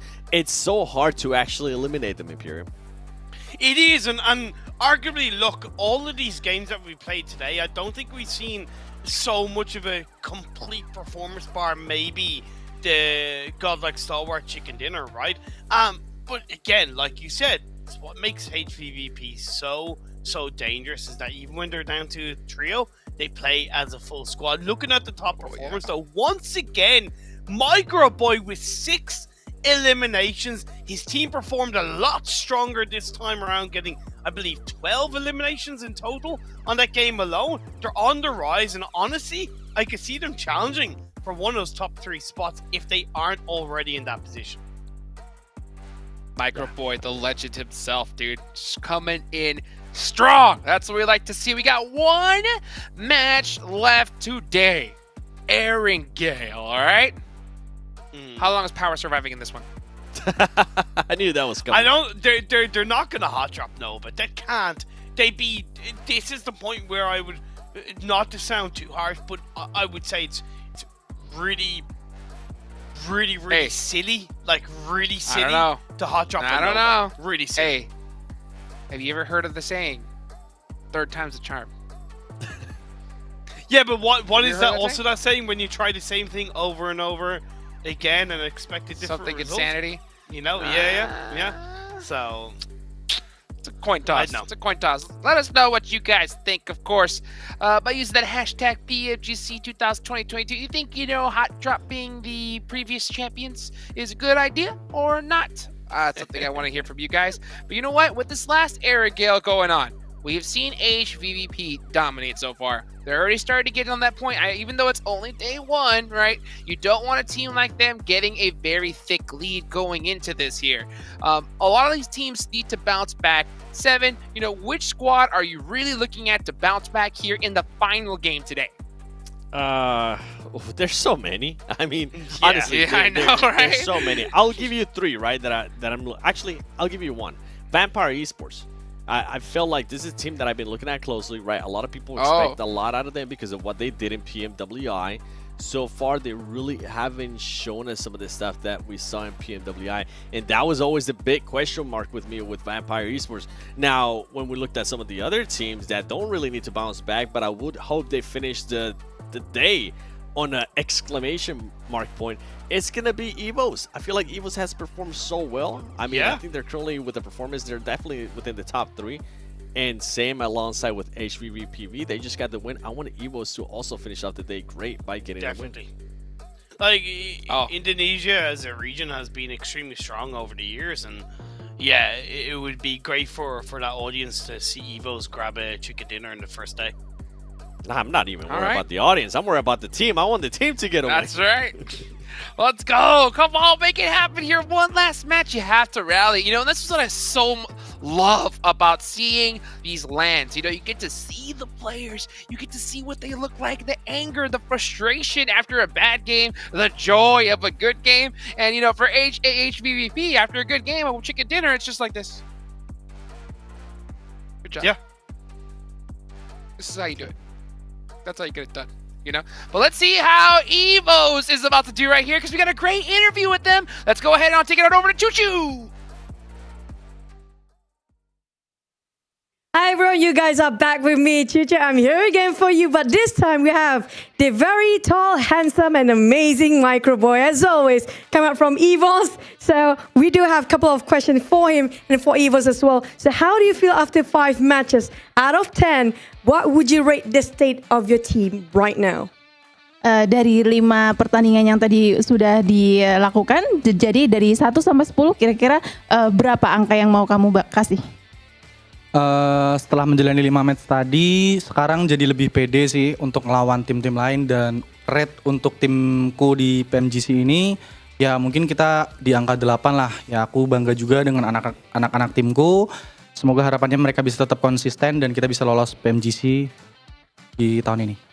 After having the 5 matches, so we are getting more confident, and together with everyone in the team, so now we are getting more confident for the next game, and hopefully we can get better we can be consistent and also can be better for the next matches. Yeah, it kind of shows when it comes to your overall ranking right now, which is quite good if you ask me, and you can just top it off the chart anytime soon. So you were very close, very close to win the previous match, but HVVP were just tiny bit stronger. In which area do you think you need to improve in case to get that chicken dinner just now? Tadi dari HVVP sepertinya kalian sedikit lagi bisa memenangkan HVVP. Nah, jadi kira-kira apa yang kalian bisa lakukan untuk nanti bisa melakukan lebih baik lagi dan mengalahkan HVVP? Yang bakal kita lakuin di next match ya seperti biasa, kita tetap ikutin arahan coach dan main seperti biasanya dengan enjoy, dan harapannya kita bisa membalas kekalahan kita melawan HVVP nanti. So what we are going to do next, so we are going to follow like the guides given by the coach, and also we are going to work together so to be better, and then so hopefully we can do it really well for the next matches. Hopefully that's going to happen soon. But for last one, do you have anything to say, especially for your rivals HVVP or even your supporters out there? Ada yang ingin disampaikan nggak untuk HVVP atau untuk pendukung kalian semua di luar sana? Buat HVVP, tunggu aja pembalasan kita. Dan buat fans, terutama EVOS fans, semoga kalian tetap mendukung kita di ajang PMGC kali ini. Semoga kita bisa memberikan yang terbaik dan lolos bersama AE di Grand Final Indonesia nanti. So for HBBB, just wait for our battle. So we're gonna beat you, and also for the support for all the supporters. So please wish us all the best so that we can go to the grand final later on. Things get really spicy here right now. But we're gonna toss over back towards the casters and panelists. This is Choo Choo, and also the IGL of EVOS, none other than Microboy. And see you guys in a bit. Casters, keep it rolling and keep it amazing. Bye.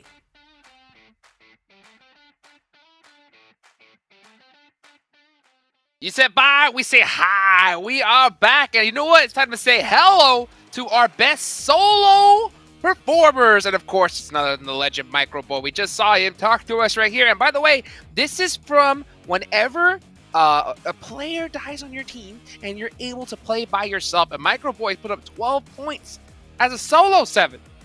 I mean, that's an amazing performance. So far today, we have seen him put up, I think it's over 5 eliminations in 2 matches. That's impressive. Impressive indeed. What else is impressive? You guys following us, hitting that button. It may be a red button that says subscribe, maybe a blue one that says follow. Press it. Let's take a look at the overall rankings. HVVP, man, 71 points here. This is what I thought with EVOs. I kind of, if they weren't already challenging, that they will. They have jumped over Alpha 7 and Nova to go into second place. And I gotta say, and you mentioned at the end of the last game as well, 7, Nova dropped down kind of quite a bit. Yeah, okay, it's definitely manageable, but in terms of what they were doing in the first kind of 2 to 3 games, it's been a bit of a downward trend. Yeah, another team that's kind of dropping as we are going to be going towards the next match. Erangel has been Bacon Time. They were in 11th place, and this is a team that has a chicken dinner, so not where you want to be there for Bacon Time. Maybe they can turn it around here in the Erangel coming up. It's not about how you start, right? It's about how you finish at the end of the day. So you can start with a chicken dinner as we look at the top Erangel performance, but you got to be able to follow it up in some way. What is a massive thing for me to look at is godlike stalwart, guys. Of their total 36 points that they've gotten in today's game so far, 35 of them have come from the Erangel games. That is massive, and arguably not in a good way. Yeah.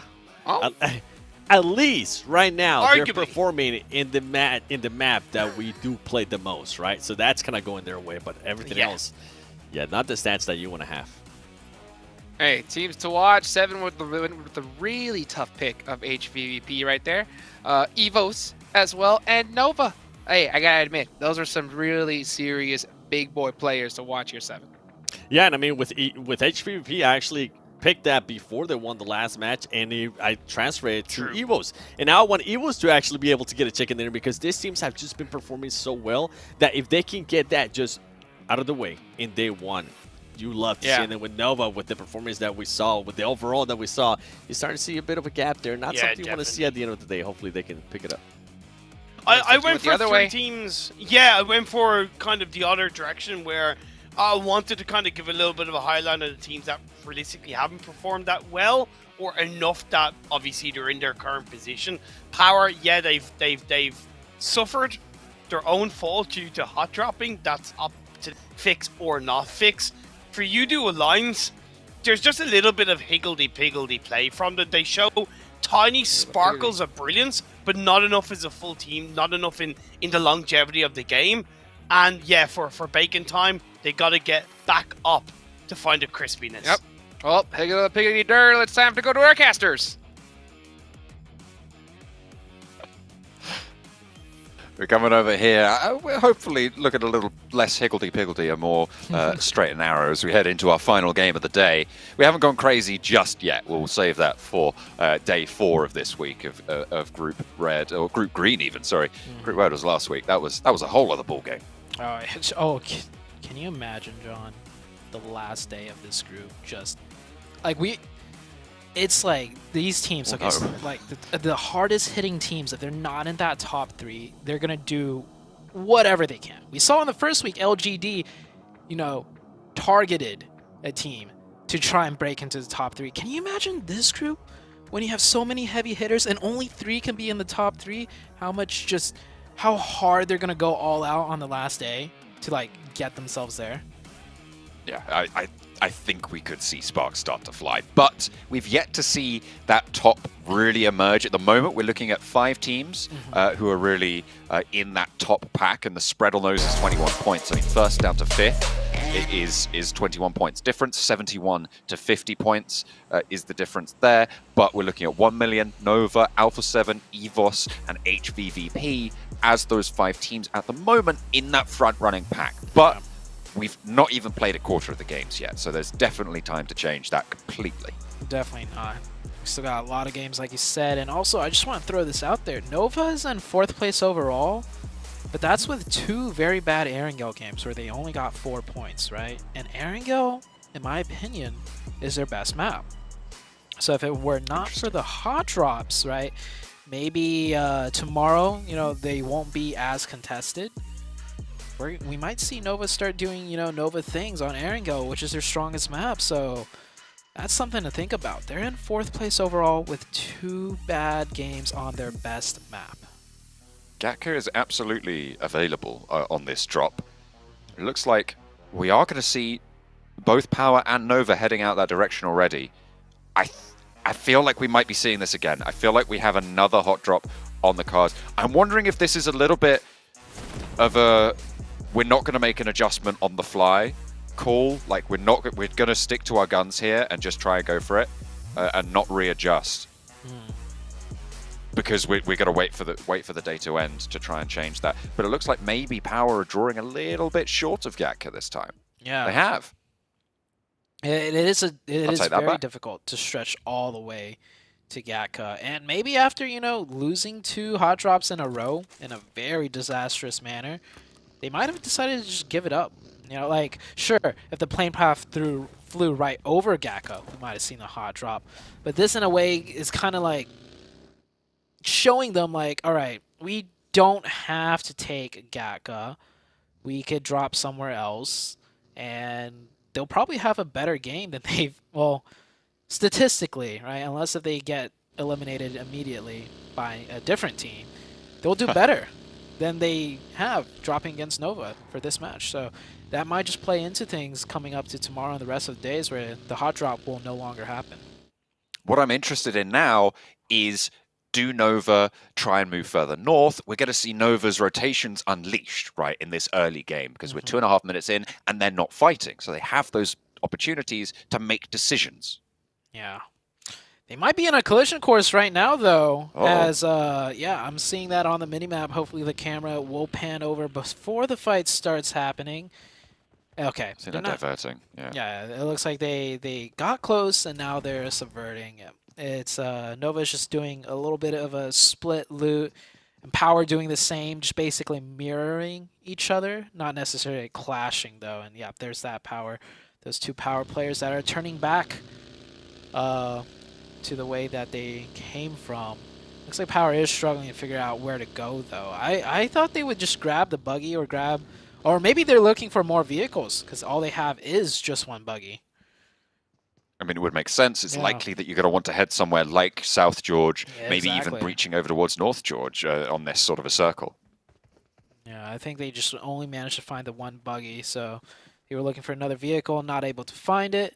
They're going to be hurting for loot and vehicles for the rest of the game. As for everyone else, it looks like everyone dropped where they wanted to. HVVP with a long rotation into North George Pool, which is their primary looting location on Erangel. And seems like this is going to be a calm game. Finally, after 4 straight games of nonstop action, John, we're going to have a game where there is no fighting. For the first you said it now. You said it now. All the teams are going to start fighting in about 30 seconds. Guaranteed, 100%. Very, very wide split on the north side from 1 million, leaving 2 over to Gameshki, 2 near Severny. Actually, someone in a boat on the north side of Severny. So they go for a real big rotation there to come in on the north side of the circle. Fireflux went on the western coast up towards South George, so they leapfrog ahead of Nova to get there. But Nova look like they want to draw short, play in the Everest Foothills compounds. I don't think there's a lot of loot, honestly, with this Nova split. Maybe they're going to spread out a little bit more after they loot those bigger compounds and pick up some more utility and items. But Nova is a team that always loots, like, scrap compounds, I'd say, and they make the best of it, and it works for them. This first circle being kind of centered just a little bit to the west of Pachinki, so nothing definitive yet. I mean, it could even go north. There is a portion of the North Erangel Island in play. So I think everyone's just going to bide their time here. No real engagements that's going to happen. No power positions that any teams want to fight for right now in the very first zone, as there's still a lot of question marks as to where this could end up going to. At the moment, Yudu Alliance playing in ruins, probably one of the strongest positions right now, but it's going to be difficult to leave if it moves away from there. It's likely that they will stay in the next circle, though, from that very, very central position. I think it is literally slap bang middle on that castle ruin, just to the southwest of that central island that sits in the middle of the river. Man, I'm not used to this. We're going to have to actually talk Nothing's about happening. things. What's going on? Because there's no action. And this is, usually it works the opposite way around, right? Like, first game starts out slow and it ramps up. Now this is the complete opposite. We've gone from hot in the water to just ice cold. And teams are just playing it slow now. Looks like Nova is making somewhat of a rotation. That might actually be their full-out rotation, as not much more to loot in the Gatka area. I mean, it would be about a minute prior to now when Nova might have finished that engagement with Power in the previous games, right? And then they're coming through and looking where to go, but they've already been on the road for this entire time, so they've managed to get a lot more position. Looking at the damage proportion, I think this is fairly expected. Tixi topping the tables, 2.7k right now for HVVP. They have been on the warpath really, really significantly. Kitsune hasn't had as much impact on those damage tables. Ooh, Paraboy. We'll pause It's that. Power once again. Ooh, I mean, that's not good for Paraboy. Will be plowed down there in the fields. And Power, they're going to be able to pick up the point, leaving Nova at 3. And in a very central position, you don't want to be left with only 3 players alive. Yeah, that is very unfortunate for Nova. I can't imagine how many Nova fans, especially over the side in China right now, just absolutely hate Power's guts. Like, can you imagine? Because Nova's got a die-hard fandom. Like, die-hard. Oh, yeah. Fandom, yeah. So it's like, this team, Power, is causing Nova so much issues right now, and even though Nova are down to 3, at least they secure a very strong position in center of circle. But like we mentioned before, John, we have no idea where this circle is going to head to still. It is still the very first circle, and there is still a lot of strong positions that could easily impact the rest of the game if it just goes south, west, east, or even north. I feel like if it does hard shift, no matter which direction, it's going to be really, really hard. Sometimes you get hard shifts that are sort of kind of okay because people kind of knew already that it was going to finish in that sort of area. But we'll have to wait and see. We are waiting on tenterhooks for that one. EVOS, Desk said they wanted to see the chicken dinner come out from this squad. Right now they're playing out in the blue, I think. Yeah, they're on the southwest side, just passing by Quarry right now. Yeah. They're right underneath the picture-in-pictures, which is why you can't see them. But they are going to be swinging on in on that western side. And there's the south shift. So that is going to isolate the south side of the river. That's a big shift. It cuts out, you know, the Everest. It cuts out the North Island. We know it's not going to be somewhere far in the east anymore. And this area of the map's probably one of the most commonly played Erangel zone endings. I know this is only Circle 2, but immediately this circle compared to the other Erangel games, well, I mean, we did have a military base, but like everyone kind of knows what's up now. Like which positions to take, what we can do from each position starting in Circle 2 already, and they kind of have a good idea of how to play the rest of the game out.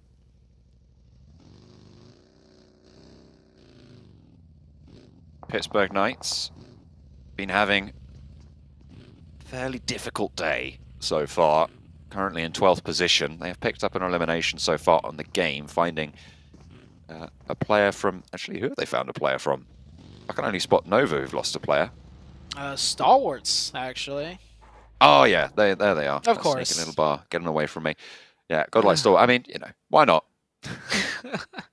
Man, Star Wars is... What do you think it is? Star Wars just having a couple of bad games, now the nerves are getting to them, and they're just, like, losing players haphazardly?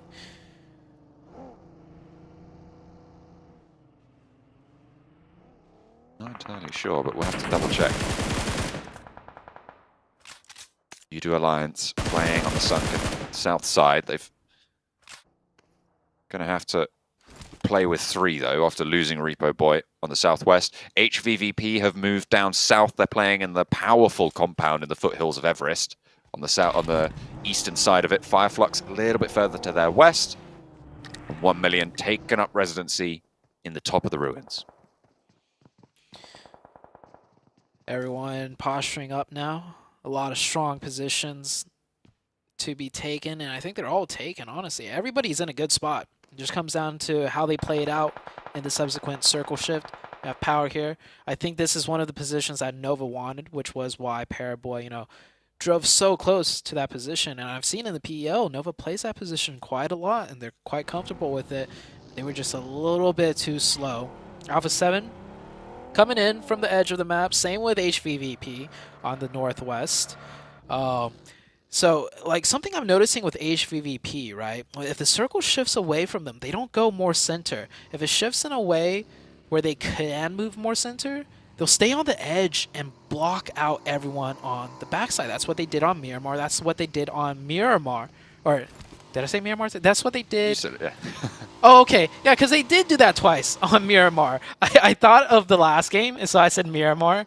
And then I thought of the second game, which was also Miramar, so I said it twice. That's true. That's fair. But that is what they do. They don't go more center. Once they're on the edge of zone, they block everyone on the backfill, and then they just work in from the edge. So I think that's exactly what they're going to do for this zone as well. Try and play from the... I mean, it is a very solid compound for the surrounding area that they're playing from. They're going to have excellent oversight onto plenty of players. Skylights going to try and res on up on that central island and move through. Down 1 moving into Vampire, but it is being traded off back and forth. The staircase, brutal, but stoned last to fall. Ooh. And Down 1 will take them down. 16th place for Vampire. 6th place overall. I mean, 39 points isn't bad on the day. It's going to put them in 6th for now. Teams around them looking to leapfrog, and actually Down 1 probably the worst team to give those eliminations over towards. But they don't really have much of a choice. Very strong, successful hard crash. I think, yeah, it was Down 1 that definitely crashed in as Vampire were on the top of the stairs there. HVVP lose 1 player, and this is the problem, right? They usually always keep their backs clear, but this time around, they get caught off guard by Alpha 7. Now they're sandwiched between Inko and Alpha 7. Now this is out of the comfort zone of HVVP. They usually always have the edge of zone, but Alpha 7, another team that's strong on the edge, is going to take that position over HVVP. Likely that they're going to have to leave from this position, though, fairly soon, and HVVP can kind of shelter under the sightlines from Alpha 7. You'd imagine that they're just going to have to go for a straight-up crash if they want to take it down. Over on the northeastern side, the route of egress from the sunken city going to be fraught with danger.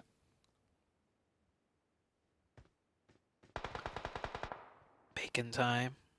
Holding out U2 Alliance. Bacon time also in a strong position, even though it's on the edge. They have those giant mountains just to their south that could give them a lot of sightlines and options to play with. But first they need to deal with U2 Alliance. We see 2 players here. The third player of U2 actually still in the ruins area. So U2 Alliance getting very separated from each other. Not sure what happened there. Maybe the 2 other players can sneak on in, but Bacon Time definitely is quite aware of their positions.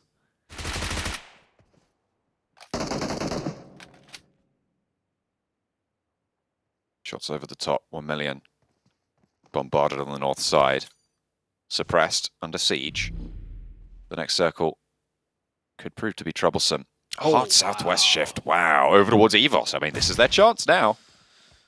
Yeah, that's a huge circle shift.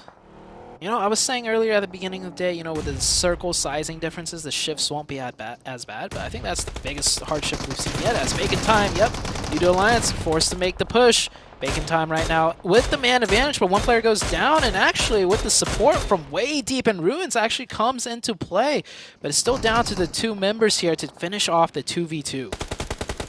Ooh, burned down from Bacon Time. Forced to retreat down the stairs. Udo Alliance, I mean, they're holding off.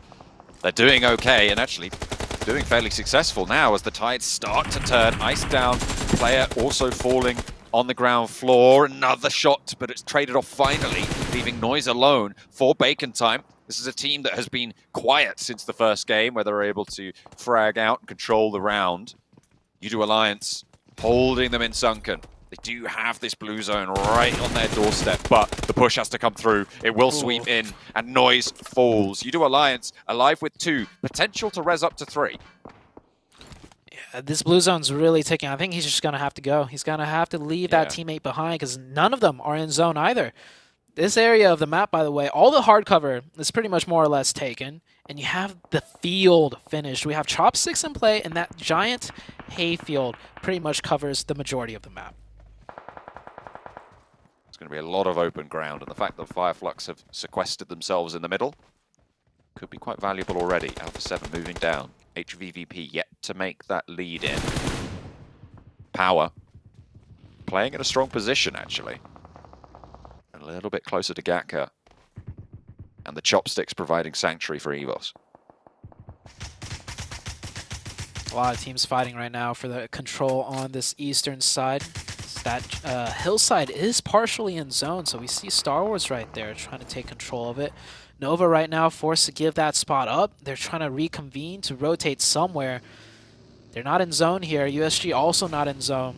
1 million on the northeast, and Ruins, so many teams still not yet in zone. So it is a mad dash, a fight to get the edge control on this eastern side. It is really all about that northeastern side right now. The team's already in the fields. They're chilling for a while. Pittsburgh Knights, unlikely that they're going to push super far forwards from this point. At the moment, they're probably going to wait it out just a little bit. Maybe try and crash later on when there's a little bit more chaos to try and capitalize. But that northeastern side has about 5 teams looking to get in. Godlike Stalwart, they lost a player early. Pika falling, and they do not want to close this day out with another bad performance.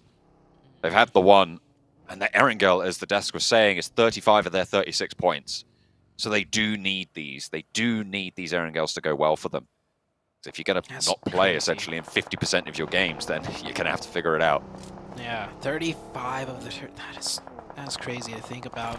Udo Alliance, this blue zone, you can see it here, taking really hard. This player's pretty much full boosted too, and he's not going to be able to make it in. Star Wars Esports on that northern hill. They will manage to take control of it. That's great for them as USG coming in on the lower side on that northeast side. Also finds himself a decent position, opens up with 2 and crashes right on in. Time to clear the circle, pick up those points. I like what USG is doing here. Oh wow, hard south shift as well. Going to move down towards the players already entrenched, meaning everybody now on the north swathe will be caught out in the cold. HVVP start to open up the gas on that north edge. Looking out to play spoiler to everyone over there. Skylights in the meantime, struggling to keep themselves together.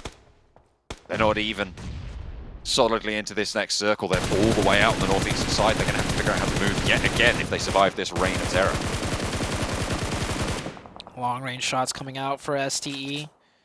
Inco looking to pick up some points onto the Donuts USG team. Star Wars Esports trying to answer right back with some points. That could be a good nade if it connects. That player won't be able to get revived either, as Mafioso in the elimination feeds gets the snipe right onto HVVP.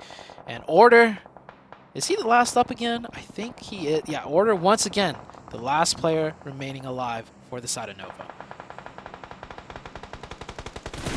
Still going, but if you're going to slip out of the top 3, this is the way to do it, right? Like, you just keep going with solo performances and Not even the top solo performer at that. In come Inko on the big crash. 2 players lit up immediately, but they do trade it 1-for-1. And a player V22K finally looking for more solace again, trading off the numbers, and is going back and forth between the squads.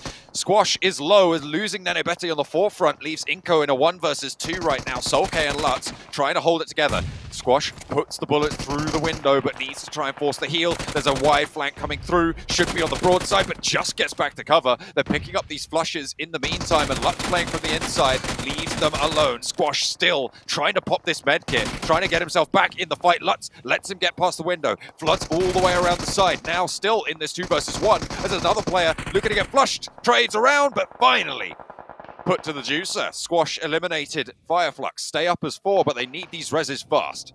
Yeah, luckily for them, no one third party that, no one was able to crash in because every team is just fighting on the outskirts of that building. Nova did get taken out by Alpha 7. Now Alpha 7 coming in from the western side as a 4-man team. They're looking very strong here in this position. And what a valiant try and effort with that crash out of Inko. But yeah, it did not go their way. That medkit took forever to pop off, and they managed to get it.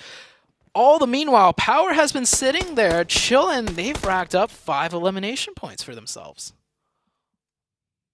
Managed to pick up some point. I mean, launching themselves off the bottom of the tables is really quite tight at that pack. So good news for them. HVVP down to 2 on the northern side. Meku, Tixi, heavy hitters for the squad. We've seen how impactful they can be. They are in this next zone, but they have a lot of field to cover here. 4 limbs, and Evos not going to want this one to get away from them. Their chance at the chicken dinner. Oh, the Knights are still alive too on the south side. They're still pushing him. You know, they've been biding their time. They've been chilling. Yeah. Oh, they got the chopsticks too. The end of the chopsticks in zone. That's actually a very good position given how small the circle is. Luckily for the side of HVVP, they also get the edge of zones, shifting right up north to them. Now, Alpha 7, I do imagine they're going to end up taking a fight if they could get the opening onto. Yep, just as I say it, Fireflux, they get an opening onto them. Is the push coming out now? M24 in the hands of Mafioso, looking to take a couple helmets. Maybe a little bit more than that if he's lucky. Fireflux playing central on the area. Still as 4, but taking a little bit of damage. We'll be able to res back up. Staying alive for now. Donuts USG. We'll have to leapfrog forwards. They have got that forward outposts in Noato. And it's down to Evos and Alpha 7 now to make the next move. We did see Alpha 7 looking and eyeing the very top northern edge of zone. They're either going to take this and sweep to the north, or they have to take the full committed fight against Fireflux. But Fireflux does have 4, so even for Alpha 7, that's going to be a tough fight because they're going to have to crash in into a very hunkered down and defensed up position out of Fireflux. Sprays onto the vehicle for power. And these buildings very, very valuable. All 4 of them alive. Naoto. Donuts USG takes heavy damage, but stays behind the cover, gets back in.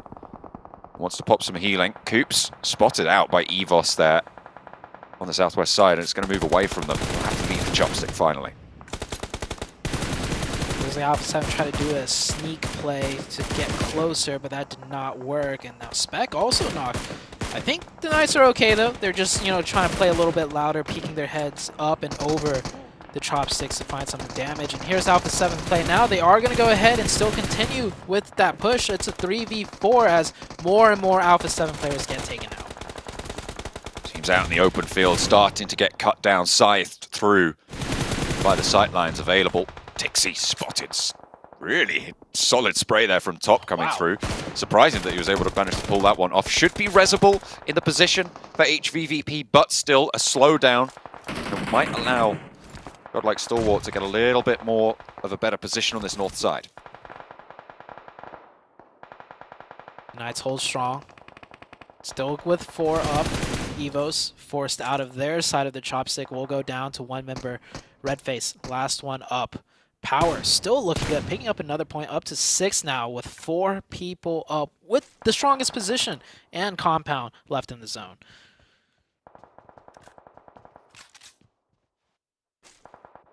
Power on the southeast side trying to bring it back. We talked about how Fireflux are doing really well on their elimination count. Maybe Power are going to be able to pick this one up. There's 6 elims already as well. Towards the bottom of the tables, it would be a really good result to catapult up those standings at the end of day 1. Donuts USG spotted out by Tixie. They did get back up to 2 on the north side, but have to move. They could maybe prone their way in. I think the grass is already rendered for the side of Power, so they won't be able to see clearly if the side of HVVP try to prone in, but Power is sitting so comfortable. They could watch every which direction they want to with no pressure, so they might spot something out. As USG finally losing the zone behind this tree, they're going to try and do a smoke path and run their way in, but yeah, Fireflux now taking shots at those smokes. One player goes down, Lufa last up. And off the meds, send it forwards. I mean, you're going to take the L there either way. Fortunately, will fall down. So 5 teams remain now. Fireflux at 4, Pittsburgh Knights and Power all at 4, all in that red zone, that elimination bracket. So a really solid result for all 3 of these teams. Oh, they managed to find a finish onto Fireflux. The Knights managed to take one down. That is a huge mistake when you're in Fireflux's position with so much cover. Getting knocked, sure, it's fine. But getting knocked and finished, that is a huge, huge loss for the side of Fireflux. They're up to 13 eliminations, though, which is great. But when it comes down to the final 3 teams, you would want to have 4, because the other 2 teams, the Knights and Power, with 4 alive. I don't think anyone would have called this final circle, the 3 teams alive here. Fireflux, Pittsburgh Knights and Power, but here we are in that very timeline. Pittsburgh Knights and Power at 4, Fireflux on 3. I do think the Knights is in the worst spot, though. They're not likely to get the next circle, and all eyes on them. If they have to leave that chopstick ditch, there is no cover. It's all flat ground. Their vehicles are inside the ditch. They're not going to be able to use anything. They could drop a wall of smokes, but that is just going to insinuate Power to spam smoke so extremely hard. I don't think the Knights can manage to make it out of this one, not as a full squad at least. Looming that smoke. They do still have that edge to play the cover.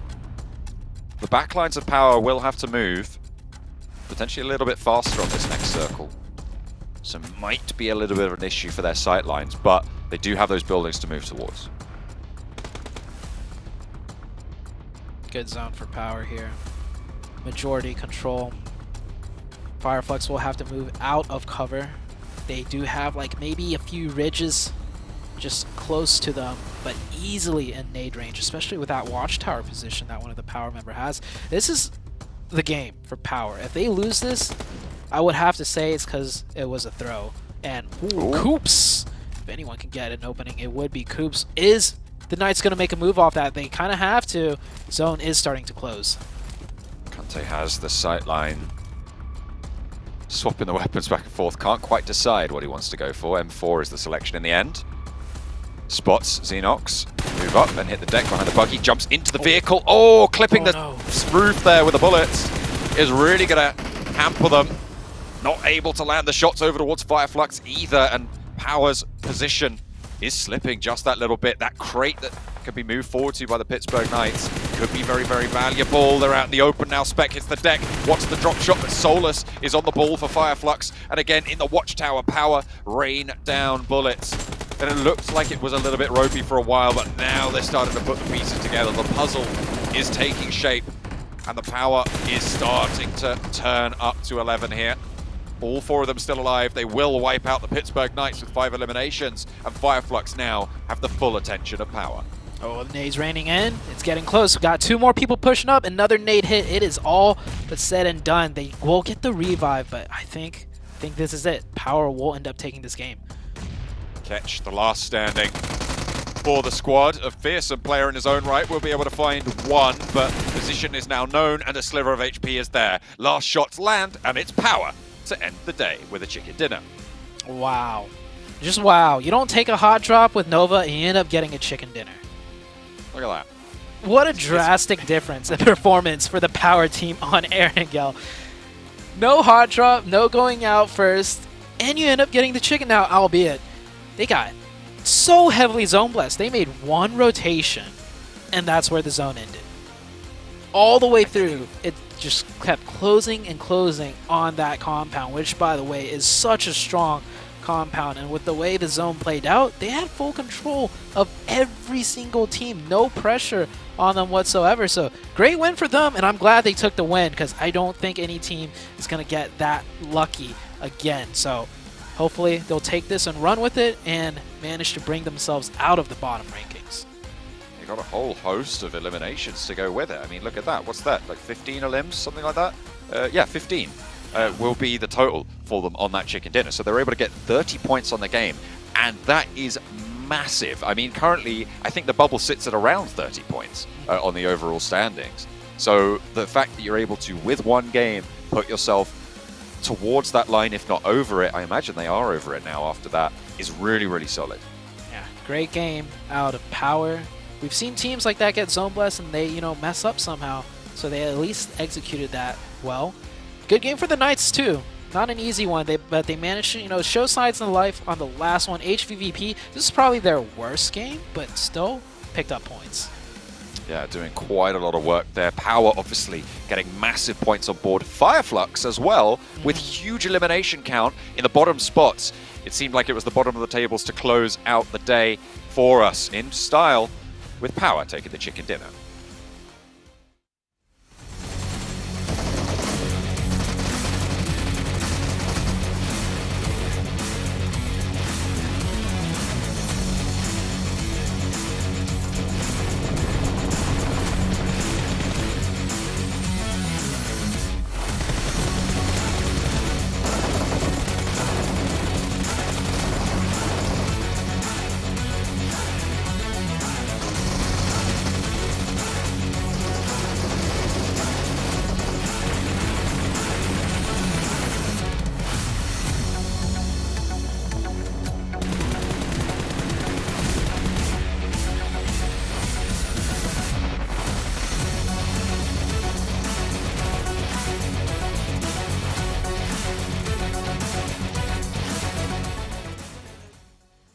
And the legendary Power Esports wins the last match of the day, and oh boy, did they need it. Damn, it's amazing what happens when you don't hot drop a Nova, right? They did what you wanted in the second Erangel game. They learned from their mistakes. They dropped a little bit further south. Yes, they got a decent bit of circle luck. We have to admit that. But even when they had that compound, they were popping shots in all directions, and they had, I think, up until phase 5, 5 or 6 eliminations, so showed they were proactive at least. That's that right there. What you just mentioned is what we love to see out of these teams, right? For them to be able to finish off with 15 eliminations, 30 points total, yeah, that is so massive for this team, considering that before this game, I think they were in 15th place or somewhere along there. And then for players to watch, I mean, HVVP has just been doing work. Tixie, we saw what he was able to do in some of those matches. And Magic too. I mean, you were talking about it, Imperium, when we were watching the matches. Man, HVVP, they didn't stop, right? They didn't stop. We had multiple games where it took multiple teams to take them out. John mentioned it, Zute mentioned it, we've all said it. They are absolutely enormous today. Tixie has slayed. Take a look here at the overall rankings here at the end of day number 1. HVVP going to keep that lead right there, but I'm looking at number 7. Power Esports making a massive jump in just one game. That's what it takes. That is how you get it done. That's definitely how you get it done. By the way, they were actually in 16th place. Yeah. They were able to make that big of a jump. And that's currently what these teams needed to do, especially at the end of day 1. You didn't want the gap to be building up too much. Power Esports sets themselves up perfectly right there. Then you have some of the other teams, right? I mean, HVVP, we saw how well they've been performing today. Evos, as well. Amazing performance out of them, surprising performance too. And then we go here towards the second page, Imperium, and some of these teams, and I'm gonna call it out, Bacon Time. I did not Crazy. expect them to be here in 14th place after what we saw at the start of the day. Couldn't agree with you more. It was a fantastic start, but you got to be able to follow it up. Like Fireflux, they're in the top half of the standings. They're currently in their survival stage. They got 2 great games in a row to finish off day 1. Arguably, Pittsburgh Knights as well. They had a great second Erangel game. They finished off extremely strong with 15 points. They're much closer to that survival stage. And right now, they look stronger than Bacon Time. As well as the fact that Vampire Esports, where have they been? Have they suddenly been hit by a load of garlic and steaks in their hearts? I don't know, but they need to show up tomorrow. Yeah, I think tomorrow's going to be a huge day for so many of these squads. I mean, there's the level of caliber here is just so ridiculous that you cannot allow these teams to get a lead on you. If you do, they are going to be taken over completely. Well, guys, it looks like that we have another amazing interview coming up right now with none other than HBVP. Let's send it on over to Choo Choo. Thank you so much for amazing casters and panelists. Now we're back with me here, Choo Choo, and we're going to interview the winners, or basically the kings of our day 1, week 2 in the group of death of the green group. Having here with me is a very, very good looking guy. So we want to know, who is he? Can you introduce yourself, sir? Hi, my name is Kitsune. I'm from Team HVP and I'm IGL. You're the IGL. Very good looking IGL and hi. And also congratulations on finishing as the number 1 spot here in the group of death. This is the hardest group by far. But did you expect yourself and the entire team to be at number 1 spot here in day number 1 of week 2? Yeah, I mean, we always expect like to do well, but almost every time in the tournaments we have like slow start, and like second, third day is always better, but like this time it will be a different story. And so yeah, didn't like feel that we won't be playing good, but it was expected that we will perform like real nice and play good games. It's a good thing. So, you know, you can smile a bit more because it's a good thing. And also, which team, after the entire day of really good grinding matches, you think that's the biggest threat for you? Which team will it be? I mean, Nova is Nova is the team that you have to keep an eye on. And I mean, yeah, like all other teams, we are pretty much okay with them. But yeah, Chinese teams are the teams we have to focus. You mean Nova? Nova? Yeah. Any specific person in Nova? I mean, they like team as a unit, not specific person. For us, some of us think otherwise, but okay. Also, what do you think that you can do better tomorrow? And do you think that you can maintain leading off the chart at number 1 the entire week here?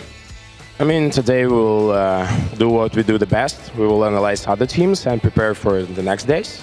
So yeah, I think that we will only like have more and more pace through the days, and we'll perform even like better next 3 days. Okay, but at least it feels good. Number 1 right now, you can agree. Of course. Number 1 right now for HBVP. So what else you want to say for the team trying to take down your crown tomorrow and all your fans out there? I mean, guys, be careful. We will try hard. For your fans? Nothing else? Yeah. For fans, guys, thank you. Thank you for like cheering for us. This was like hard season, and we will try to perform like better and better and take the championship this year. Oh, that's really bold, but I have confidence in him. And I think that's it for us. Thank you so much for Kitsune, the IGL of HVVP. And also we're going to sign it off today for now as we ended up our day 1, week 2, sorry. But we're going to toss it back to our casters and panelists because they are not done for the day. So get it back to the desk, guys.